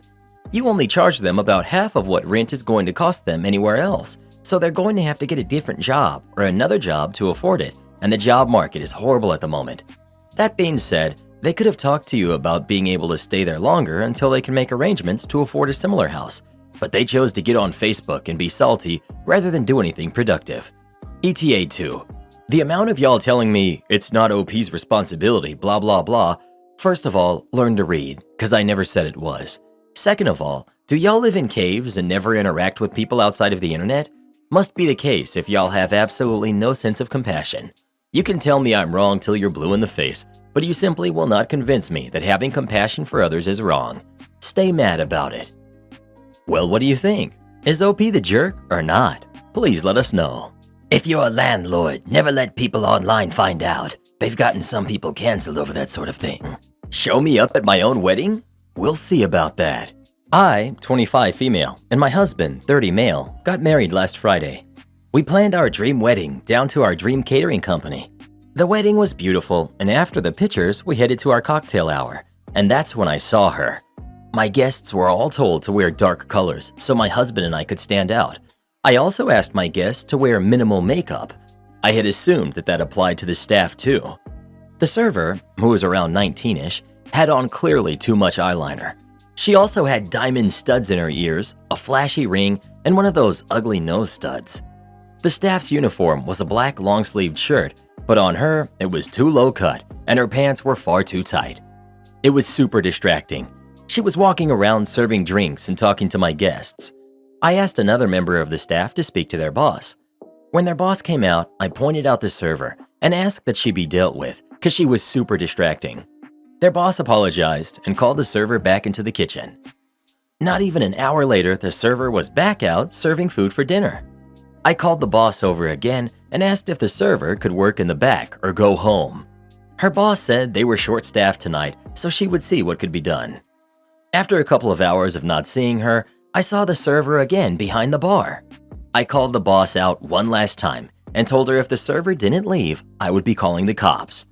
The boss finally relented and told the girl to go home. My husband and mother-in-law said I was acting crazy and that I probably got a poor college kid fired over nothing. My mother and maid of honor said that it's my wedding, so I can do as I please. It's my wedding, and I don't want someone overshining me. And the server should know she's at work and not dress up so much. I do feel kind of bad because she was pretty young. Am I the jerk? You're the jerk. But don't worry, I'm sure the catering team will get it right at your next wedding. You're the jerk. Too bad you didn't get to enjoy your wedding reception because you couldn't stop obsessing over the server. The things that you objected to with the server could have been fixed, but you didn't want it fixed. You chose to complain about her and not the offending items. This was entirely your choice to not enjoy yourself. Who spends so much energy on their wedding day because a server was wearing too much eyeliner and earrings? You're the jerk. You need therapy. This is not normal. Well, what do you think? Is Opie a jerk or not? Please let us know. Good luck to the groom. He's gonna need it. My wife, a stay-at-home mom, wants us to hire a nanny. My wife is a stay-at-home wife who looks after our 2 kids. The other day, she said she's thinking of hiring someone to pick up around the house. Both of our kids are in elementary school from 8 to 2:45. I see no reason to hire one, but she said she's busy raising the kids. I work full-time and see no way how she can be busy every day when they're at school 7 hours a day. Am I the jerk? You're the jerk. Maybe you should trade jobs with your wife for a day or two, and you will be amazed at how much she gets done. You're the jerk. You're right that she shouldn't need to hire help. If she's struggling, she should be able to turn to you first for help when she needs it. Maybe instead you could try talking to her and seeing how you guys could work together as partners. You're the jerk for calling her a stay-at-home wife when she's actually a stay-at-home mom. Big difference, even with the kids in school. You're the jerk. If you can afford it, why begrudge her? Childcare isn't easy, and a lot of the time can be overwhelming. What's wrong in having someone take on some of the grunt work so mom can have more time with the kids and with you? You're the jerk. God, how I hope she takes you to the cleaners when she divorces you. You know why she wants to hire a nanny? Because what she does is 1,000 times harder than whatever you do at your little job. I was a stay-at-home mom for 5 years, and they were the worst years of my life. My now ex, but husband at the time, constantly complained about how dirty the house was when he got home. Got a problem with dishes in the sink? How about cleaning it yourself, tough guy? Sorry, I'm busy raising our kid all day, which is no easy task. Eventually, the state took my baby because my sorry excuse of a husband couldn't even help clean around the house, so it was a constant mess. The only good thing I got out of the failed marriage was the alimony he's still paying me, and I'll milk for as long as I can. I seriously hope she does the same to you. Not the jerk. Been there, done that. My wife at the time, who was also a stay-at-home mom, and I had this same issue before our divorce. She begged and pleaded to hire a live-in nanny who would clean and cook for us. Our twins were 10 at that time, so they were at school all day. She swore up and down that with her workload at the house, she didn't have time to cook and clean anymore. Well, I set up a little hidden camera in the living room, and lo and behold, her busy day consisted of nothing but her sitting on her butt watching TV and browsing the internet on the phone all day. 30 minutes before I would get home, she'd get up and start acting like she had been working on something that was actually productive. This was what happened every day for a week. When I confronted her with the evidence of what she was doing, she lost it on me, saying I violated her privacy. This was really the beginning of the end of our marriage, and I hope your situation turns out better than mine did. Judge decided that she got to keep the house, both cars, most of what I had in savings, and part of my retirement once that day comes. Sometimes I feel like the system is rigged against certain people, and I really wish I'd never gotten married. Definitely won't be doing it again. Bruh, sometimes this stuff gets depressing to read about. Sure does. Here's a funny one. Kevin, give me all the food you got. Another memory from my days at McGolden Arches. It was our typical Saturday lunch rush. All 5 registers have a line of people and drive-thrus around the building. I, the crew leader, have 5 people in the grill, 1 on fries, 5 up front at the tills, 1 in back drive taking money, 1 in front drive taking orders and making drinks, and a food runner for front drive, bagging burgers, fries, etc., and handing it out to the cars. I was calling production. Side note, this is over 20 years ago when McArches had those giant food warming bins, and it was made to order. We had a special clock with red and blue numbers above the warming bin that told us when to throw away the food. When the food came up, you looked at the clock, pulled the proper metal number, and placed it behind the food that just arrived. We could keep food in the bin for 15 minutes, and then we'd have to throw it away. Back to the story. It's the beginning of the lunch rush. I've got a full crew, a full bin of food, and we're getting into a good groove. In walks the area mangler. He takes one look at my bin, goes back into the office, and demands that I get written up for changing the time on the food. He and my manager walked up and started discussing this with me. I tried to explain to him that I wasn't changing anything and that all the food in there had come up in the last 5 minutes as indicated by the time place cards I had in there. He didn't believe me and said, "There's no way you can get that much food that quickly, and I'll prove it to you." And he proceeded to waste everything in my bin. And then he said, "Your customers are hungry. You need to get them food." I looked back in the grill and said, "Kevin, give me everything you got." And he said, "Are you sure?" And I said, "Area manager just wasted the bin, and you see the line of customers we have out here." Kevin said, "You got it." Side note 2. You see, Kevin is a master in the grill. He was, at the time anyway, an overly hyped up teenager that was very good at what he did. He could outwork any 3 people on the grill. He was quick, accurate, and loved a challenge. Well, Kevin, being the person that he is, started giving me food so fast, I was having trouble pulling it down and placing it and putting the right time place cards on it. I had the entire bin stacked with food within 5 or 6 minutes and asked the area manager if that was proof enough for him. He just grumbled and walked out. That was also the last time anyone doubted my timekeeping for food at that place, especially with Kevin running the grill. Coworker doesn't want me touching his customers' cars. Okay, very well then. This happened about 5 years ago. I used to work at a dealership. I was part of the detailing crew. There were about 5 of us in that department, but only 3 of us on site at a time. For context, when a sales rep makes a sale on a vehicle, they bring it to us to get it detailed along with stickers removed from windows. Nothing too serious, as they're already fairly clean. Now, the way this dealership works is there's only one detailing department for 5 different dealerships. So we would detail cars for Toyota, Volkswagen, Nissan, GMC, and Hyundai. So yes, a fairly small detailing squad for 5 different dealerships. It sounds like a lot, but surprisingly it wasn't too bad. This specific sales rep, we'll call him Jake. Jake was married to this other sales rep we'll call Mary. For whatever reason, Jake hated my guts for almost the entire time I was employed there. No idea why. My assumption is that one day he saw me talking to his wife, which I didn't know it was his wife at the time. But that's because I was getting some info on a trade-in that came in, and I was thinking about purchasing that car. It was a 2016 Nissan 370Z, so I never ended up buying it. I just wanted to get more information about the car, how much the monthly payments would be, etc. I guess he didn't like me talking to her, so he held a grudge against me. Again, this is just speculation. Also, I want to note that I've been in the detailing field for about 6 years at this time, so I had my fair share of experience, and I was actually one of the best detailers in the department. Now then, one day Jake came up to our department with a sold unit, and I kind of overheard him talking to one of my coworkers about me. He was talking behind my back, and I mean he was saying rude stuff about me, but I was able to make out most of the things he was saying. One particular line I did understand was, "Hey, I have this car here. Customer wants you to just remove the stickers, nothing else. Also, make sure OP never touches the cars I bring up, okay? Do I make myself clear? He doesn't know what he's doing." Me acting like I didn't just hear what he said, I continued working on my own stuff and thought to myself, what did I do to this guy that he doesn't like me? But whatever, I guess. If he doesn't want me to touch his car, then so be it. Cue malicious compliance. One day, I was the only one that showed up. One guy called out, and the other said he'll be really late. I didn't mind. That day was also the day that Jake brought a sold unit first thing in the morning to us for a cleaning, and I was the only one there. He didn't know that. He thought the other guys were here working on another car or whatnot.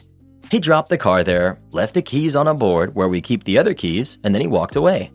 Little did he know I was alone. I did not touch his car, as per his request. The car sat there for 4 hours. He came up to pick up the car and noticed that it hadn't been touched at all. He came to complain and said, "Why hasn't my car been touched? Did no one touch my car?" I said, "No, Jake, no one touched the car," which he replied with, "Why? The customer is waiting. What on earth? Why didn't you do it?" And I said, "Oh no, I can't. You said not to let me touch whatever car you bring us because I don't know what I'm doing. And sadly, I'm the only one here at the moment, so I guess you'll have to wait for the next guy to show up." Assuming he does show up today. He looked shocked and started apologizing because he said, "I didn't mean any of that." I just ignored him and went back to doing what I was doing. He had to explain to his customers that he had to reschedule them for another date, Our boss later found out about what had happened, and he had a long talk with them about treating his fellow colleagues with respect and not to discriminate against anyone for any reason at all. I know the ending wasn't as satisfying as most posts here, but I felt good that day when he found out I heard everything he said about me that day. Can't give me the product I ordered even though you have it in stock? No problem. I was out of town with my wife on vacation and she forgot to pack her curling iron. We'd been out for a couple days, but she wanted to look nice for a dinner party we were going to, or something like that, which is irrelevant to the story. She wanted to buy a new one anyway, so I started searching for options online to see if a local store had one she liked. To our surprise, not only was the one she wanted in stock, it had a huge discount and was available for pickup at a nearby store. I won't get into details of where this store is or what the name is, but it's a large enough chain to have stores in all major cities across the country. So we place the order and drive to the store, go to the hair products section where we're supposed to pick it up, and this rude lady who seems to be in a hurry says, in a fast and annoyed tone, we can't pick it up yet as they need to send it from the warehouse that's exclusive for online orders. We can see there's a bunch of them on the shelf next to her. Also, I'm aware that some stores do work under this stupid process where they need to receive online order product purchases first and give you those instead of what they have in stock for various reasons. But this wasn't the case. We've done this before and they'll just grab one from a shelf and give it to us. There's no serial number or anything that could make this one different from what they would have received to fulfill the order, so this lady was just being rude. She said there was nothing she could do, even though she could see our order as confirmed for pickup. At this point, we would have canceled the online order and purchased it in the store, but this lady really ticked us off, and it didn't have the discount there. So here's the malicious compliance part. We told this lady we had canceled the online order and we wanted to buy one from the shelf. She immediately changed her attitude and sold it to us without complaining. We went back to our Airbnb. My wife used it for that particular event and for the next few days. Then I called the store to confirm that our online order was ready and they said it was. So we went back to the store and guess who was there again? So we got to the counter, asked for our order, and she gets it for us. She didn't seem to recognize us, so as soon as she gives us the online order package, I tell her that we need to return this too and give her the curling iron we bought from her. She then recognized us and just stood there watching for a few seconds. Then she goes back to her crappy tone and asks why we're returning it. We don't need it anymore. She calls her manager and tells him that we're asking to return a product that doesn't have a problem and that we are returning it because we don't need it anymore, like expecting him to tell her not to proceed with the return. He obviously tells her that as long as it's within their stated 30-day period after the purchase, it's returnable for any reason unless we damaged it. The manager leaves and the lady doesn't say a thing after that, but we can clearly see she's upset. We get a full refund and leave with a brand new curling iron again. We later found out that they can in fact just grab any product they have in stock if they confirm an order, but they need to do some extra steps to match it to their inventory later and that they don't get a commission. So this lady was probably expecting to pass it on to the next shift. So in short, there was no reason for her to not fulfill our order other than wanting a commission and being lazy. In the end, she wasted more time and didn't get a commission from our purchase. Do this next. Tap here on your screen to come see our new podcast playlist, where you'll find thousands of hours of the best stories you've ever heard. Or tap the one on the right. That episode is specifically just for you, based on other videos you've enjoyed the most.